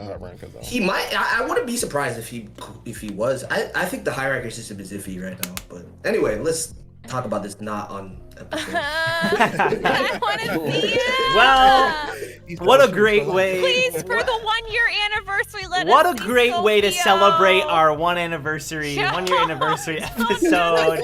So much fun. It was such a good time. Don't leave a like before you go, everybody. I hope you enjoyed the episode. Join the Discord to continue the conversation. But, it's crazy how your whole Google Drive got DDoSed. Oh, yeah. Don't say that. Somebody might take it seriously. Oh my god. But yeah, we'll see y'all next Friday for another episode of Towers and Gods. And it can't come fast enough. Until then, bye-bye, everyone. Bye. Happy anniversary. Happy anniversary. Happy anniversary. Order lane. Da, da, da, da, da.